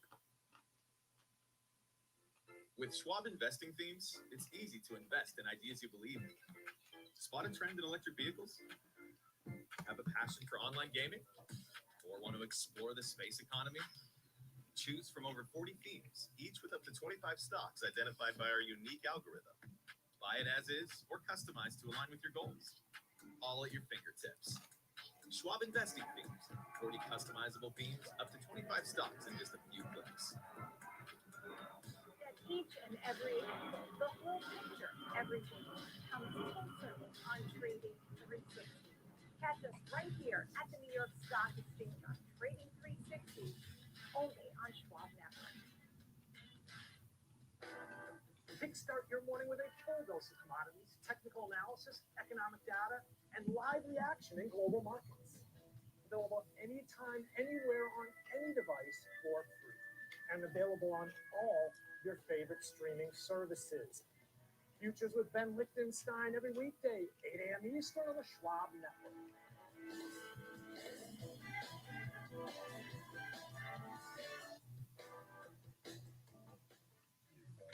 Accelerate your market knowledge and shift your perspective into full view. Real-time example trades, a full hour of trading insight. I'm Tom White. I'm Kevin Higgins. Catch me on Fast Market, weekdays at noon on the Schwab Network. Fast Market, ready for you, ready to go at 12 p.m. Eastern on the Schwab Network.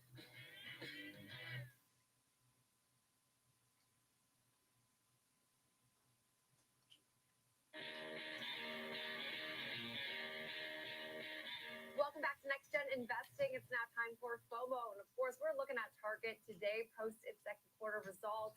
signaling that it wasn't just Walmart. We're also seeing strength with consumer that's visiting Target as well. Traffic at the stores are picking up, and trends at the Targets are improving, and it's about time. So here to tell us more on all of the positivity surrounding the big box retailer today is Kevin Green, senior markets correspondent for the network. So Kevin, walk us through everything we're seeing with Target today, because there was a lot to like at this report. This was one of those reports where it was easy to break down. Okay, I can see why we're rallying today. Yeah, definitely. I mean, it was a very low bar kind of going into this report. And they were actually able to surprise the street on several different metrics. Now, when you're looking at the revenue that came in at $25.45 billion, the market was looking for $25.21 billion, and then the adjusted earnings per share coming in at $2.57 versus the street's estimate of $2.18. Now, the store bids, as you kind of talked about here, they actually saw an increase of about 3%, and that's actually a pretty healthy number for them, given the backdrop that they've been struggling over the last couple of quarters here. But I think the big outlier outside of the gross margin number, which we'll talk about in a second, is actually digital sales, which grew around 8.7% on a year-over-year basis, really being fueled by the same-day delivery services, similar to what we see for an Amazon or a Walmart, who also just implemented this particular strategy. So that actually is seeing some growth there. The in-store sales did rise by around 0.7% on a year-over-year basis, and their margins actually did increase to 28.9%. That's up from 27% now. They did actually cut prices at around 5,000 goods within their inventory, and that's really another reason why we're seeing traffic actually picking up, volume potentially picking up here. And for the near term, we might have had a little bit of a bottom when it comes to Target. They have been sliding to the downside because of lack of inventory management, some PR blunders over the last couple of quarters here. So this is actually a really good report. Seeing them slide to the upside on really good guidance as well. Or guidance came in a little bit light, but once again, knowing the fact that they're probably setting a lower bar similar to what Walmart did as well, I think the market has been really shrugging off these companies that are within the consumer staple and consumer discretionary space, and trying to be a little bit more conservative when it comes to their guidance moving forward. Kevin, when you're looking at this name, it's been one that has sort of stung those who have been looking to kind of bottom fish in a name that was once a stalwart within retail for many, many years. Still a really important player in the space, no doubt, even in its kind of struggles. Is this the kind of quarter that puts enough of that concern of some of those woes that you describe are in the rearview mirror, or are investors going to see or need to see a couple of these in a row to really gain confidence back? We're still talking about a stock that's 35% off its 3-year prices, or prices from 3 years ago. I'm right there with you. I think that's going to be the case. I think right now we are seeing a nice little FOMO move to the upside, but investors are going to want to see consistency when it comes to this name. With the inventory management issues that they've had in the past, are they able to mitigate that and then improve it moving forward? I think that's one of the bigger questions. And then two, they did a good job of cutting prices for their grocery goods. That's actually what's been padding the stats here a little bit. But we know that the majority of their profitability really comes from consumer discretionary. So how are they going to prepare themselves for the holiday season that's going to be coming up here in the next couple of months? Are they going to have the right inventory, not just a lot of inventory, but the right inventory that consumers really want to buy? I think that's going to be another question. And when you're talking about the technicals too, on a 3-year weekly basis, we're still in a definitive downtrend. So we want to see actually continued follow through to the upside, trying to break above 180, which is a tall order for this stock. But if it has the momentum, maybe it can actually do that. And that would be the reversal, or the true reversal of trend for a name like this. There is a little bit of a premium catch-up here for the forward multiple for Target. It's actually been trading a lot cheaper than Walmart. And so if this report really gets a lot of investors enthusiastic, and investors are willing to pay a healthy premium for names within this space, then you could see a catch-up trade actually taking place for Target. I'm not sure if that's going to be the case. Obviously, it's only 1 day of price action. We want to be able to see some follow-through on very large volume. Yeah, and Kevin, I couldn't agree more. I think that this was a great quarter, but it's sort of like, okay, now we saw what you can do. Now you need to execute, because I did see some signs of maybe some weakness going forward, but I do think at least they cleared this bar. This hurdle was a successful one at that, and there was a lot to like, at least as far as looking in the rearview mirror. But I think it's all about what they do next, and I totally agree. So great insight, and appreciate the breakdown on everything that was Target, and successful day today, obviously up about over 12% on the session. Kevin Green, senior markets correspondent for the network. And so now we trade this name, Alex. I'm here. I'm just watching price action And running scans. I was a total skeptic on this name. I was like, we will not see the Walmart type reaction. And it was even better. I mean, like, this was even stronger. This was actually, like, I'm pleasantly surprised I was wrong. Yeah, it's a little bit easier though when your stock's way off highs, Right. of course at all-time highs. But even with that caveat in mind, the stock's lost about $6 intraday off its intraday highs. So even if you wanted to be, kind of FOMO and piling on here and sort of getting long into the strength, you're not buying the absolute top intraday here. So perhaps some intraday weakness into this strength perhaps makes that a little bit more interesting even from a long entry point. So what we looked at was a strategy that is asymmetric, favoring the reward aspect. And what I mean by that is we're looking at a call vertical, out of the money slightly, going out through September monthly cycle, September 20th, but we're risking 1/3 the width of the strikes with a chance to make 2/3. So exactly the opposite of what we looked at in the last two example trades. This one's actually got positive asymmetric aspect to it when it comes to the risk reward. We're actually risking 1 to make 2. And so with this, it's the 162.5, 170 call vertical in that September 20th expiration. 250 debit would mean the break even would be 165. It was higher than that earlier today. Max profit above 170 can be as much as 500 on that $250 in risk. And this would give this time to kind of work its way into a new range, perhaps get through that 170 level to the upside. In the event that it doesn't, risk defined. So you're buying into strength, but you're doing so with a max loss potential theoretically associated with this trade, Jenny. So you can't lose more theoretically than $250. And if it does continue higher, chance to make fun.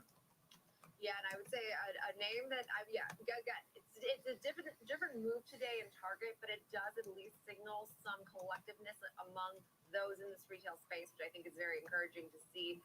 An echoed result from Walmart today in Target shares. But we will leave it there for FOMO. Now coming up next, we've got a fun guest joining us today. That is Elf Beauty CFO Mandy Fields to look at Elf Beauty and their stellar first quarter, which we just heard from them several weeks back. Shares are up another 4.5% today. One of the strongest players in the beauty trade over the last 12 months. We'll dive more into some of their recent strength coming up next.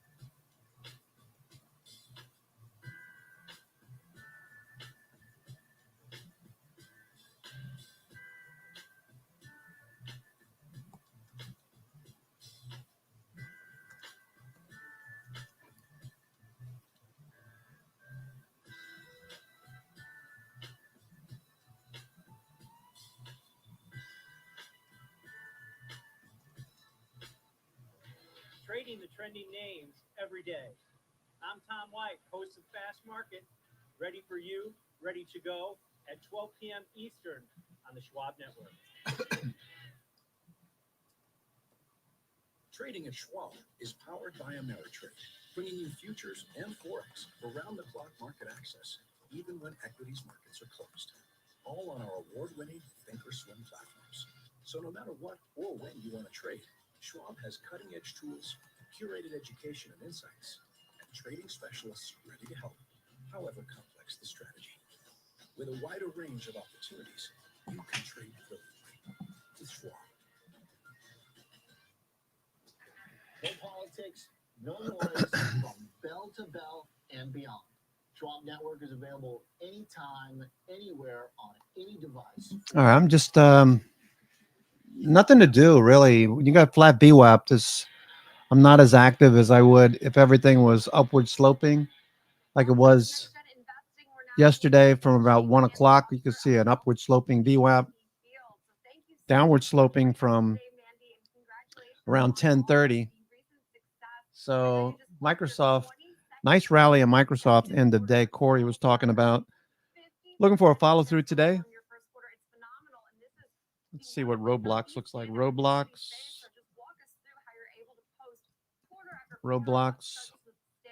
making new highs. Thank you so much for having me, Jenny. Yeah, we're incredibly excited to have reported 50% net sales growth, our 22nd consecutive quarter of net sales growth that we've seen. And that's really been driven by consistency in the value proposition that we bring to the table. ELF is at an incredible price point. We're able to then pair that incredible price point with a powerhouse innovation.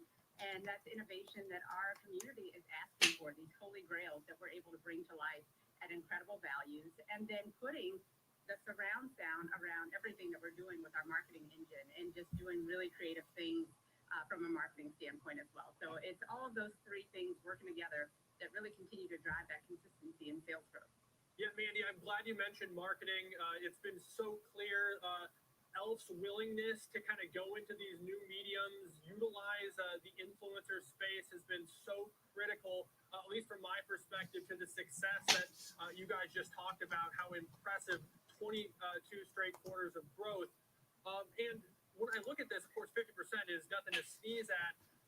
I couldn't help but notice, though, that being said, the guidance seemed a little bit conservative going forward for the fiscal year.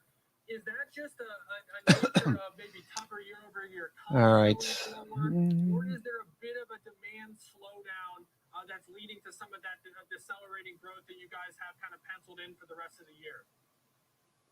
Well, I'll tell you, we see our guidance as really strong. We actually raised our guidance from 20 to 22% on the top line, to 25 to 27% on the top line, illustrating the strength that we continue to see behind the brand. And really, when I think about what we're cycling, we delivered 71% sales growth last year. So this is just building strength on strength. And so we're very pleased with what we put out there from a guidance standpoint. And I would say have been pretty consistent on that front as well. We have been pretty balanced in our guidance approach. And that has kind of led to this consistent. Roblox is moving higher. We don't want to get too far over our skis. We want to make sure that what we're putting out there, we feel great about. Okay, so I have to ask because I do frequently shop this brand, and I know that my huge draw to it is the fantastic price point, and everything is so affordable in this world right now. It feels like nothing is affordable, so I have to commend you for that. But how are you able to keep these high quality cosmetic products so competitive while also, so relatively low price? So it's really in our DNA. So if you think about ELF Cosmetics, we were founded as a digitally native brand 20 years ago, selling cosmetics over the internet for $1. And so if we can figure out how to price and sell cosmetics that have quality back then for $1, we can certainly continue to do that at our current price point, about $6.50 on average. And we continue to improve our quality over time, and our consumers in our community are here for it. They will come to ELF and just ask us, hey, you guys know how to do it. I know you can do it at a great price point. Bring it to life for us. Our bronzing drops are a great example of that. We just launched this summer. Compared to a prestige item that's almost $40, we were able to bring it to life for well under that. And so our community has been super excited about that. And all the holy grails we've been able to bring to life for them. Yeah, and Mandy, all the while expanding gross margins while you're doing this, you're getting more efficient as a company. It's really, really impressive. But we're hoping maybe you could talk to us about what you're looking forward to going forward. We saw, of course, momentum with the partnership with Billie Jean King. We know that there's international expansion plans. I believe your company's talked about a plan with Sephora Mexico. Talk to us about what there is to look forward to for ELF Beauty in the next few quarters. Well, we have tremendous white space ahead of us. If you think about the color cosmetics front, we continue to lead. Okay, Roblox on the move, looking good. In the latest quarter, from a track channel standpoint, Nielsen data, we were up 26% versus the category that was down 1%. So we have continued to build share. So in addition to that 22 consecutive quarters of net sales growth, we've also had 22 consecutive quarters of market share growth, which really illustrates the strength of the brand. So continuing to push forward on the color cosmetics space. Skincare remains a big opportunity for us. In October, we acquired a brand called Naturium, and they have helped us double our presence in the skincare space. And we know that globally, skincare is a much larger category than cosmetics. So continuing to make progress there, we actually, our Elf Skin became a number 9 skincare brand this past quarter. So that was really great to see as well. So moving up into the top 10. And then internationally, as you mentioned, international today represents about 16% of our business. If you look at other beauty competitors, international is closer to 70% of their business. So illustrates the tremendous opportunity we have there. And yes, expanding with Sephora in Mexico, rolling out in Rossmann in Germany, which is really exciting. That will happen in October. And so just a number of big opportunities ahead for us that you'll continue to hear us talk about.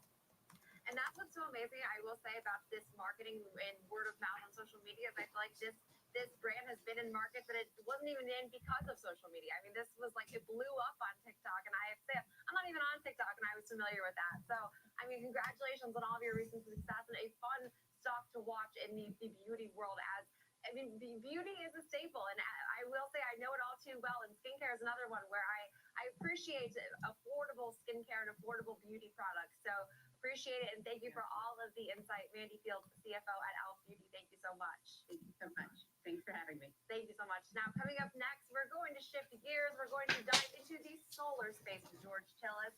We'll be looking at Sunrun, and one analyst saying that there could be a recovery ahead for shares, which have been on a pretty decent recovery. We'll discuss more coming up next.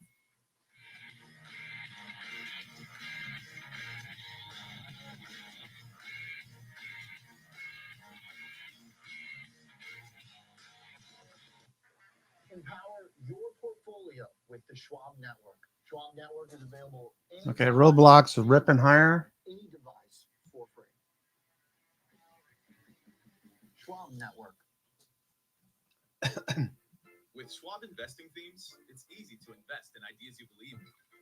Spot a trend in electric vehicles? Have a passion for online gaming? Or want to explore the space economy? Choose from over 40 themes, each with up to 25 stocks identified by our unique algorithm. Buy it as is or customize to align with your goals. All at your fingertips.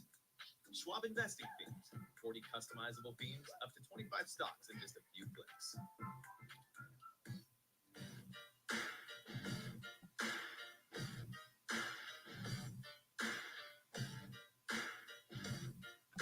Also note on Roblox, note the Kirby on the left, Roblox.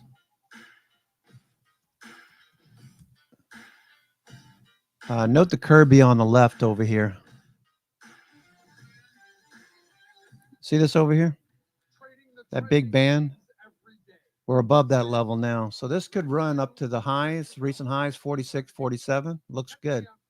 Looks for the follow through. Looks like a follow through.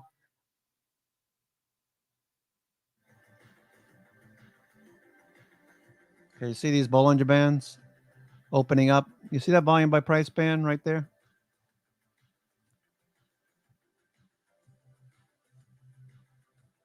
Right there. We're moving above it. See how fast this is starting to move? Oh, this looks good. Roblox.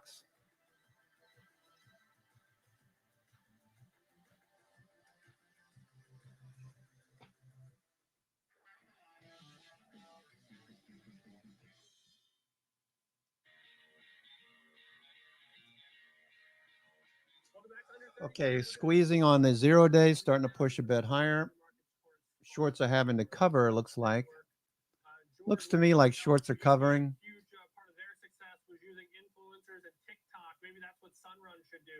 Roblox continues. Once it pops above this area, forget about it. This is going to go.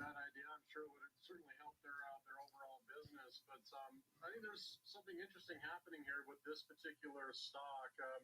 One of the things that we've talked about when we cover the solar stocks in the past year is there seems to be sort of this divergence between the commercial applied solar companies, utility grade solar installations, companies like First Solar versus some of the residential names.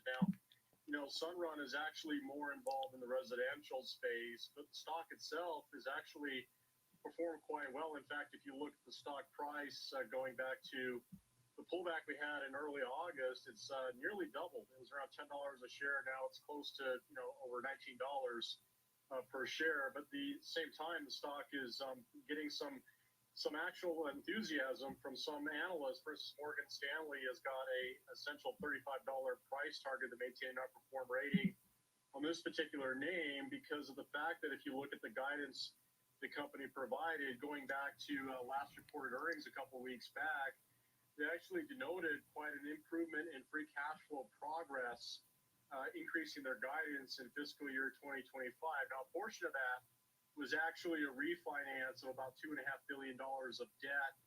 It seems to have been that those terms are more favorable in terms of the debt payment servicing needs of the business. That may, again, trickle down to the bottom line. But at the same time, outside of what's happening with this company in the residential space, SunPower declared bankruptcy not too long ago. So there's actually a share shift happening here. And I think this is quite compelling and perhaps why Morgan Stanley is actually enthusiastic about the stock, because if you look at some of the headlines, Sunrun did denote they actually have more than 1 million customers. So they're the largest by far in the residential solar space. And that includes panels, solar software and technology, energy management, but also battery storage solutions, which have become sort of this integral part of their entire ecosystem.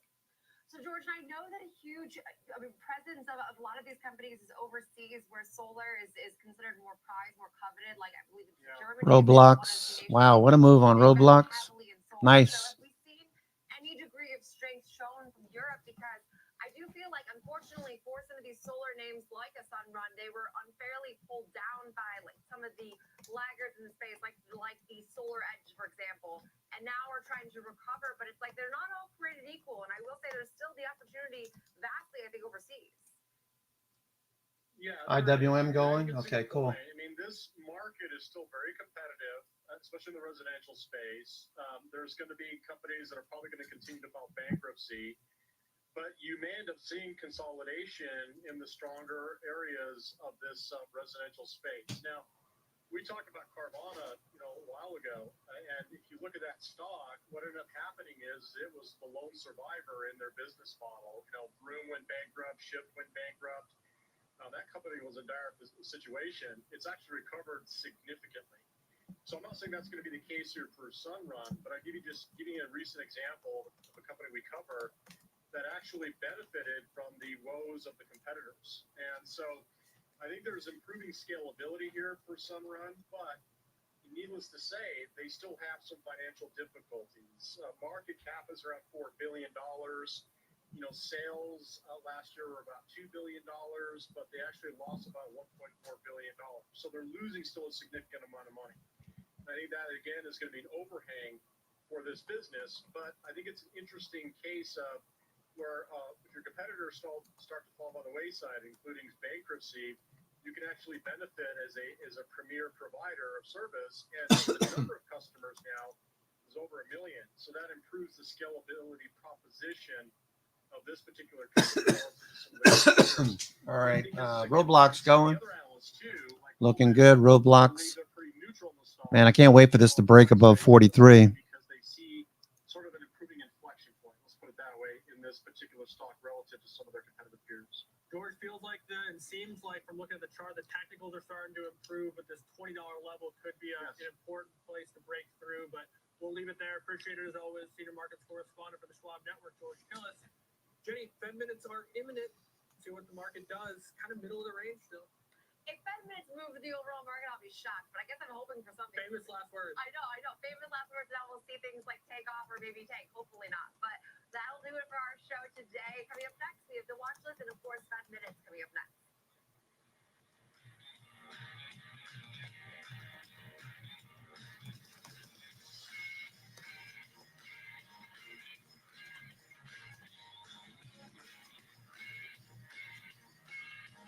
This election season, stay out of the muck and the mudslinging. Schwab Network's by-the-numbers coverage of the presidential cycle. How could this election impact your financial future? Next week is going to be a crazy political week. Election trades are fraught with risk. No agenda, no hysteria, just good old-fashioned analysis of what policy means for your portfolio. Stay informed. Stay ahead. tune in to our election coverage on Schwab Network. The market is a multi-trillion-dollar beast. When there's profit there, you take it. That's always going through my head. My job as a trader is to just make money. With a history and a geography degree, how did you find your way into trading? Trading attracts a lot of the best and brightest students because it is this enormous data set. It is incredibly competitive. So if you really want to put yourself out there and test yourself, find out how good you are, it is very attractive. So how are you exploiting human weaknesses? Being lucky in trading is great, but it's not a formula for success. You need to be able to find opportunities in the marketplace and sift through enormous, staggering amounts of data. You certainly see patterns. Context is so important. I think the best traders I've seen have insatiable intellectual curiosity. Otherwise, certain parts of your skills will become outmoded by competition or by technology. When we look at your whole brain, don't see any activation in these emotional or reward pathways as if you don't have an emotional reaction. I'm not very good at sales, turns out. I'm very good at trading. I have a trading system that I've used for over 10 years now, and it's almost second nature to me. Do you think that this is potentially a human superpower?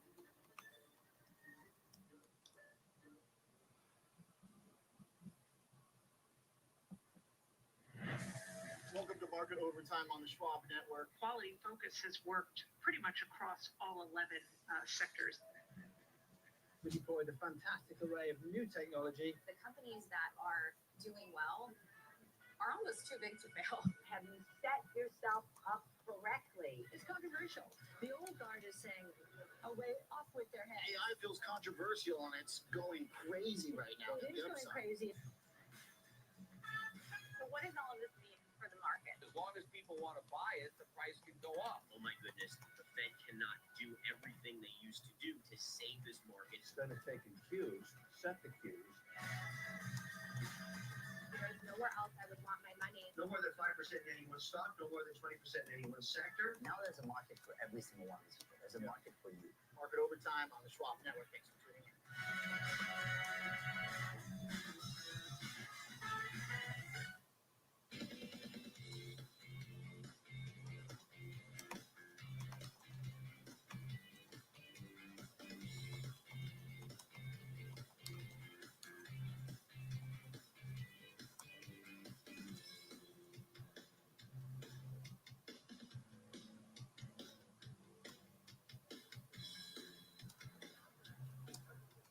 Good afternoon. Welcome to the Watch List. I'm Nicole Fetterman. It's 2 p.m. Eastern Time. Coming to you live from the New York Stock Exchange. We've had some back and forth action for stocks. The Federal Open Market Committee minutes. All right, what a great day for the Bulls and the Bears. Labor report from the Bureau of Labor Statistics, where in fact 818,000 fewer new jobs were created from the spring of 23 to the spring of 24. And we have a big show for you. First off, of course, we'll have the Reddit co-founder and CEO Steve Huffman will join us shortly. We're really looking forward to that interview. Okay, there goes the S&P. S&P on the move. We'll check on some of those retailers, and that is the big picture. So as we await from any market reaction pertaining to those Fed minutes, S&P. All right, looks good. Okay, here goes the S&P. Nice move on the S&P. Okay, SPX.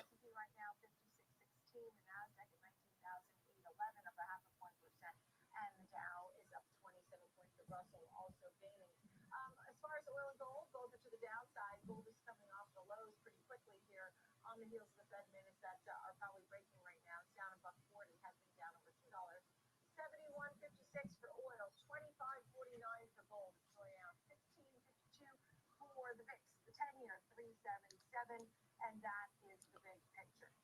So let's bring in Ben Lichtenstein to join us, take a look at some of these charts, and we'll break down the Fed minutes as well. Of course, maybe some people say that maybe this Bureau of Labor Statistics revision. Okay, got a nice little pop there. Looks like, I don't know what happened there. The S&P, they sold into that strength. Seems to, Nicole, that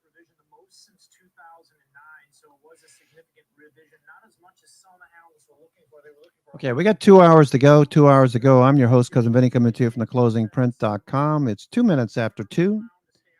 2:02 p.m. on the East Coast, the best coast, the coast with the most. I'll be your host here until 4 p.m. Likely got a hard stop again today. Maybe. We'll see. What kind of earnings do we have today? Just taking a look at market reaction to a favorable one, to say the least. We're getting a little bit of a lift off here, Nicole. You're looking at the four major indices, the S&Ps, the NASDAQ, the Dow, the Russell, which are gaining now. Still short of the highs that we saw earlier this Okay, so it's Wednesday. We had TJ Maxx this morning, along with Target. Tonight we got Zoom, Synopsys, Wolfspeed with earnings, Wolfspeed with earnings. So again, apparently it looks like more than one, several officials are using the word plural. So there was a case apparently for a July cut, but this just sort of builds again the numbers we saw. Synopsys, we got Carlyle Group. Did I say Zoom? We got Zoom. Snowflake has earnings. I was thinking about doing an iron condor or two, but I'll pass. I'll pass. Let's see if we can't get a follow through to the upside. December of last year, January of this year. As you'd expect to see, the 10 years coming off, we're back down to 4.75 right now. And I'm also watching gold, which is getting a little bit of a lift here back to 25.50. But again, several Fed officials saw a case for cutting back at the July meeting. And to your point, Nicole, the numbers earlier this morning do seem to have kind of cemented expectations for a step cut. Yeah, look, the vast majority saw the September cut as likely to be appropriate. They also were watching what goes on with unemployment and noting that that made a plausible case for a 25 basis point cut in those rates. And now if they see this revision, that may push the idea for the 50 basis points, folks that are in that camp. That'll be interesting to watch. Thank you so much, Ben Lichtenstein. Great to see you. Thank you. Right now, the Dow is up about 9 points. Turn our attention over to Ross Gibbons of Traders Agency. Thank you so much for being with us. Some of your thoughts on the market action that we've been seeing, some of these, crazy revisions when it comes to labor, what the Fed may or may not do on the heels of this. Ross. Yeah, well, hey, Nicole, thanks for having me on. It's always fun when our government lies to us about the job creation by a million jobs. But regardless of that, this bull market is well in effect. We had that sell-off in the Japanese yen fiasco 3 or 4 weeks ago, but the recovery we've seen after that has been nothing short of extraordinary. Not only is the S&P 500 near all-time highs, so is the equal-weighted index that you can track with RSP. So that's a good sign, showing us that there's a lot of the market breadth is wide here. It's not just the Magnificent Seven holding us up; it's all stocks pushing us up. I think we're, as of today, if it closes where you are now, we're up 9 of the 10 last 10 days. That's huge. The last time we saw that was end of October, early November 2023. So, 10 months ago, and that was the start of this huge rally that took us up through June, July. So, we try not to overcomplicate it. Look, if people are buying, stocks are going to go up. If the big guys are selling, they're going to go down. Right now, they're clearly buying. They got a lot of appetite for these stocks, and I think you'd be a fool to miss out on this. Yeah, look, we have risks of downside employment now. When we think about the Fed minutes and the likelihood of what the Fed may do, how does the Fed move? Okay, AMD sneaking up there. AMD. Looks like I sold AMD. Okay. AMD, sneaky. How will that help us? Assuming that they believe that inflation is going in the right direction towards the 2% target, but they are worried about the unemployment numbers. They were worried before this revision and 818,000 new jobs. It was fewer new jobs that were at nearly 1 million jobs, to your point.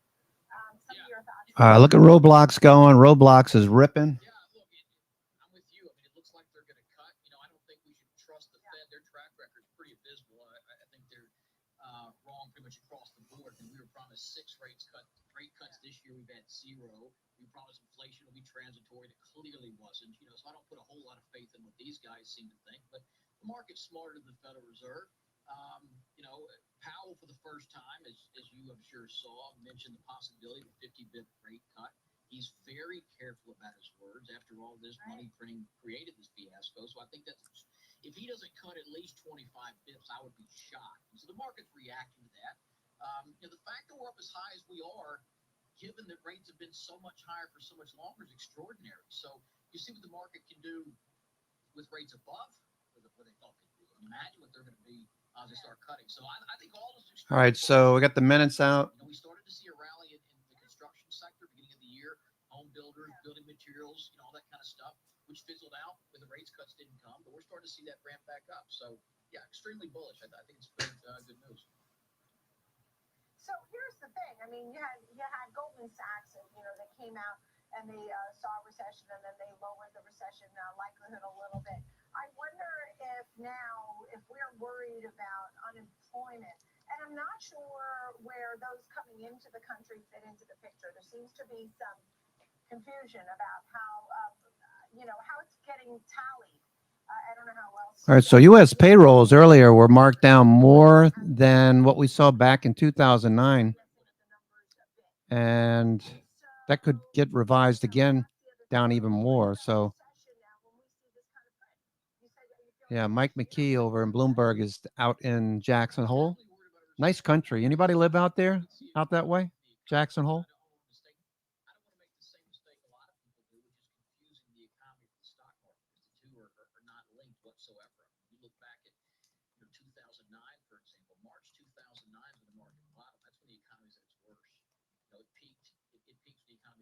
So the market is a discounting mechanism. It's looking beyond that. So if things cool off a little bit in the next 3, 6, 9 months, so be it.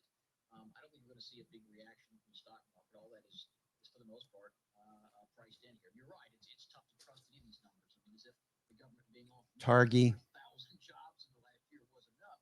You're right. We've had millions and millions Undocumented immigrants.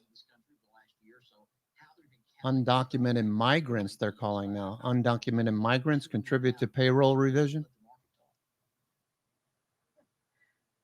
Ross, any final thoughts? I mean, is there anything that you can't wait to sink your teeth into? We just got a slew of earnings. You have Jackson Hole, you have a Powell speech on Friday, and so on and so forth going forward. Is there anything that you're really watching for quickly? Yeah, I mean, one stock we like a lot right now is Palantir, PLTR. This is one, you can't open social media account without seeing something about this stock. I think it is replacing NVIDIA as the hot stock of the year. When you look at the Mag 7, none of them are above the highs they made back in June and July. Palantir is a full 10% above it. So relatively, it is strongly outperforming. You look back at the dip, I saw data that roughly $1.8 billion from retail came in on that dip. The majority of it went into 4 stocks: Tesla, NVIDIA, Microsoft, no-brainers. Palantir is the 4th. Money's flowed into this stock. I think it's got a long way to go. It's going to be the next hot one. Right. Ross Gibbons, thanks for being with us today. Head trader, educator at Traders Agency. My pleasure. Coming up, options corner. Tom White is standing by. We highlight unusual options activity we're seeing from the day. How investors are looking to trade on recent news of JD.com. Corning and Kohl's. Stay with us.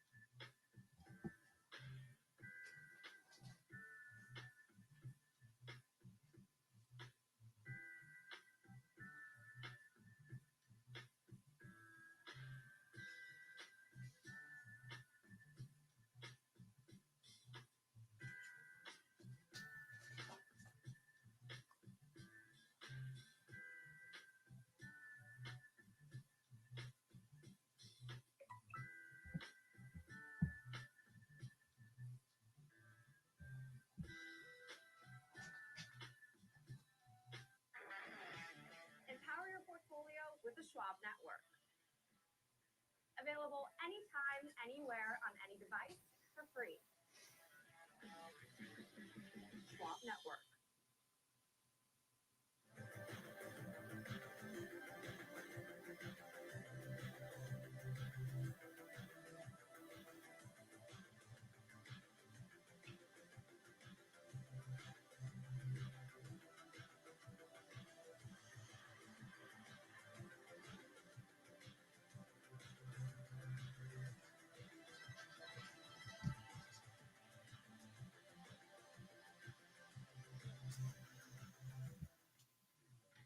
Trading the trending names every day.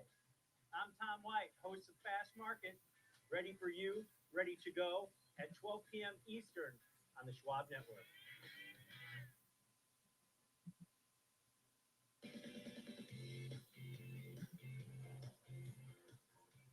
Welcome back to the watch list. Time for Options Corner, where we analyze unusual options trades that we're seeing throughout the day. Joining me right now, Tom White, host of Fast Market here on Schwab Network. He always hawks out the trades that grab his attention. In this case, looking at a bearish trade on JD.com today, which is down about 5.5%. Tom, some of your thoughts? Yeah, this is all in the back of the news that Walmart's selling out of their position in all their shares, their holdings in JD.com, about 144 million shares, priced just below $25 a share. 8-year partnership gone away for Walmart as far as owning parts of JD.com. Now, they just released earnings recently that were actually pretty good. We've seen a resurgence in the China economy from basically a year where it was decreasing as far as consumer spend goes, and that's right up the alley of JD.com. So some upgrades in the shares also as they return to profitability, and they continue. All right. Going to be focused on the Chinese economy, but stock's down today basically based on the fact that Walmart's Looking for a follow through. investment there.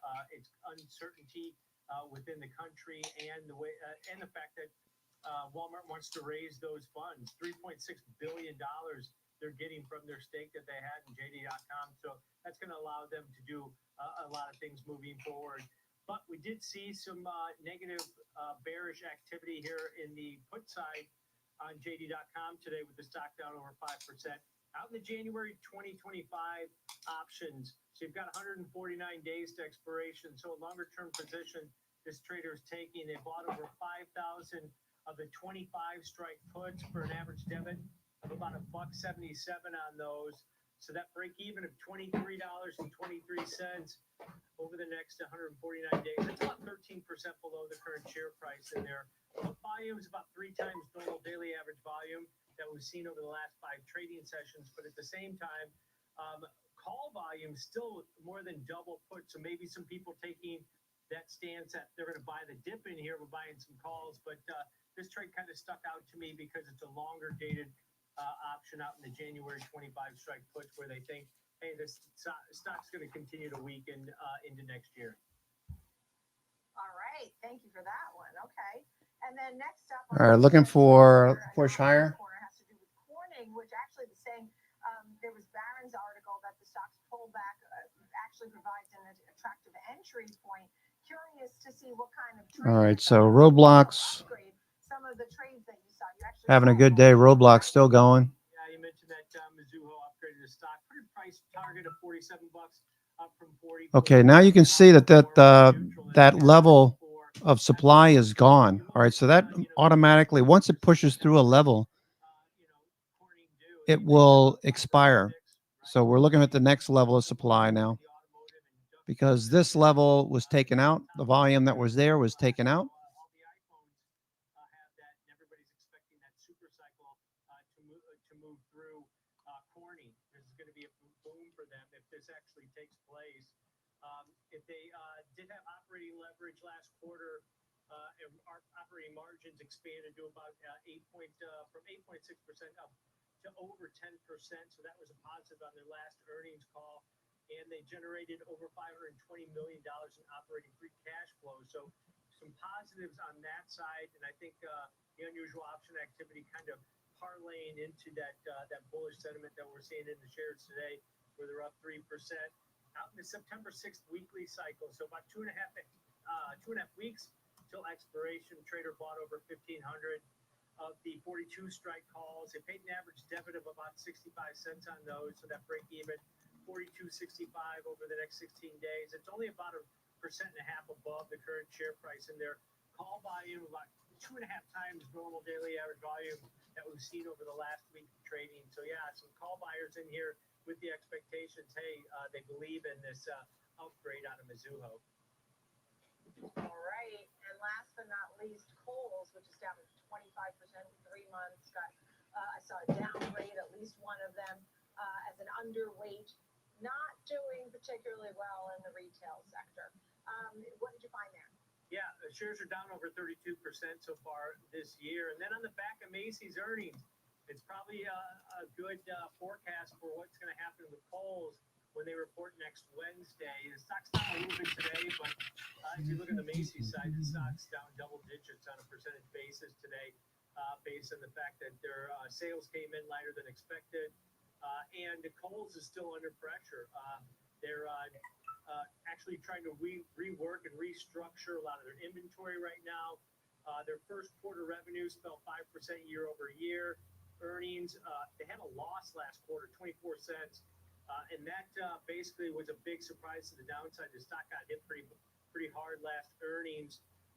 And they they forecast sales to decline 2 to 4% through the end of this year. So ahead of that earnings event next week, and on the back of weaker than expected Macy's results, we had some put buyers out here in the August 30th weekly cycle. So 9 days to expiration. This trader is actually going to capture that earnings event when he put this trade on. Bought 10,000 of the 19 strike puts, paid an average debit of about just over $1 on these. So that break even of 17.97 over the next 9 days. That's about 8% below the current share price. That's about what the option market's pricing in as far as a plus or minus move in the shares. Put volume about 3 times. Looking for futures are just kind of sticky right here. So yeah, somebody's setting up for some more downside here in Kohl's going into that earnings report by doing this. It looks like a pure earnings play here because they are using that August 30th weekly cycle that'll capture that earnings event next Wednesday. All right, Tom White with Options Corner every single day here on the watch list. Thank you, Tom. Coming up, it's our pleasure to have the co-founder and CEO of Reddit to join us here on the show discussing the IPO that occurred earlier this year, the recent partnerships, Google, OpenAI, major sports leagues, including NBA, NFL, more. So much to discuss with Steve Huffman, co-founder, CEO of Reddit, next. Okay, looks good. Roblox looking good.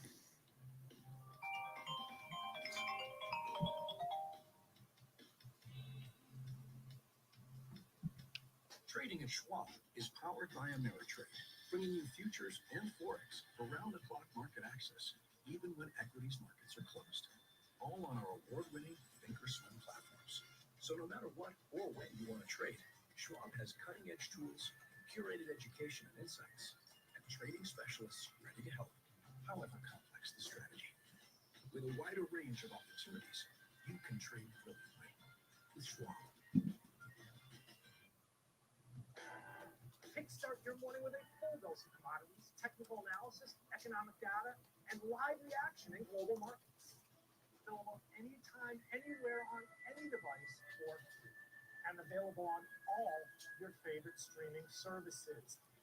Futures with Ben Lichtenstein every weekday, 8 a.m. Eastern on the Schwab Network.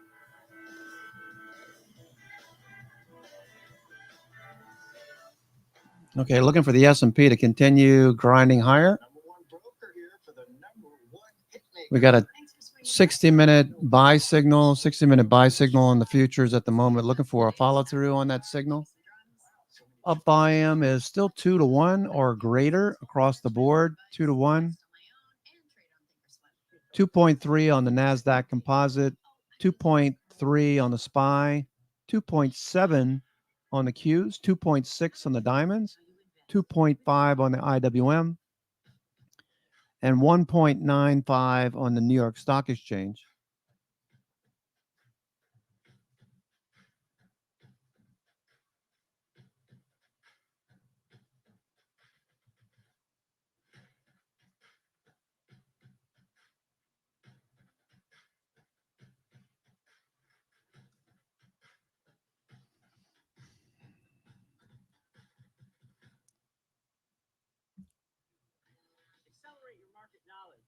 shift your perspective into full view.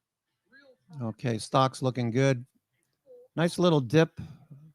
Nice dip at 10:30, getting bought at 11:30. Been running higher for the most part.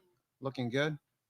Fast market, ready for you, ready to go at 12 p.m. Eastern on the Schwab Network.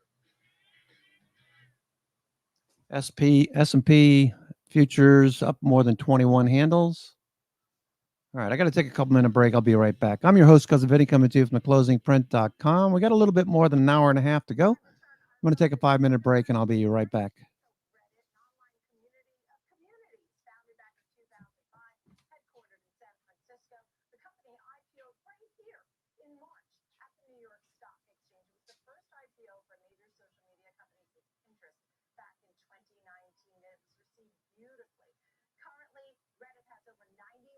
Million daily active users, 340 million weekly active users, and over 100,000 communities talking about everything.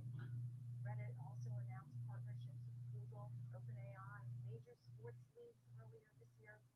So let's bring in Steve Huffman, co-founder, CEO of Reddit. Steve, thanks for being here. Glad you're here today. You know, you just had your quarterly earnings, your revenue growth, your user growth, the profit margins, the narrower than expected loss. Great numbers. So congratulations to you and the team. How did you feel about the last quarter and how do you continue this momentum? Thanks, Nicole. Happy to be here. Look, we felt great about the last quarter. I think it was important to us with the IPO to make a good first impression.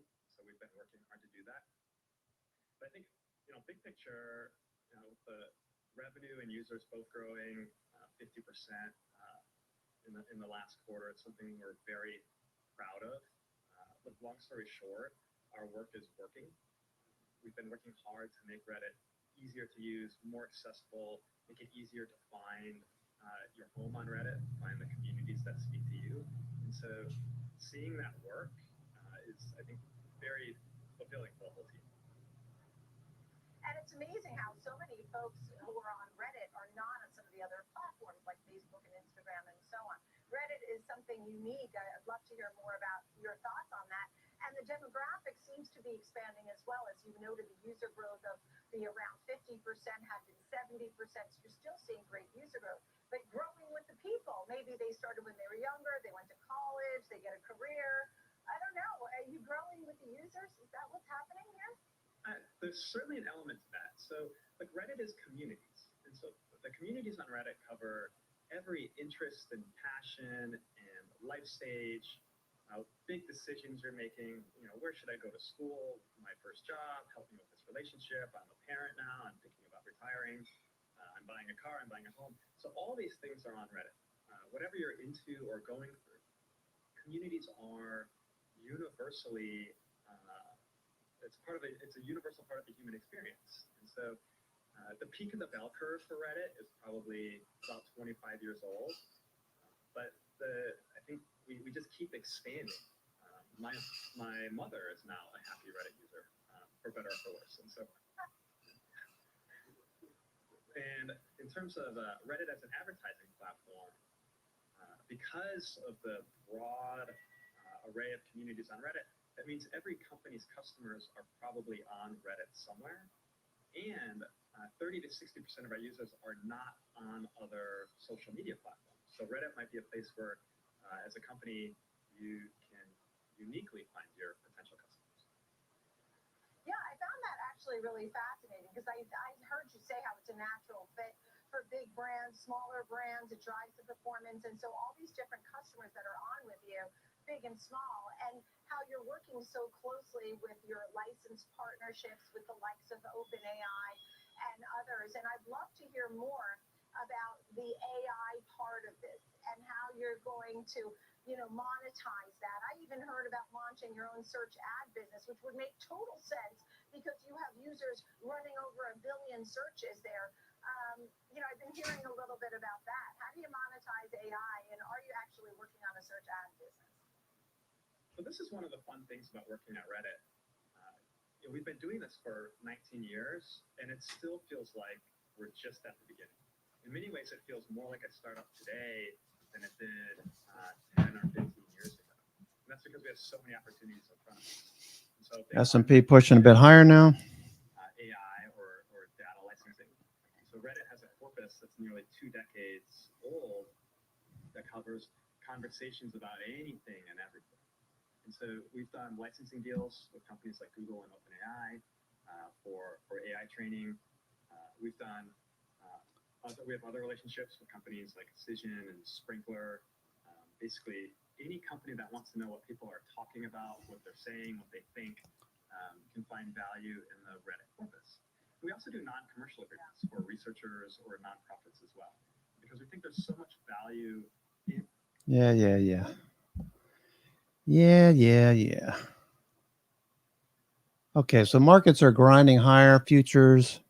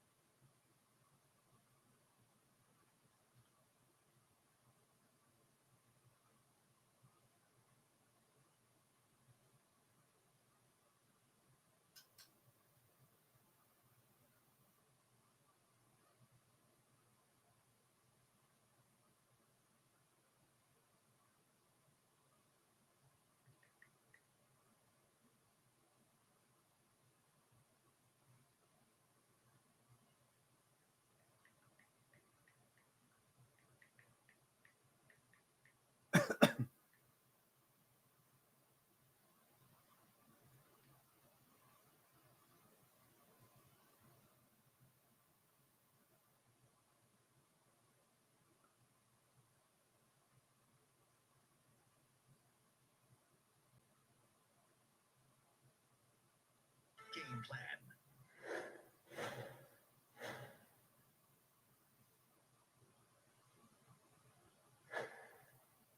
Welcome back to Power Lunch as you get a look at the markets. The Dow's up about 49 points. Amex is a headwind as it's an underperformer. The Nasdaq up 0.6%. The Russell up about 1% today. And in Market Navigator, one trader thinks the recent sell-off has left crude oil too weak in an economy that's still relatively strong. Scott Nations, president of Nations Indexes, joins us now. Scott, it's good to see you. So how would you play oil here with futures? Yeah, I would be buying crude oil in the E-mini future.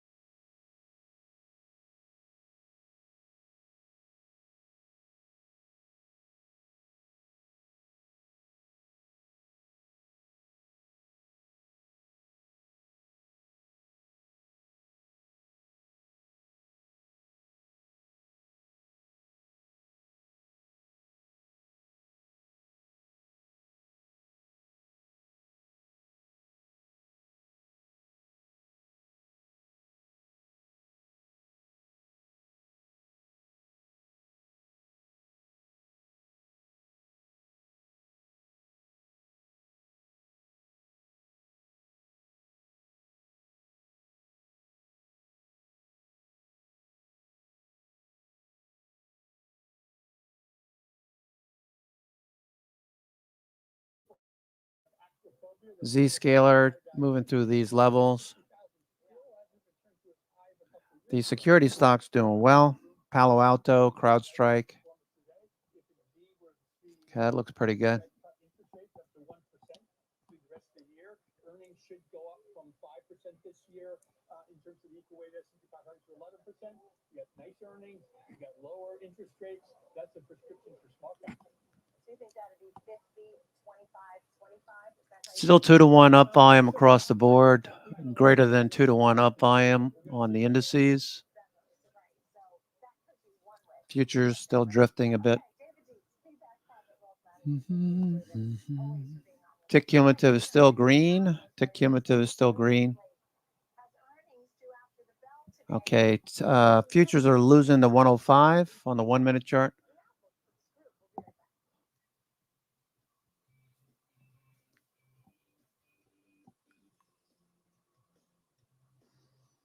Okay, Coinbase, it needs to take out yesterday's high, Coinbase. Okay, so I'd like to see it take out 210, Coinbase. Still rising, Coinbase, still rising. Okay, Zscaler, Coinbase. Okay, at the highs, Coinbase.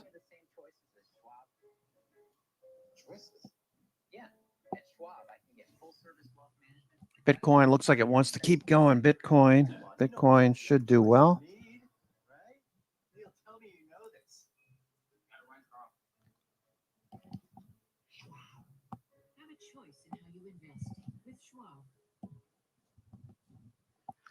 What was that stock you were talking the other day? Frano, COHR?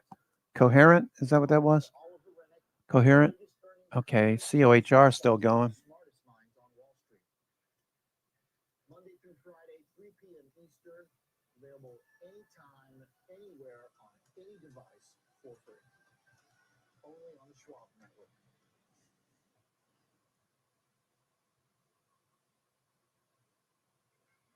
I'm Nicole Petalides, host of Trading 360 and The Watch List, live on the floor of the New York City. Okay, Coherent. Let's see. Sundog's talking CRDO. Credo Technology. Nice move on Credo. Up 11%. Okay, looks like the S&P is trying to bounce here. Wicks down. Looking for Microsoft to get going. Be nice to see Microsoft make a move. Microsoft, what are you doing, Microsoft? ASTS, almost at 39 now, ASTS. Tesla, just off the highs of the session. What's NVIDIA doing? NVIDIA got rejected at the high of the day. Back to VWAP, looking for the bounce. AMD, ditto. High of the day, rejected, pulling back. Apple, still trying to turn. Bitcoin is going. Okay, let's take a look at Bitcoin. Okay, so Bitcoin.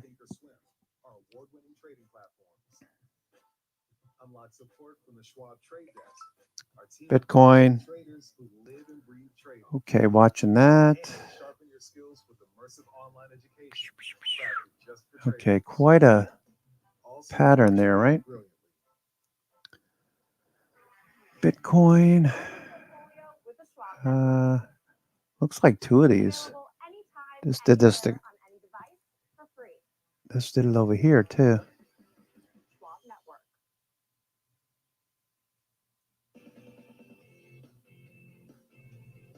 Twice now. That's weird. Very similar price action both times. That's unusual. Need to get above these volume by price bands over here on the left. RSI is rising. Okay, Bitcoin has got a move on now. Bitcoin moving higher. Who's making all that noise outside? Yes. Bitcoin looking pretty good. On the move.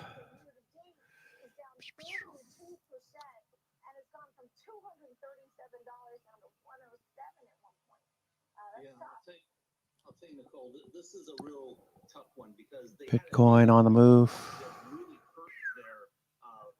customers quite a bit. Mhm. AT&T was part of that, and a couple other really well-known companies, were hurt because of this data breach, and that also makes it really, really difficult for them to bring in new customers because data and security is something really important to the cloud.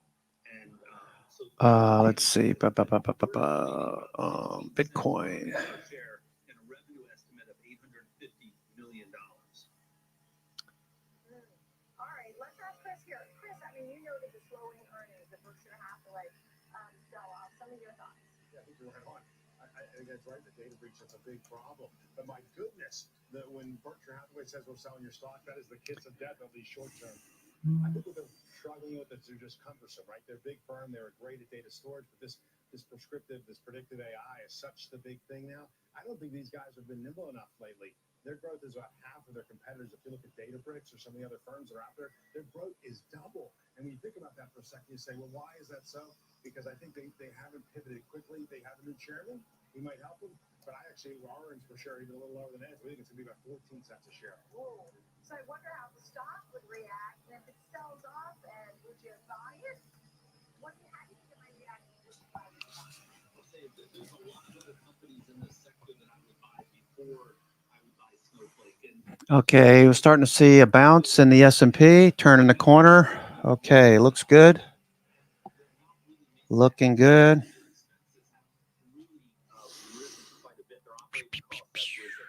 Let's go S&P. Really, kind of fixed itself yet to have a really good revenue and have their costs under control. So there's too much variability here that I don't like. So what would be the other names that you do like better, Ed, since you mentioned them? I like Twilio and GoDaddy and Rackspace. Okay.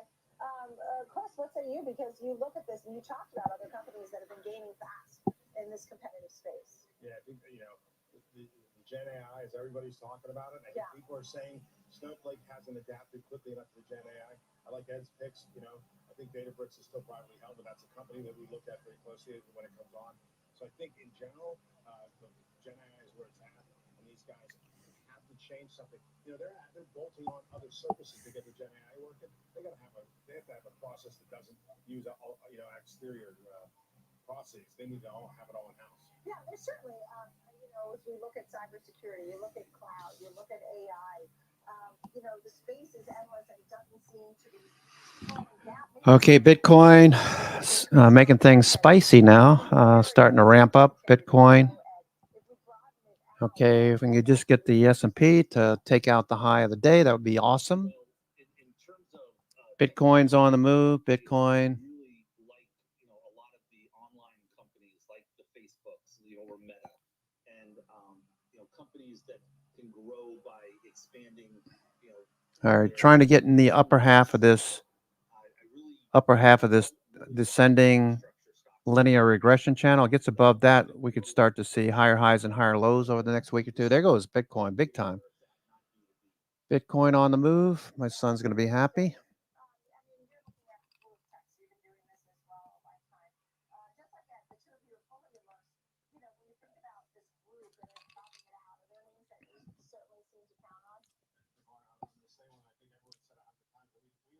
S&P is up 24 handles. Looking good. Sing it, Janice. I won't. Janis Joplin. I wonder what she'd be doing if she was still around.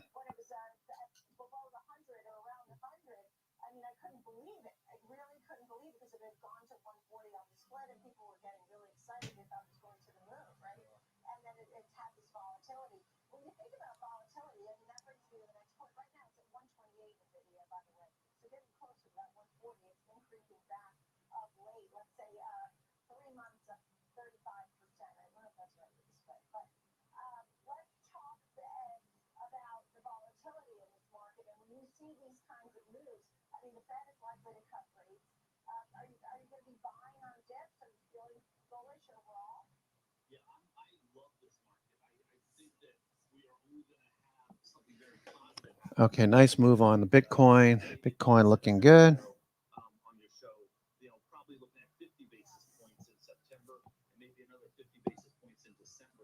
So I really believe that we're going to be set up for a really strong market, and anything that is interest rate sensitive is going to do well. Tesla.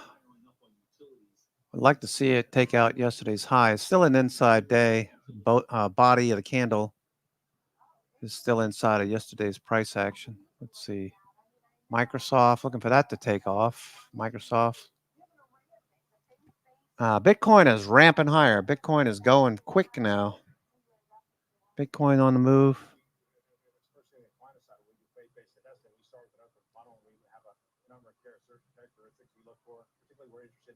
Ratio and a few other things. Then after that, we had a whole slew of screeners around kind of social activism that these companies are taking. A lot of folks just haven't seen that yet. They haven't understand it. And then they were able to, using AI, as a matter of fact, shine light on it. People start to understand what they're investing in and what they're supporting, and people care. It's a fascinating time. And we're looking at that. Great. Yeah. I'll give you the final word, Ed Vitalski. I'm not afraid of the market at all. The volatility doesn't really scare me because I think it's upward volatility, and I would be a buyer of a lot of utilities right now. Okay, S&P. Having a hard time making progress here, S&P. It's like a lot of selling going on. Thanks for being with me, friends, here on the Watchers. Right now, the Dow's up 66. Download our free Schwab Network app. It's available in the Apple App Store and tune in 24/7. SchwabNetwork.com. I'm Nicole Pevolides. Catch me every day, 11 a.m. and 2 p.m. Thanks for joining me here on Schwab Network. Keep it right here. Market on Close with Oliver Rennick is next.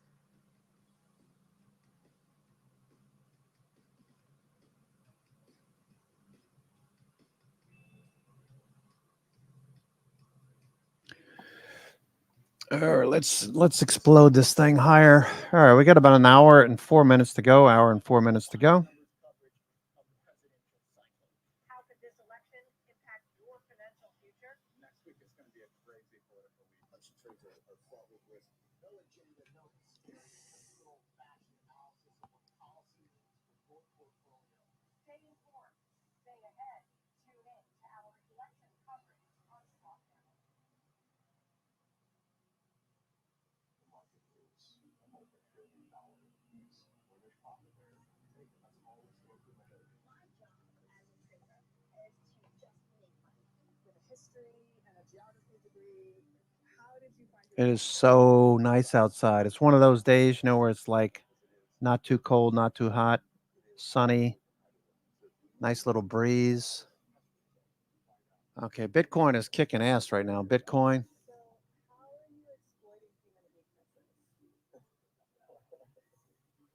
being lucky in trading is great, but it's not the formula for success.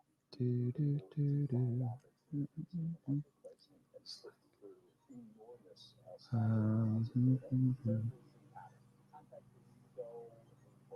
think the best traders I've seen have insatiable intellectual curiosity. Otherwise, certain parts of your skills will become outmoded by competition or by technology. When we look at your whole brain, we don't see any activation in these emotional or reward pathways as if you don't have an emotional reaction. I'm not very good at sales, turns out. I'm very good at trading. Advocating for that for over 10 years now, and it's almost second nature to me. Do you think that this is potentially a human superpower?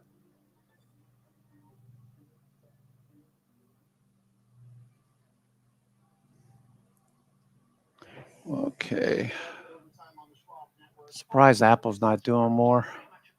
AMD looking for a higher low now. AMD, NVIDIA looking for a higher low. I wanted to buy some NVDL. I never did I? No, I didn't. NVDL, NVIDIA. I was looking at that earlier. NVIDIA. Okay, flagging. Looking strong. All right, I'll pass on NVIDIA for now. I'm probably going to regret that, but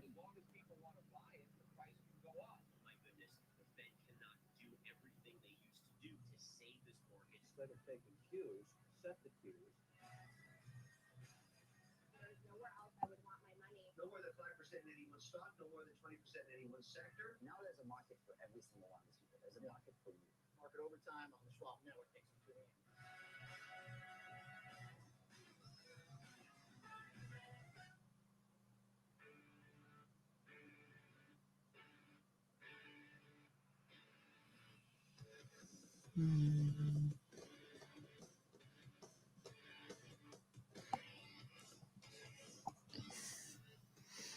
Yeah, Bitcoin's still going. Bitcoin's still going.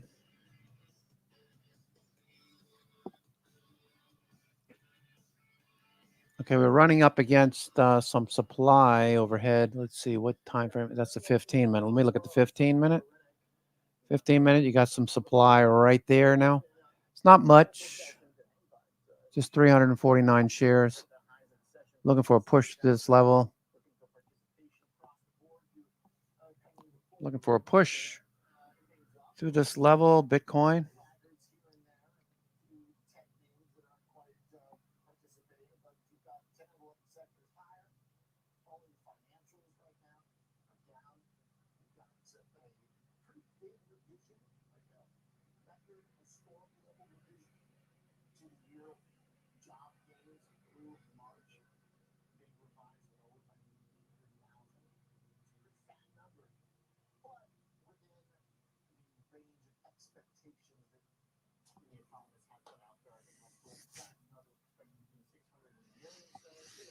Okay, no follow through with S&P.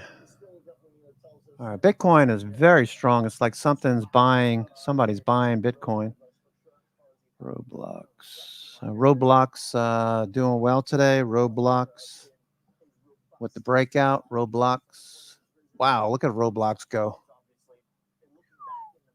Wow, that was a good one.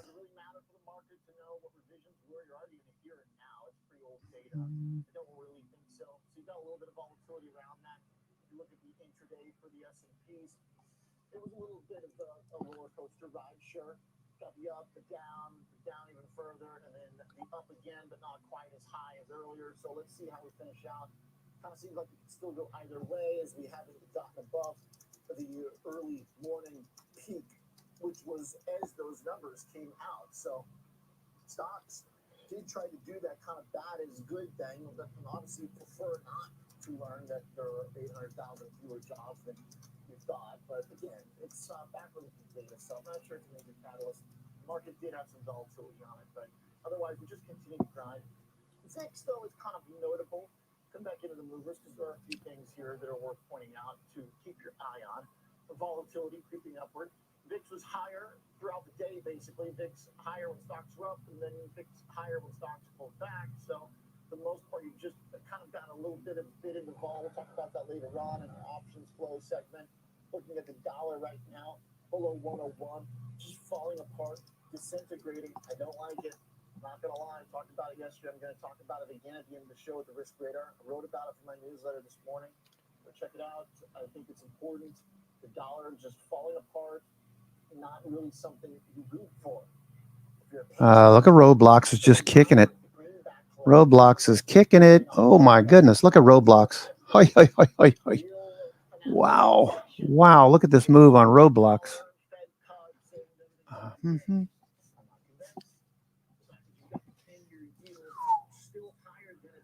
RBLX.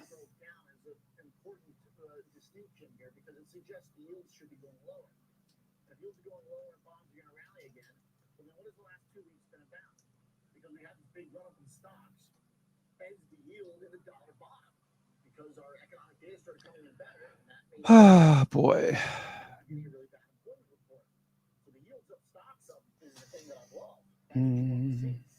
But now with the dollar falling Roblox doing well. Look at crude oil too. WTI right now, if it does break down further through 70, and then it starts to show up on my radar. If you follow the show, I don't really watch crude too much for its economic implications, especially during times of literal war in the Middle East and beyond. So you've got two major oil-centric nations engaged in warfare. So I don't think it is a big economic signal. All right, S&P pulling back a bit. S&P. Okay, Roblox is doing well though. Roblox, Bitcoin is right at supply. It is having some hesitation now. Roblox. Perspective of if something happens, then it happens. But there's not much sure that we can really predict on it. And Roblox. Okay, there you go. Roblox. Market participants to get you scared on that stuff. So the whole like Iran's going to get involved in the World War III, oil's going to go up. That's the reason why I think oil's come back down for the most part, is those kind of wartime drums slow. But still, crude gets below $70, watch it. The last thing, when it comes down to it, today's really been all about the consumer. It started that way, it's going to finish that way. Really good numbers from some important companies to continue to kind of fill in the picture after we got Walmart suggesting that the consumer is pinched but still willing to spend. Target numbers that surprised strong told us that consumers are willing to spend in multiple places and maybe it's slightly Okay, Roblox still going. Wow, that's pretty impressive, Roblox. so we're not afraid to shop, that's true. We got Jenny Horner for the next joining us here at the top of the show.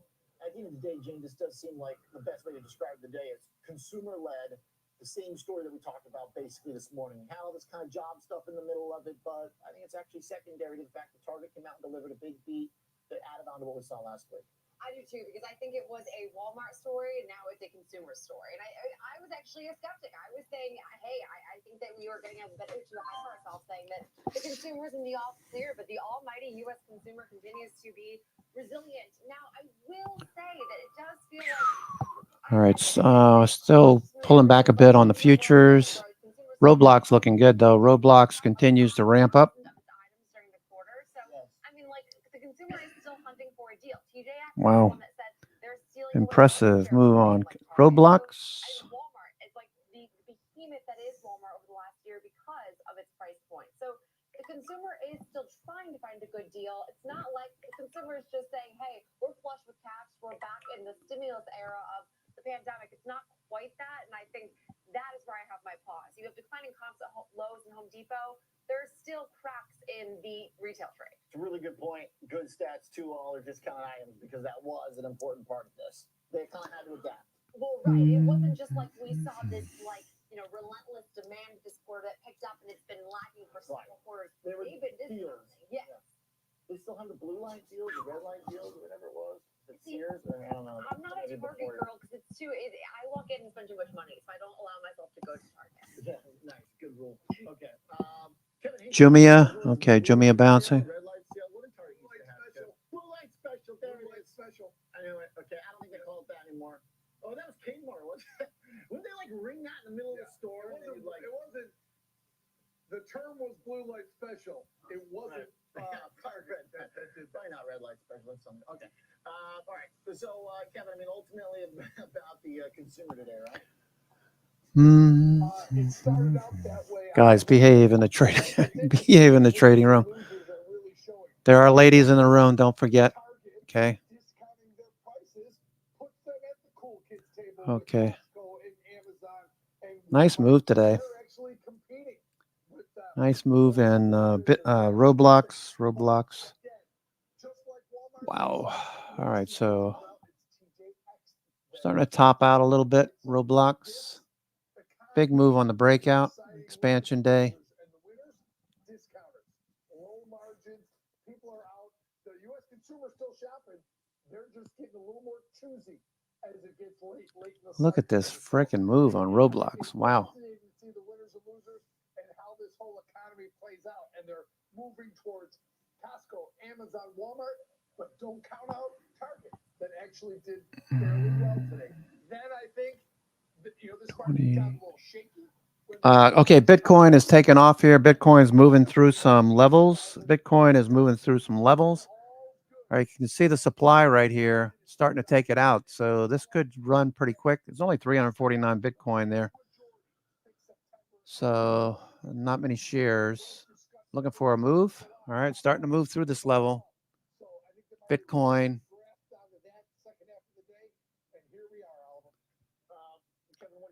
Bitcoin. Here goes Coinbase. Should start going too. Coinbase.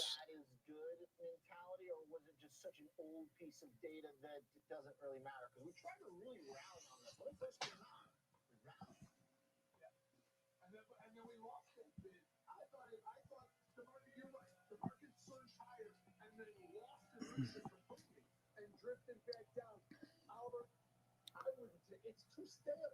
That data is way too stale. You can make a case that even the Fed minutes are too stale, but I think the market likes the message. They're setting the tone for the September meeting. But I think that data is way too stale. And remember, we were watching revisions every month. They were rising. The previous numbers lower. So is anyone surprised that the market wasn't as strong as we thought when we were getting those? Oh boy. Yeah, pretty decent day. It was kind of boring there for a while, but there goes Bitcoin. Bitcoin is just going. Big move on Bitcoin.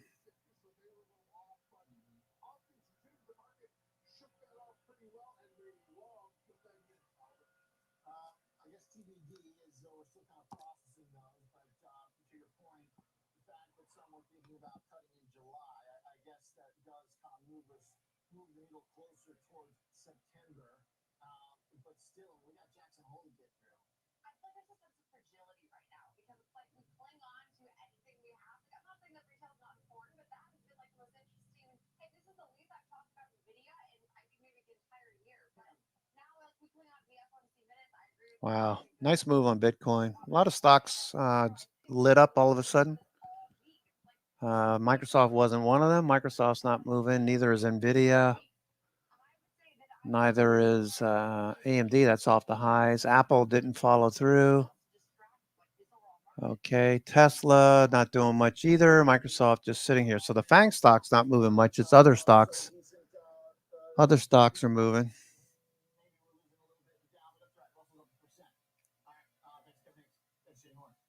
Consumer-driven day, even though fewer jobs than we thought along the way, that's okay. Gold data, and the Fed looks like it's on the move, ready to reverse policy. Danny Kurtz joins us, head of options at Piper Sandler. Danny, great to have you here this afternoon. A few things in session today, but are they all too backward looking? Yeah, I have a hard time getting too excited about some of the data we got today. Just thinking out loud, first of all, when the Bitcoin having a good day. Bitcoin. this week, at least on the equity side, are 30% below normal. You had VIX expiry today, which always is some sort of an event, and it's interesting because volatility, implied volatility, has actually been What is Meta doing? Meta. huge hedges were bought yesterday. Okay, that dipped as well. All right, so the FANG stock's not doing much of anything. Amazon, let's see what Amazon looks like. No, nothing there. Bitcoin is definitely looking better. Bitcoin and Roblox and a few others. Roblox is still going. Holy crap! Look at Roblox. Yikes! The job growth has been much less than what we've seen, and I guess the market is interpreting this and the minutes as the Jackson Hole speech being very dovish from Powell, which I think it's going to be hard for him to meet expectations to be as dovish as what the market is currently pricing. Look at the 10-year, for instance. The 10-year now is below 4, and even if, let's say, they're cutting 800 bips, does that make sense to you? That the 10-year is still going to rally even more at that low rate? And I think that's what the market is seeing, that very low 10-year rate, sort of helping with Hughes, it's helping with Russell. And, the 2 years flattish, or have the curve flattening again. It just seems like I think a lot of this is just mispositioning. You still have this delta decay and all the hedging that took place and the covering that took place a few weeks ago. And the market is sort of keying off that. And I think one very popular trend that is being allowed that has to be the Roblox still going. Yeah. Well, it's interesting, Dan, because it seems like we've had this. Roblox, Bitcoin doing well. Bitcoin looking nice. Bitcoin, if we get through the center of this linear regression channel, we should see the upside of that channel eventually in the short term. Bitcoin looks good.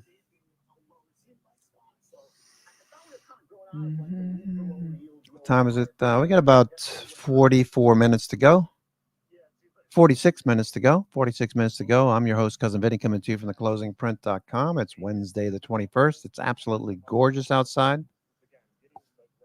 Weather is beautiful here on the East Coast.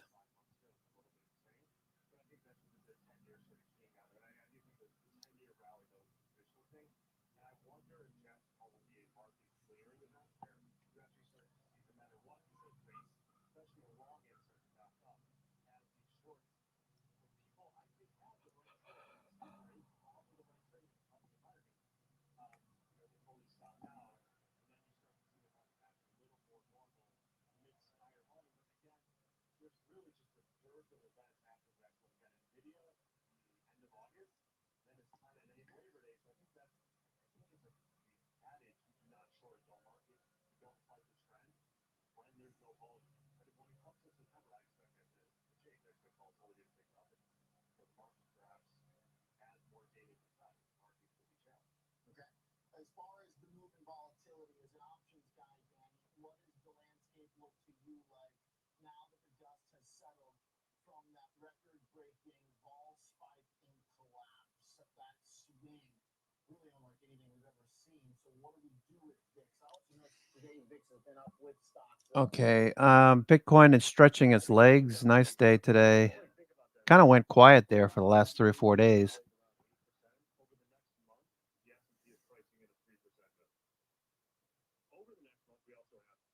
Chewy was mentioned yesterday. Chewy. Okay. Maybe we'll get something going on Chewy. I like it. Let me go look at the daily chart on Chewy.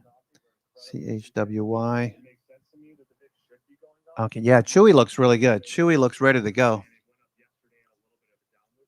I think that speaks to we are realizing a ton, we're moving a ton, and options should be reflecting that higher implied volatility, higher realized volatility.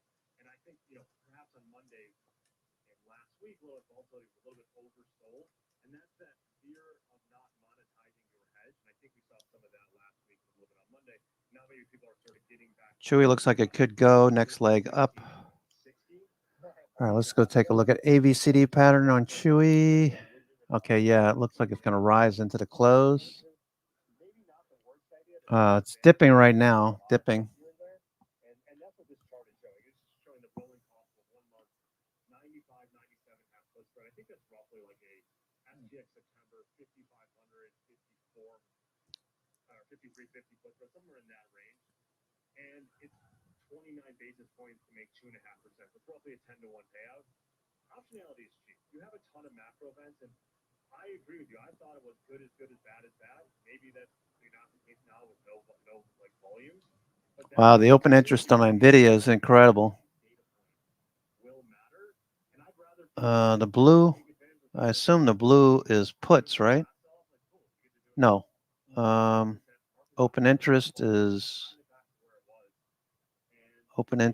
blue. It's hard to tell what's going on here. Okay. Yellow is the okay, volume open interest. Okay, that looks good. Into today, volume and open interest on NVIDIA has been pretty strong. Chewy. What were you looking at? Chewy. TJ Maxx.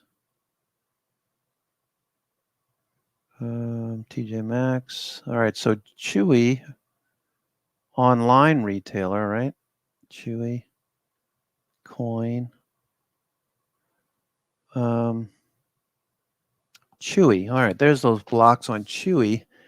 The August 30th, 32 call. August 30th, 32 call. August 30th, 32 call. Maybe I'll buy some of those. Chewy. CHWY. Chewy. August 30th, 32 call. 32 call is, wow, that's out there.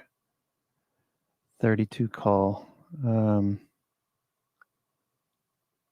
That's way out of the money. I'd rather go closer to the money. If this thing goes, I'd rather 2750s. Okay, 2750.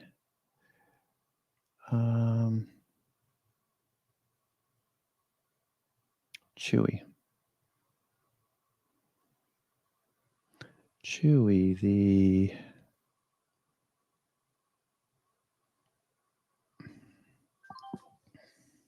Chewy.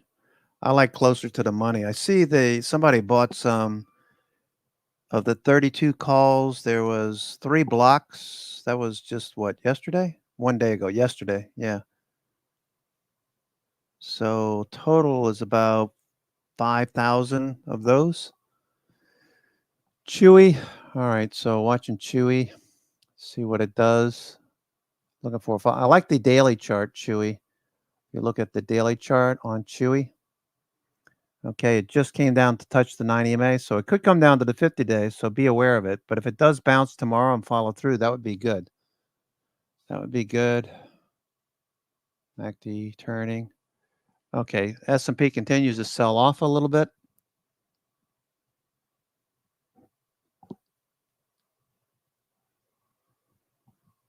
S&P continues to sell off a bit more.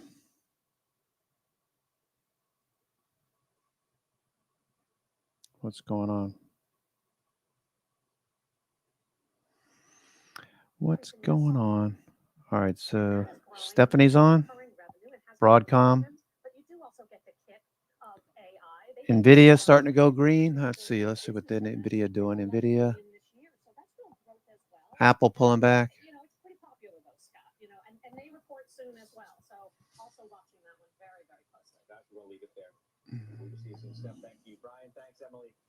NVIDIA earnings in 1 week. Shares at JD.com are falling after U.S. retail giant Walmart sold its stake in the China-based e-commerce company. According to LSEG data, it had been the largest shareholder in JD.com with a 5.19% stake. Reuters reports the shares were sold in a price range of $24.85 to $25.85 per share, below yesterday's close Bitcoin. $28.19.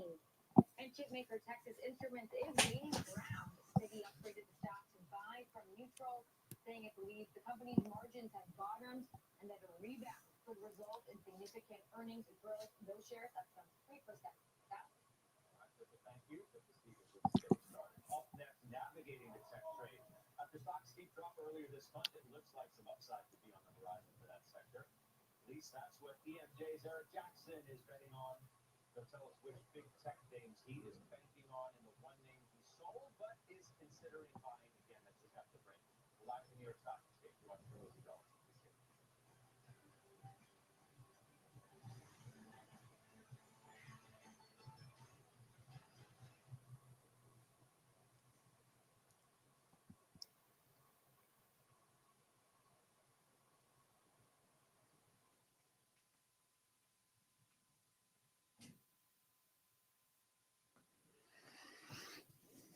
Okay, S&P continues to drop off. That's unfortunate. Looked like it was going to take off around 230 or so. Was rising. All right, now it's down. Testing the lows.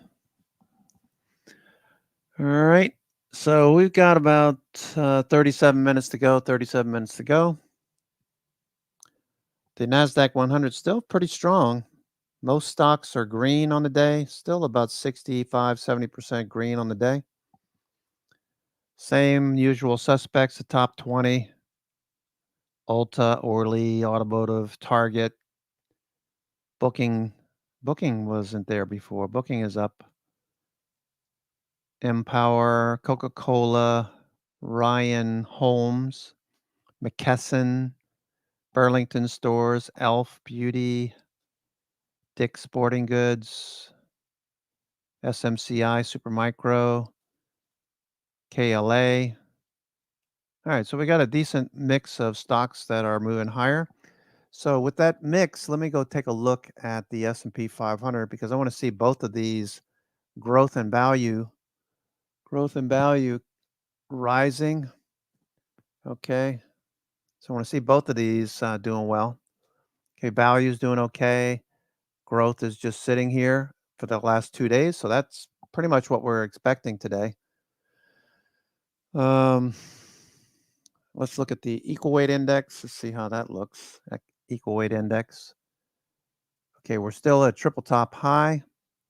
Number of stocks above the 50-day are in the red zone. Doesn't mean you need to sell necessarily. It just means to keep an eye on your positions. The 20-day number of stocks above the 20-day, lower panels number of stocks above the 50-day. That's getting near the red zone. So as we're easing up to a double top, we got a triple top on the equal weight index. But the S&P 500 has a double top to deal with. So equal weight, triple top, equal weight, triple top. You got the S&P 500 just shy of that 52-week all-time high. What was it, 56.70 or whatever it was? So I don't know.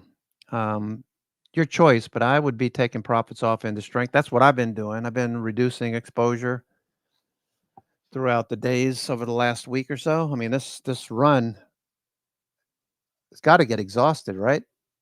At some point, it has to be exhausted. Today being what, day 13? Day 13 off the low. Junk bonds. Still strong. Junk bonds looking much better now. All right, S&P is starting to turn. Well, you don't feel like being out of Amazon that long, I guess, right? That's the one you sold, and now you got your eye on it again. Why? My favorite three, Scott, in the Mag 7 right now are Apple going into the iPhone upgrade cycle this fall. Then Meta, because they're on all-time highs. They're really the first poster child of somebody who's making money hand over fist from AI. And then, of course, NVIDIA. Chewy. Let's see what Chewy looks like. Chewy again. After that, it's Amazon, and I did sell out of it in July, but it's darn cheap on a 5-year basis. Chewy. It's like trading at all-time lows on a 4-year. All right, S&P is starting to bounce now. S&P cash is starting to bounce. The quarter that they just reported a couple of weeks ago. So I think they are definitely one that's on my radar, and I plan on adding probably in a few weeks as we start to get closer to the next tech earnings season. Well, we can't get to the next tech earnings season before we get out of this one, and we still have to consider NVIDIA a week from today. How do you see that? I mean, it's huge, obviously. It's the most important stock in the world right now. So, if they laid an egg, it would be a major problem for the whole market. I don't think they will. I think they're going to surprise to the upside. If you look ahead at sort of what Wall Street is counting on a go-forward basis, it's almost like this explosion of AI revenue that they've seen over the last year and a half. It's going to just sort of dry up. And I just don't think that's the case. Eric Schmidt gave a talk at Stanford recently. It was sort of leaked a few days ago, and they took it down off of YouTube because he made some critical comments about the work culture of Google. But embedded within that talk, one of his throwaway lines was, in talking to Sam Altman, they said that together they both believe that each of the hyperscalers. Bitcoin still pushing. You got buyers at that. See the wick on that candle? Buyers stepping up. So, NVIDIA could basically only supply those hyperscalers, and their order book is going to be full for the next 4 years. It's a massive, staggering amount of money that's sitting in front of them. And, God love the Broadcoms and the AMDs of the world, but, the vast majority, like more than 95% of that revenue is going to go to NVIDIA. Well, I mean, how do you just talked about, obviously the money that NVIDIA makes is the money that the hyperscalers are spending. So at what point do you look at what the hyperscalers are spending and say, you know what? It might be a little longer for the ROI or the return on invested capital side of the story than I think we're willing to admit. How should we look at that? Well, I think that the Meta is showing now that they are making a lot of money from this, and that's why their stock is mid 500s right now. So they, I'm starting to think that Zuckerberg was sort of leading us on several years ago when he was saying that he was spending all this money on Reality Labs, and people panicked and sold the stock down to $80. I kind of think he was trying to throw off his competitors by just spending all this money on NVIDIA GPUs so he could get a head start of them. So he's showing the way. Now, if you're sitting in the seat of Andy Jassy, or Microsoft or OpenAI, are you going to let, another one of these competitors just, take the lead and become the dominant, player in AI going forward?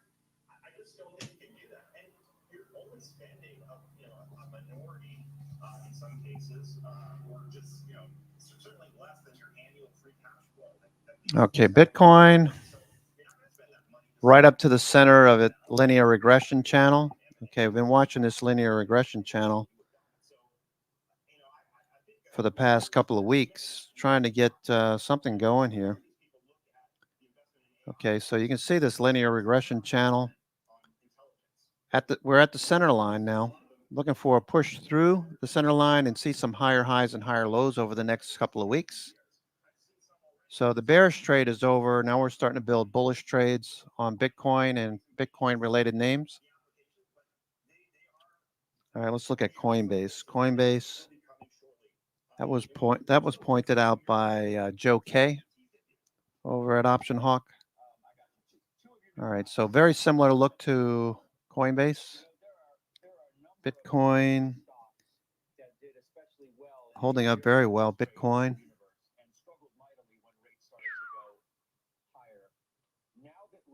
Okay, we're pushing through these levels of resistance, supply. Okay, so that looks good. Let's go to the hourly chart. Yeah, hourly chart looks good. Now we got another level overhead, 1,000 Bitcoin shares overhead. Bitcoin going. All right, the FANG stocks are looking kind of so-so. FANG stocks.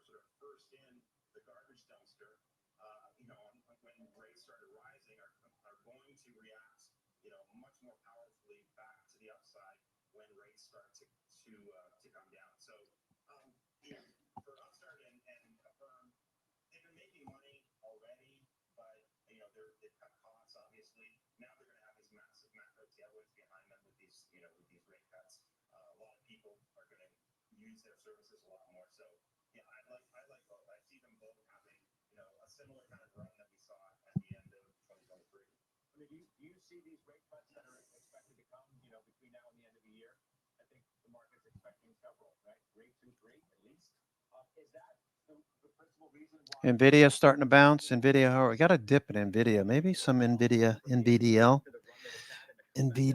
Let's see. Let's take a look at NVIDIA's chart. NVDL. All right, so we're bouncing. Okay, Bitcoin is looking really strong. Wow, Bitcoin's looking good. NVIDIA. Okay, so the next level on NVIDIA is like 133, 135 or so. I don't know. I liked it better this morning. I don't want to do anything right now. Let's see. 5 minutes. 5 minutes.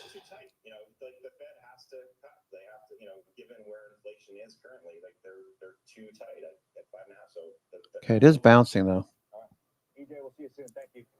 Talk to you soon. Thanks, John. All right, up next, tax technician Chris Barone, stock tells one sector he's betting to be on the brink of a breakout. That's coming right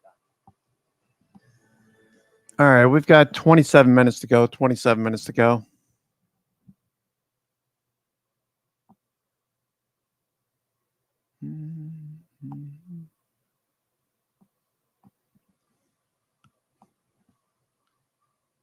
Okay, micro, whatever, hologram. Okay, let's see. Cayman's looking at this one, HOLO.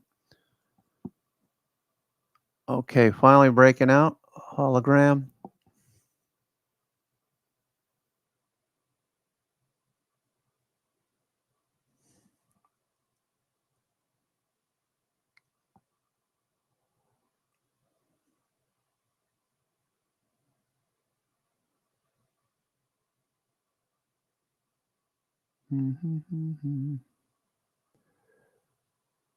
Okay.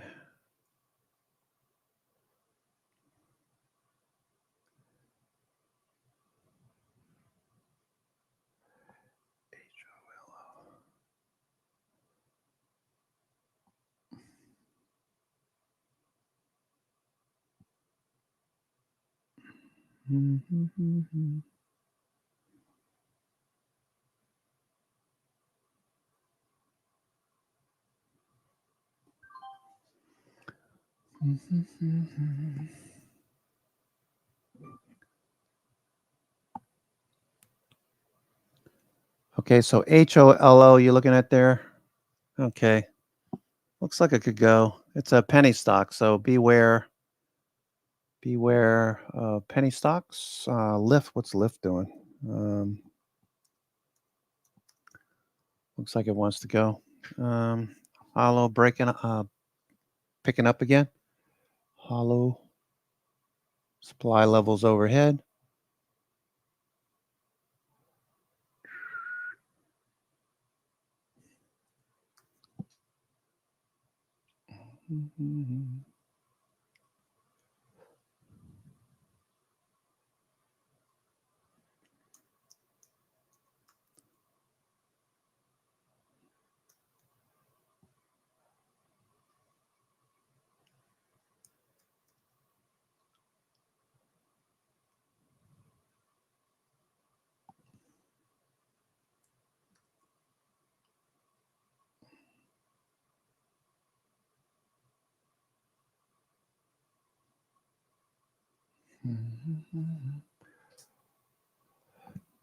Okay, Hollow. Yeah, it looks like it might do something. Hollow.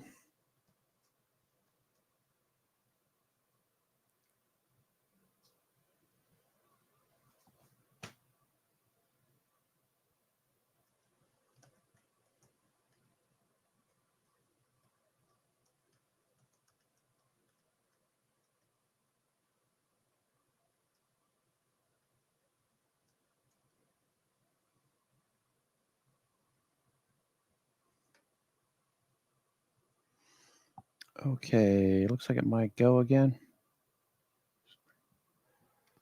We're back with the S&P 500 around 1% from its record high. Our next guest says the trend is still your friend. Joining me now, post 9, is Chris Barone. He's the head of technical and macro research at Strategas. Welcome back. Great to be here. That's the crux of your argument today. Is you're not that cautious. The chart looks good to you. Yeah, I think the trend certainly is that. We see that with a very robust recovery from, I thought, what was a modestly oversold condition back in early August. But Scott, I think the bigger question is, as this market has rallied, has the character of the leadership changed, or certainly has the character of the macro that's driving it changed? Because we have yields under 380, we have oil breaking down, Bitcoin really hasn't been involved. So what does this tell us about kind of the broader liquidity picture, the broader Bitcoin, US dollar. Bitcoin's still going. Bitcoin's on fire. Bitcoin's on fire.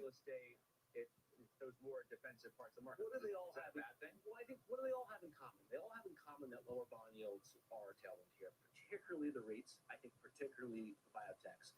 If you run sensitivity work, what sector, what group has the highest sensitivity to bond yield? It's actually small cap biotech, which is acting fantastic here. So I have to look at the REITs and the biotech. I don't think it's as defensive or as risk off as it's perhaps being advertised. It's not like they're going down but outperforming. They're still going up in price, which is a very important backdrop here. But there is some level in yield or some level in oil where you do begin to wonder what is the message of the macro. You say it's critical that the financials remain involved. I mean, it's been a space that's done well, obviously. They've been essential to this. Bitcoin just keeps going. Wow, this is pretty impressive. Impressive. What do they have in common? Financials, as the Fed moved to non-recessionary rate cuts, financials roared out of that. Financials have roared for the last 6, 7, 8 months. I think it's essential, particularly the banks, that continues here. The brokers have been good. The insurance stocks. Okay. Financials may be pausing here, but 90% of the sector is still very much involved. I mean, do you think that continues? I know you say it's essential. All right, Bitcoin. Very nice ramp into the close. Okay, still going. Still going. They've largely worked in Japan. Even this recent sell-off, they've been relative outperformers. It's essential that persists. My expectation is it does. All right. If it stops. And we're very much in the camp of evaluate the world you see today, play the trends that are intact, and adjust when things change. I don't think the financials have changed remotely enough to change course yet. You think the market's expecting too much from Powell at Jackson Hole? Oh, I'm worried the opposite. I'm worried that that this Powell Fed doesn't recognize the seriousness of the 2-year yield trading 130 basis points below where the Fed fund rate is. I think it's a very, very serious message. It's only happened 4 or 5 times in history where the spread between Fed funds and twos has been this extreme. I think it's the largest in like 20 years. The largest is called summer of 07. Now, if you hear 07, you always go to the. Okay, Bitcoin's still going. Wow, pretty impressive, eh? Very nice. I think the Fed should be forceful here. I would like to see them go 50. I don't know if we're going to get it or not. Ultimately, they're going to have to. This 2-year yield is telling you where Fed funds ultimately will have to go. And I think it's essential we get there sooner rather than faster. You think they're too data dependent? That's what you're saying. Yeah, I do in some respects. I don't love the fact that it seems like we're getting very hung up on individual data releases. Last week it was retail sales or benign claims. I want to see the Fed look at the bond market and say, why are twos 135 basis points? Wow, look at Bitcoin. Nice. Very nice. Oh, man. All right, got non-farm payrolls tomorrow? No, tomorrow's Thursday. You got ADP, right? ADP?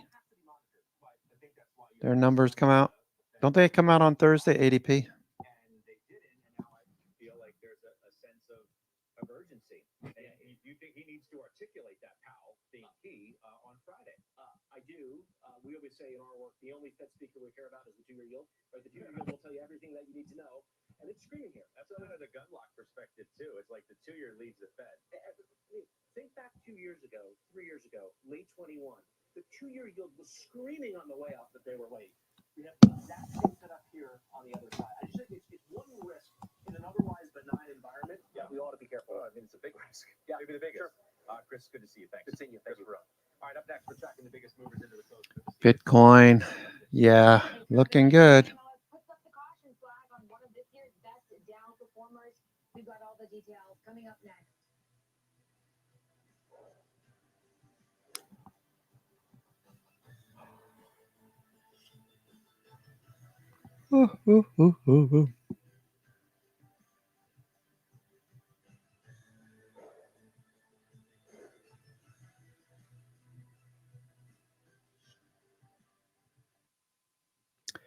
Yeah, very, very nice evening session. Very nice evening session. The bank stocks aren't doing too much, but there's a lot of other things that are moving. What's Chewy doing? Chewy, Cocoa Pop, Chewy fading. All right, so looking for a follow through in Chewy. Okay, Chewy faded quite a bit. All right, so looking for a bounce in Chewy. It looks good. It's on the 9 EMA. So either we bounce or we go down to the, 50-day? Chewy. Yeah, 50-day is right below it, 25 and change. So I'd like to see a bounce. Tomorrow, a bullish day would be good on Chewy. The Bitcoin, though, the Bitcoin looks good.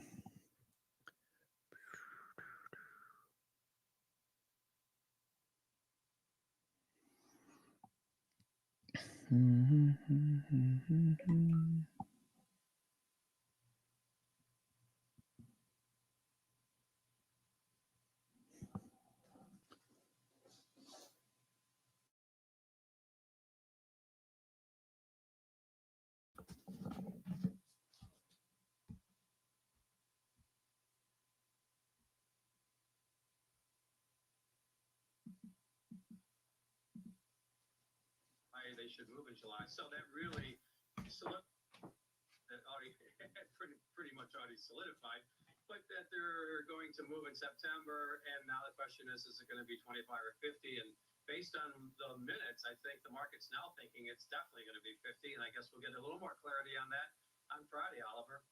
All right, so then does that explain maybe why Bitcoin's waking up a little bit here, why the Russell's out front? Yes, I think so. I do. I think that and gold holding up here at the all-time highs, basically. Not a big move today, but still 25.50. So yes, I think that those are the things that the market's now pricing in. If you look at the yield curve today, Oliver, the front of the curve is getting bought, more so than the back end of the curve. That inversion between the 2-year and the 10 years down to 13 basis points. So we're seeing that coming back in over the last couple of sessions. And again, the market's adjusting for the higher probability that the Fed could be a little more aggressive based on some of the data today, as well as the minutes. Okay. When you look at the way bonds really have taken off here, rallied, 10-year yield, I mean, are we going to get a fresh low? It's moving that way, at what, 382 right now, and we got the 2-year firmly below 4% now. So I mean, if you look at it from a technical standpoint, it does infer that you're going to possibly see new lows from the yield camp, as well as to flip the script a little bit.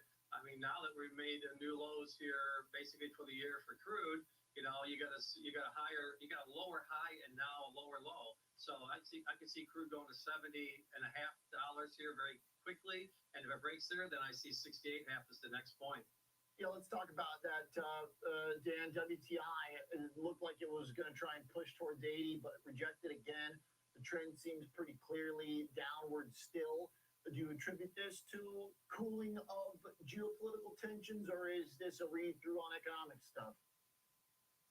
I think it's possibly a cooling of geopolitical tensions. I think it's more about inventories and just the builds and the surplus of crude across the globe right now. I don't think it's necessarily economic in nature, however, because if you look at copper, basically trading near the highs of August, set the lower, I mean, it's still off, but it's copper maintaining upward momentum relative to crude hitting new lows does not tell me that the economy or global economies are any major jeopardy of shifting the dynamics that is currently priced in the market.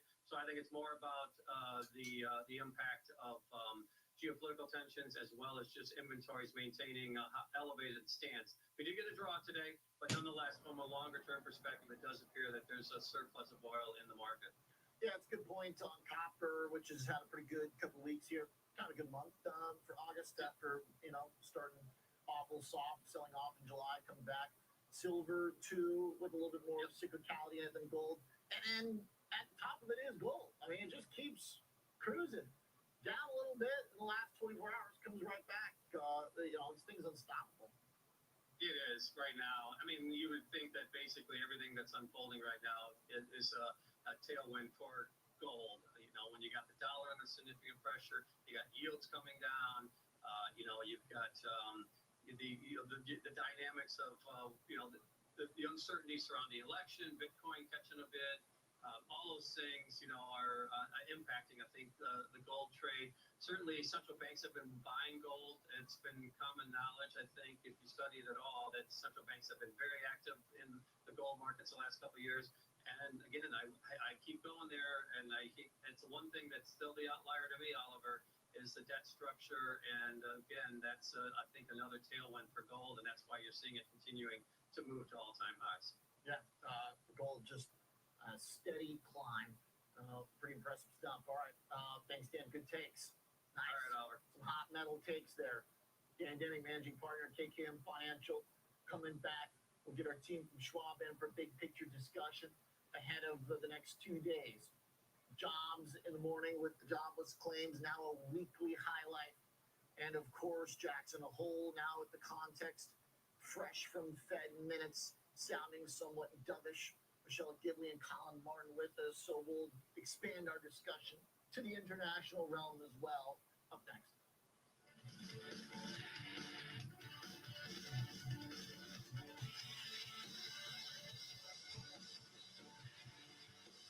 The market is a multi-trillion-dollar beast. When there's profit there, you take it. That's always going through my head. My job as a trader is to just make money. With a history and a geography degree, how did you find your way into trading? Trading the traction of the investment right because it is. All right, what a move on Bitcoin, eh? Looking good today. All right. So, how are you exploiting human weaknesses? Being lucky at trading is great, but it's not. AMD, trying to bounce AMD. Probably going to be good tomorrow, AMD. Trying to follow through. Apple's bouncing off of an area of liquidity after pulling back a little bit today. It's in a doji pattern, Apple, no big deal. What did I want to look at here? Bitcoin. When we look at your Okay, we got Ulta with earnings out, right? Earnings coming out on Ulta. I'm not very good at sales. Turns out. I'm very good at trading. I've been trading system that I've used for over 10 years now, and it's almost second nature to me. Do you think that this is potentially a human superpower?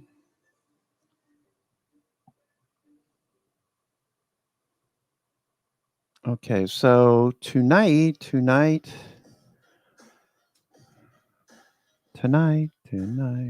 Whoa.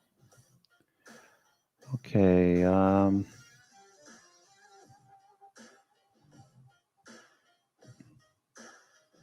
thought Ulta was tonight. No. Ulta. Bitcoin's trying to make another higher high. Bitcoin making another higher high. Oh, tomorrow. Tomorrow after the close, Ulta. Tomorrow after the close. Oh, there it is. Okay, I see it. Ulta. What's tonight? Tonight, Zoom, Snowflake. Let me look at Snowflake. What kind of options they got there? Snowflake. Expected move on Snowflake. Tailored specifically to our audience. We never take our eye off the ball, which means we're always ahead of our peers. Last earnings was over here on the left, right? And we faded the entire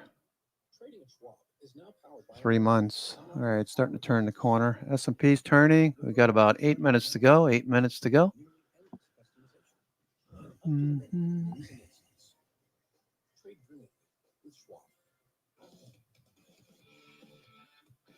Welcome back to Market on Close. Bringing our Schwab team for big picture discussion. Colin Martin, Director of Fixed Income Strategist, alongside Michelle Gimbley, Director of International Research at Charles Schwab. Afternoon, team. Colin, let's talk some minutes here. Chime in to the discussion this afternoon. It seems like the market's taking the language and applying it to September, juicing up some of the cut odds. You know, we saw the odds increase a little bit, but we're still in the 25 basis point camp. You know, if we go back 2 weeks ago, there was a lot of chatter, one about an emergency cut, but then two about a 50 basis point cut.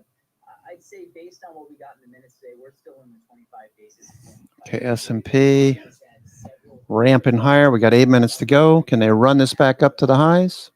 There's something interesting that the Fed provides on its website. They try to quantify its qualitative numbers, where they list out kind of a rank order hierarchy of what the various numerical descriptors mean. What does several mean? What does many mean? Things like that. So several means a little bit more than a few, but a few less than some. So take that for what it's worth. It's probably just a handful. Okay, Bitcoin is still going. Wow, Bitcoin is still going. Look at that. That's pretty clear based on everything we're seeing with the labor market. If we were to see an additional weakening in the labor market, because I think that's what it's all about these days, and if the August unemployment rate continues to rise, then 50 basis points would become more likely. But if it slows down or even declines, as consensus estimates are pointing to right now, we think a 25 basis point cut's on the table. Okay. So, Coinbase, Apple. Nice bounce on Apple. Okay. I mean, it's an objectively bad revision. We can't wipe away that revision. That's like not an issue. There have been a lot of chatter about that already, and I think expectations met. Where expectations at, you know, they came in at what, 818,000 negative revision. That was pretty close to what a lot of market participants were expecting. So I think that expectations do matter to a degree there.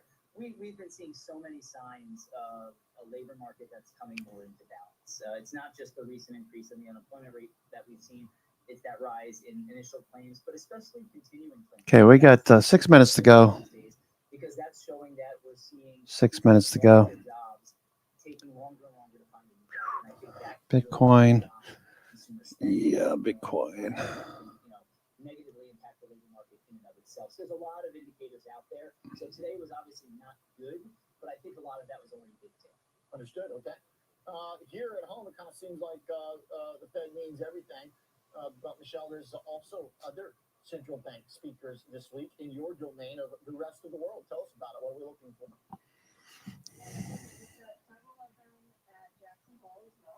All right, nice move on the indices end of day to recoup some of this lost ground. The Bank of England, Bailey's expected to defend recent rate cuts despite high services inflation. But given a little bit better economic growth, a rate cut is not expected in September. The ECB, Lane, is also expected to defend rate cuts, again, despite high services inflation. But we're getting some good news potentially on that front. Yesterday, the German Bundesbank noted that German wage growth slowed dramatically last quarter, and that's a positive ahead of tomorrow's euro area wage data. Now, the market is expecting 3 rate cuts. Okay, nice move. S&P still going here. Bitcoin making a new high. S&P cash, S&P cash, S&P cash, not STX. S&P cash. Got some shorts overhead. Thursday right ahead of Powell's speech on Friday. Vold moving higher again. The stock market has subsided since August 5th, but the yen really continues to be quite volatile. And in the immediate aftershock of August 5th, Bank of Japan Deputy Governor noted that further moves would likely to take financial market volatility into consideration, and rate is expected to reinforce that message. But Japan's economy is doing pretty well. 2Q GDP came in just last week. We heard 3.1% on a real basis and 7.4% on a nominal basis. So Japan could have another rate hike this year, and markets are not expecting any. That's really interesting, and kind of right what I'm thinking about today, which is this dollar slide that is getting pretty intense, taking us below the August 5th lows, I mean by a handful. And then the bond market here, our yields, generally go where the dollar goes over the last couple of years, so you assume yields are going to go lower. It seems like all that is basically setting a whole pile of tinder again for another yang move that could be pretty extreme if they do anything. Like if the dollar's in free fall, Nice move in the markets heading back up. could we be getting another major yen surge? Yeah, what I think you're seeing in the dollar is really just related to the inverse of the yen, right? Okay. And speculators have really swung from, an extreme on July 3rd, net short, 190,000 contracts, and now completely the other way, although less extreme. Okay, let's go S&P. Last week. All right, we've got 2 minutes to go. 2 minutes to close to the closing bell. All right, so not bad. Not a bad day.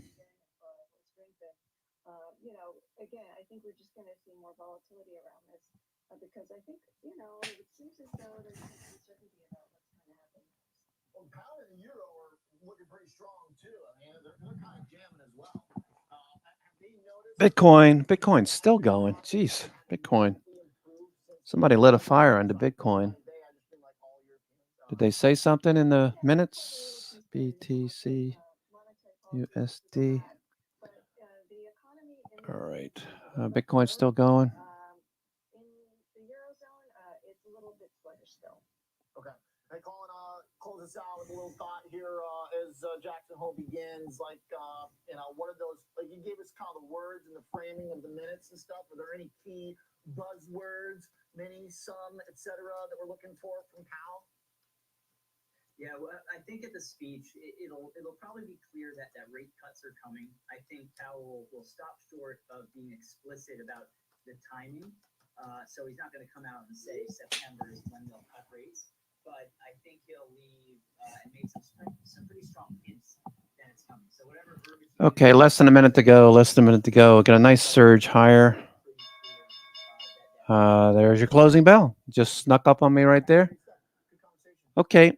Well, that's it for me, folks. I hope everyone had a good day. What was reversal went both directions, so plenty of trades there.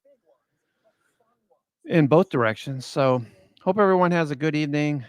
Take care. I'm going to sign off. I got a hard stop. I'm going to go do some yard work. Take care. We'll see you tomorrow. Ciao.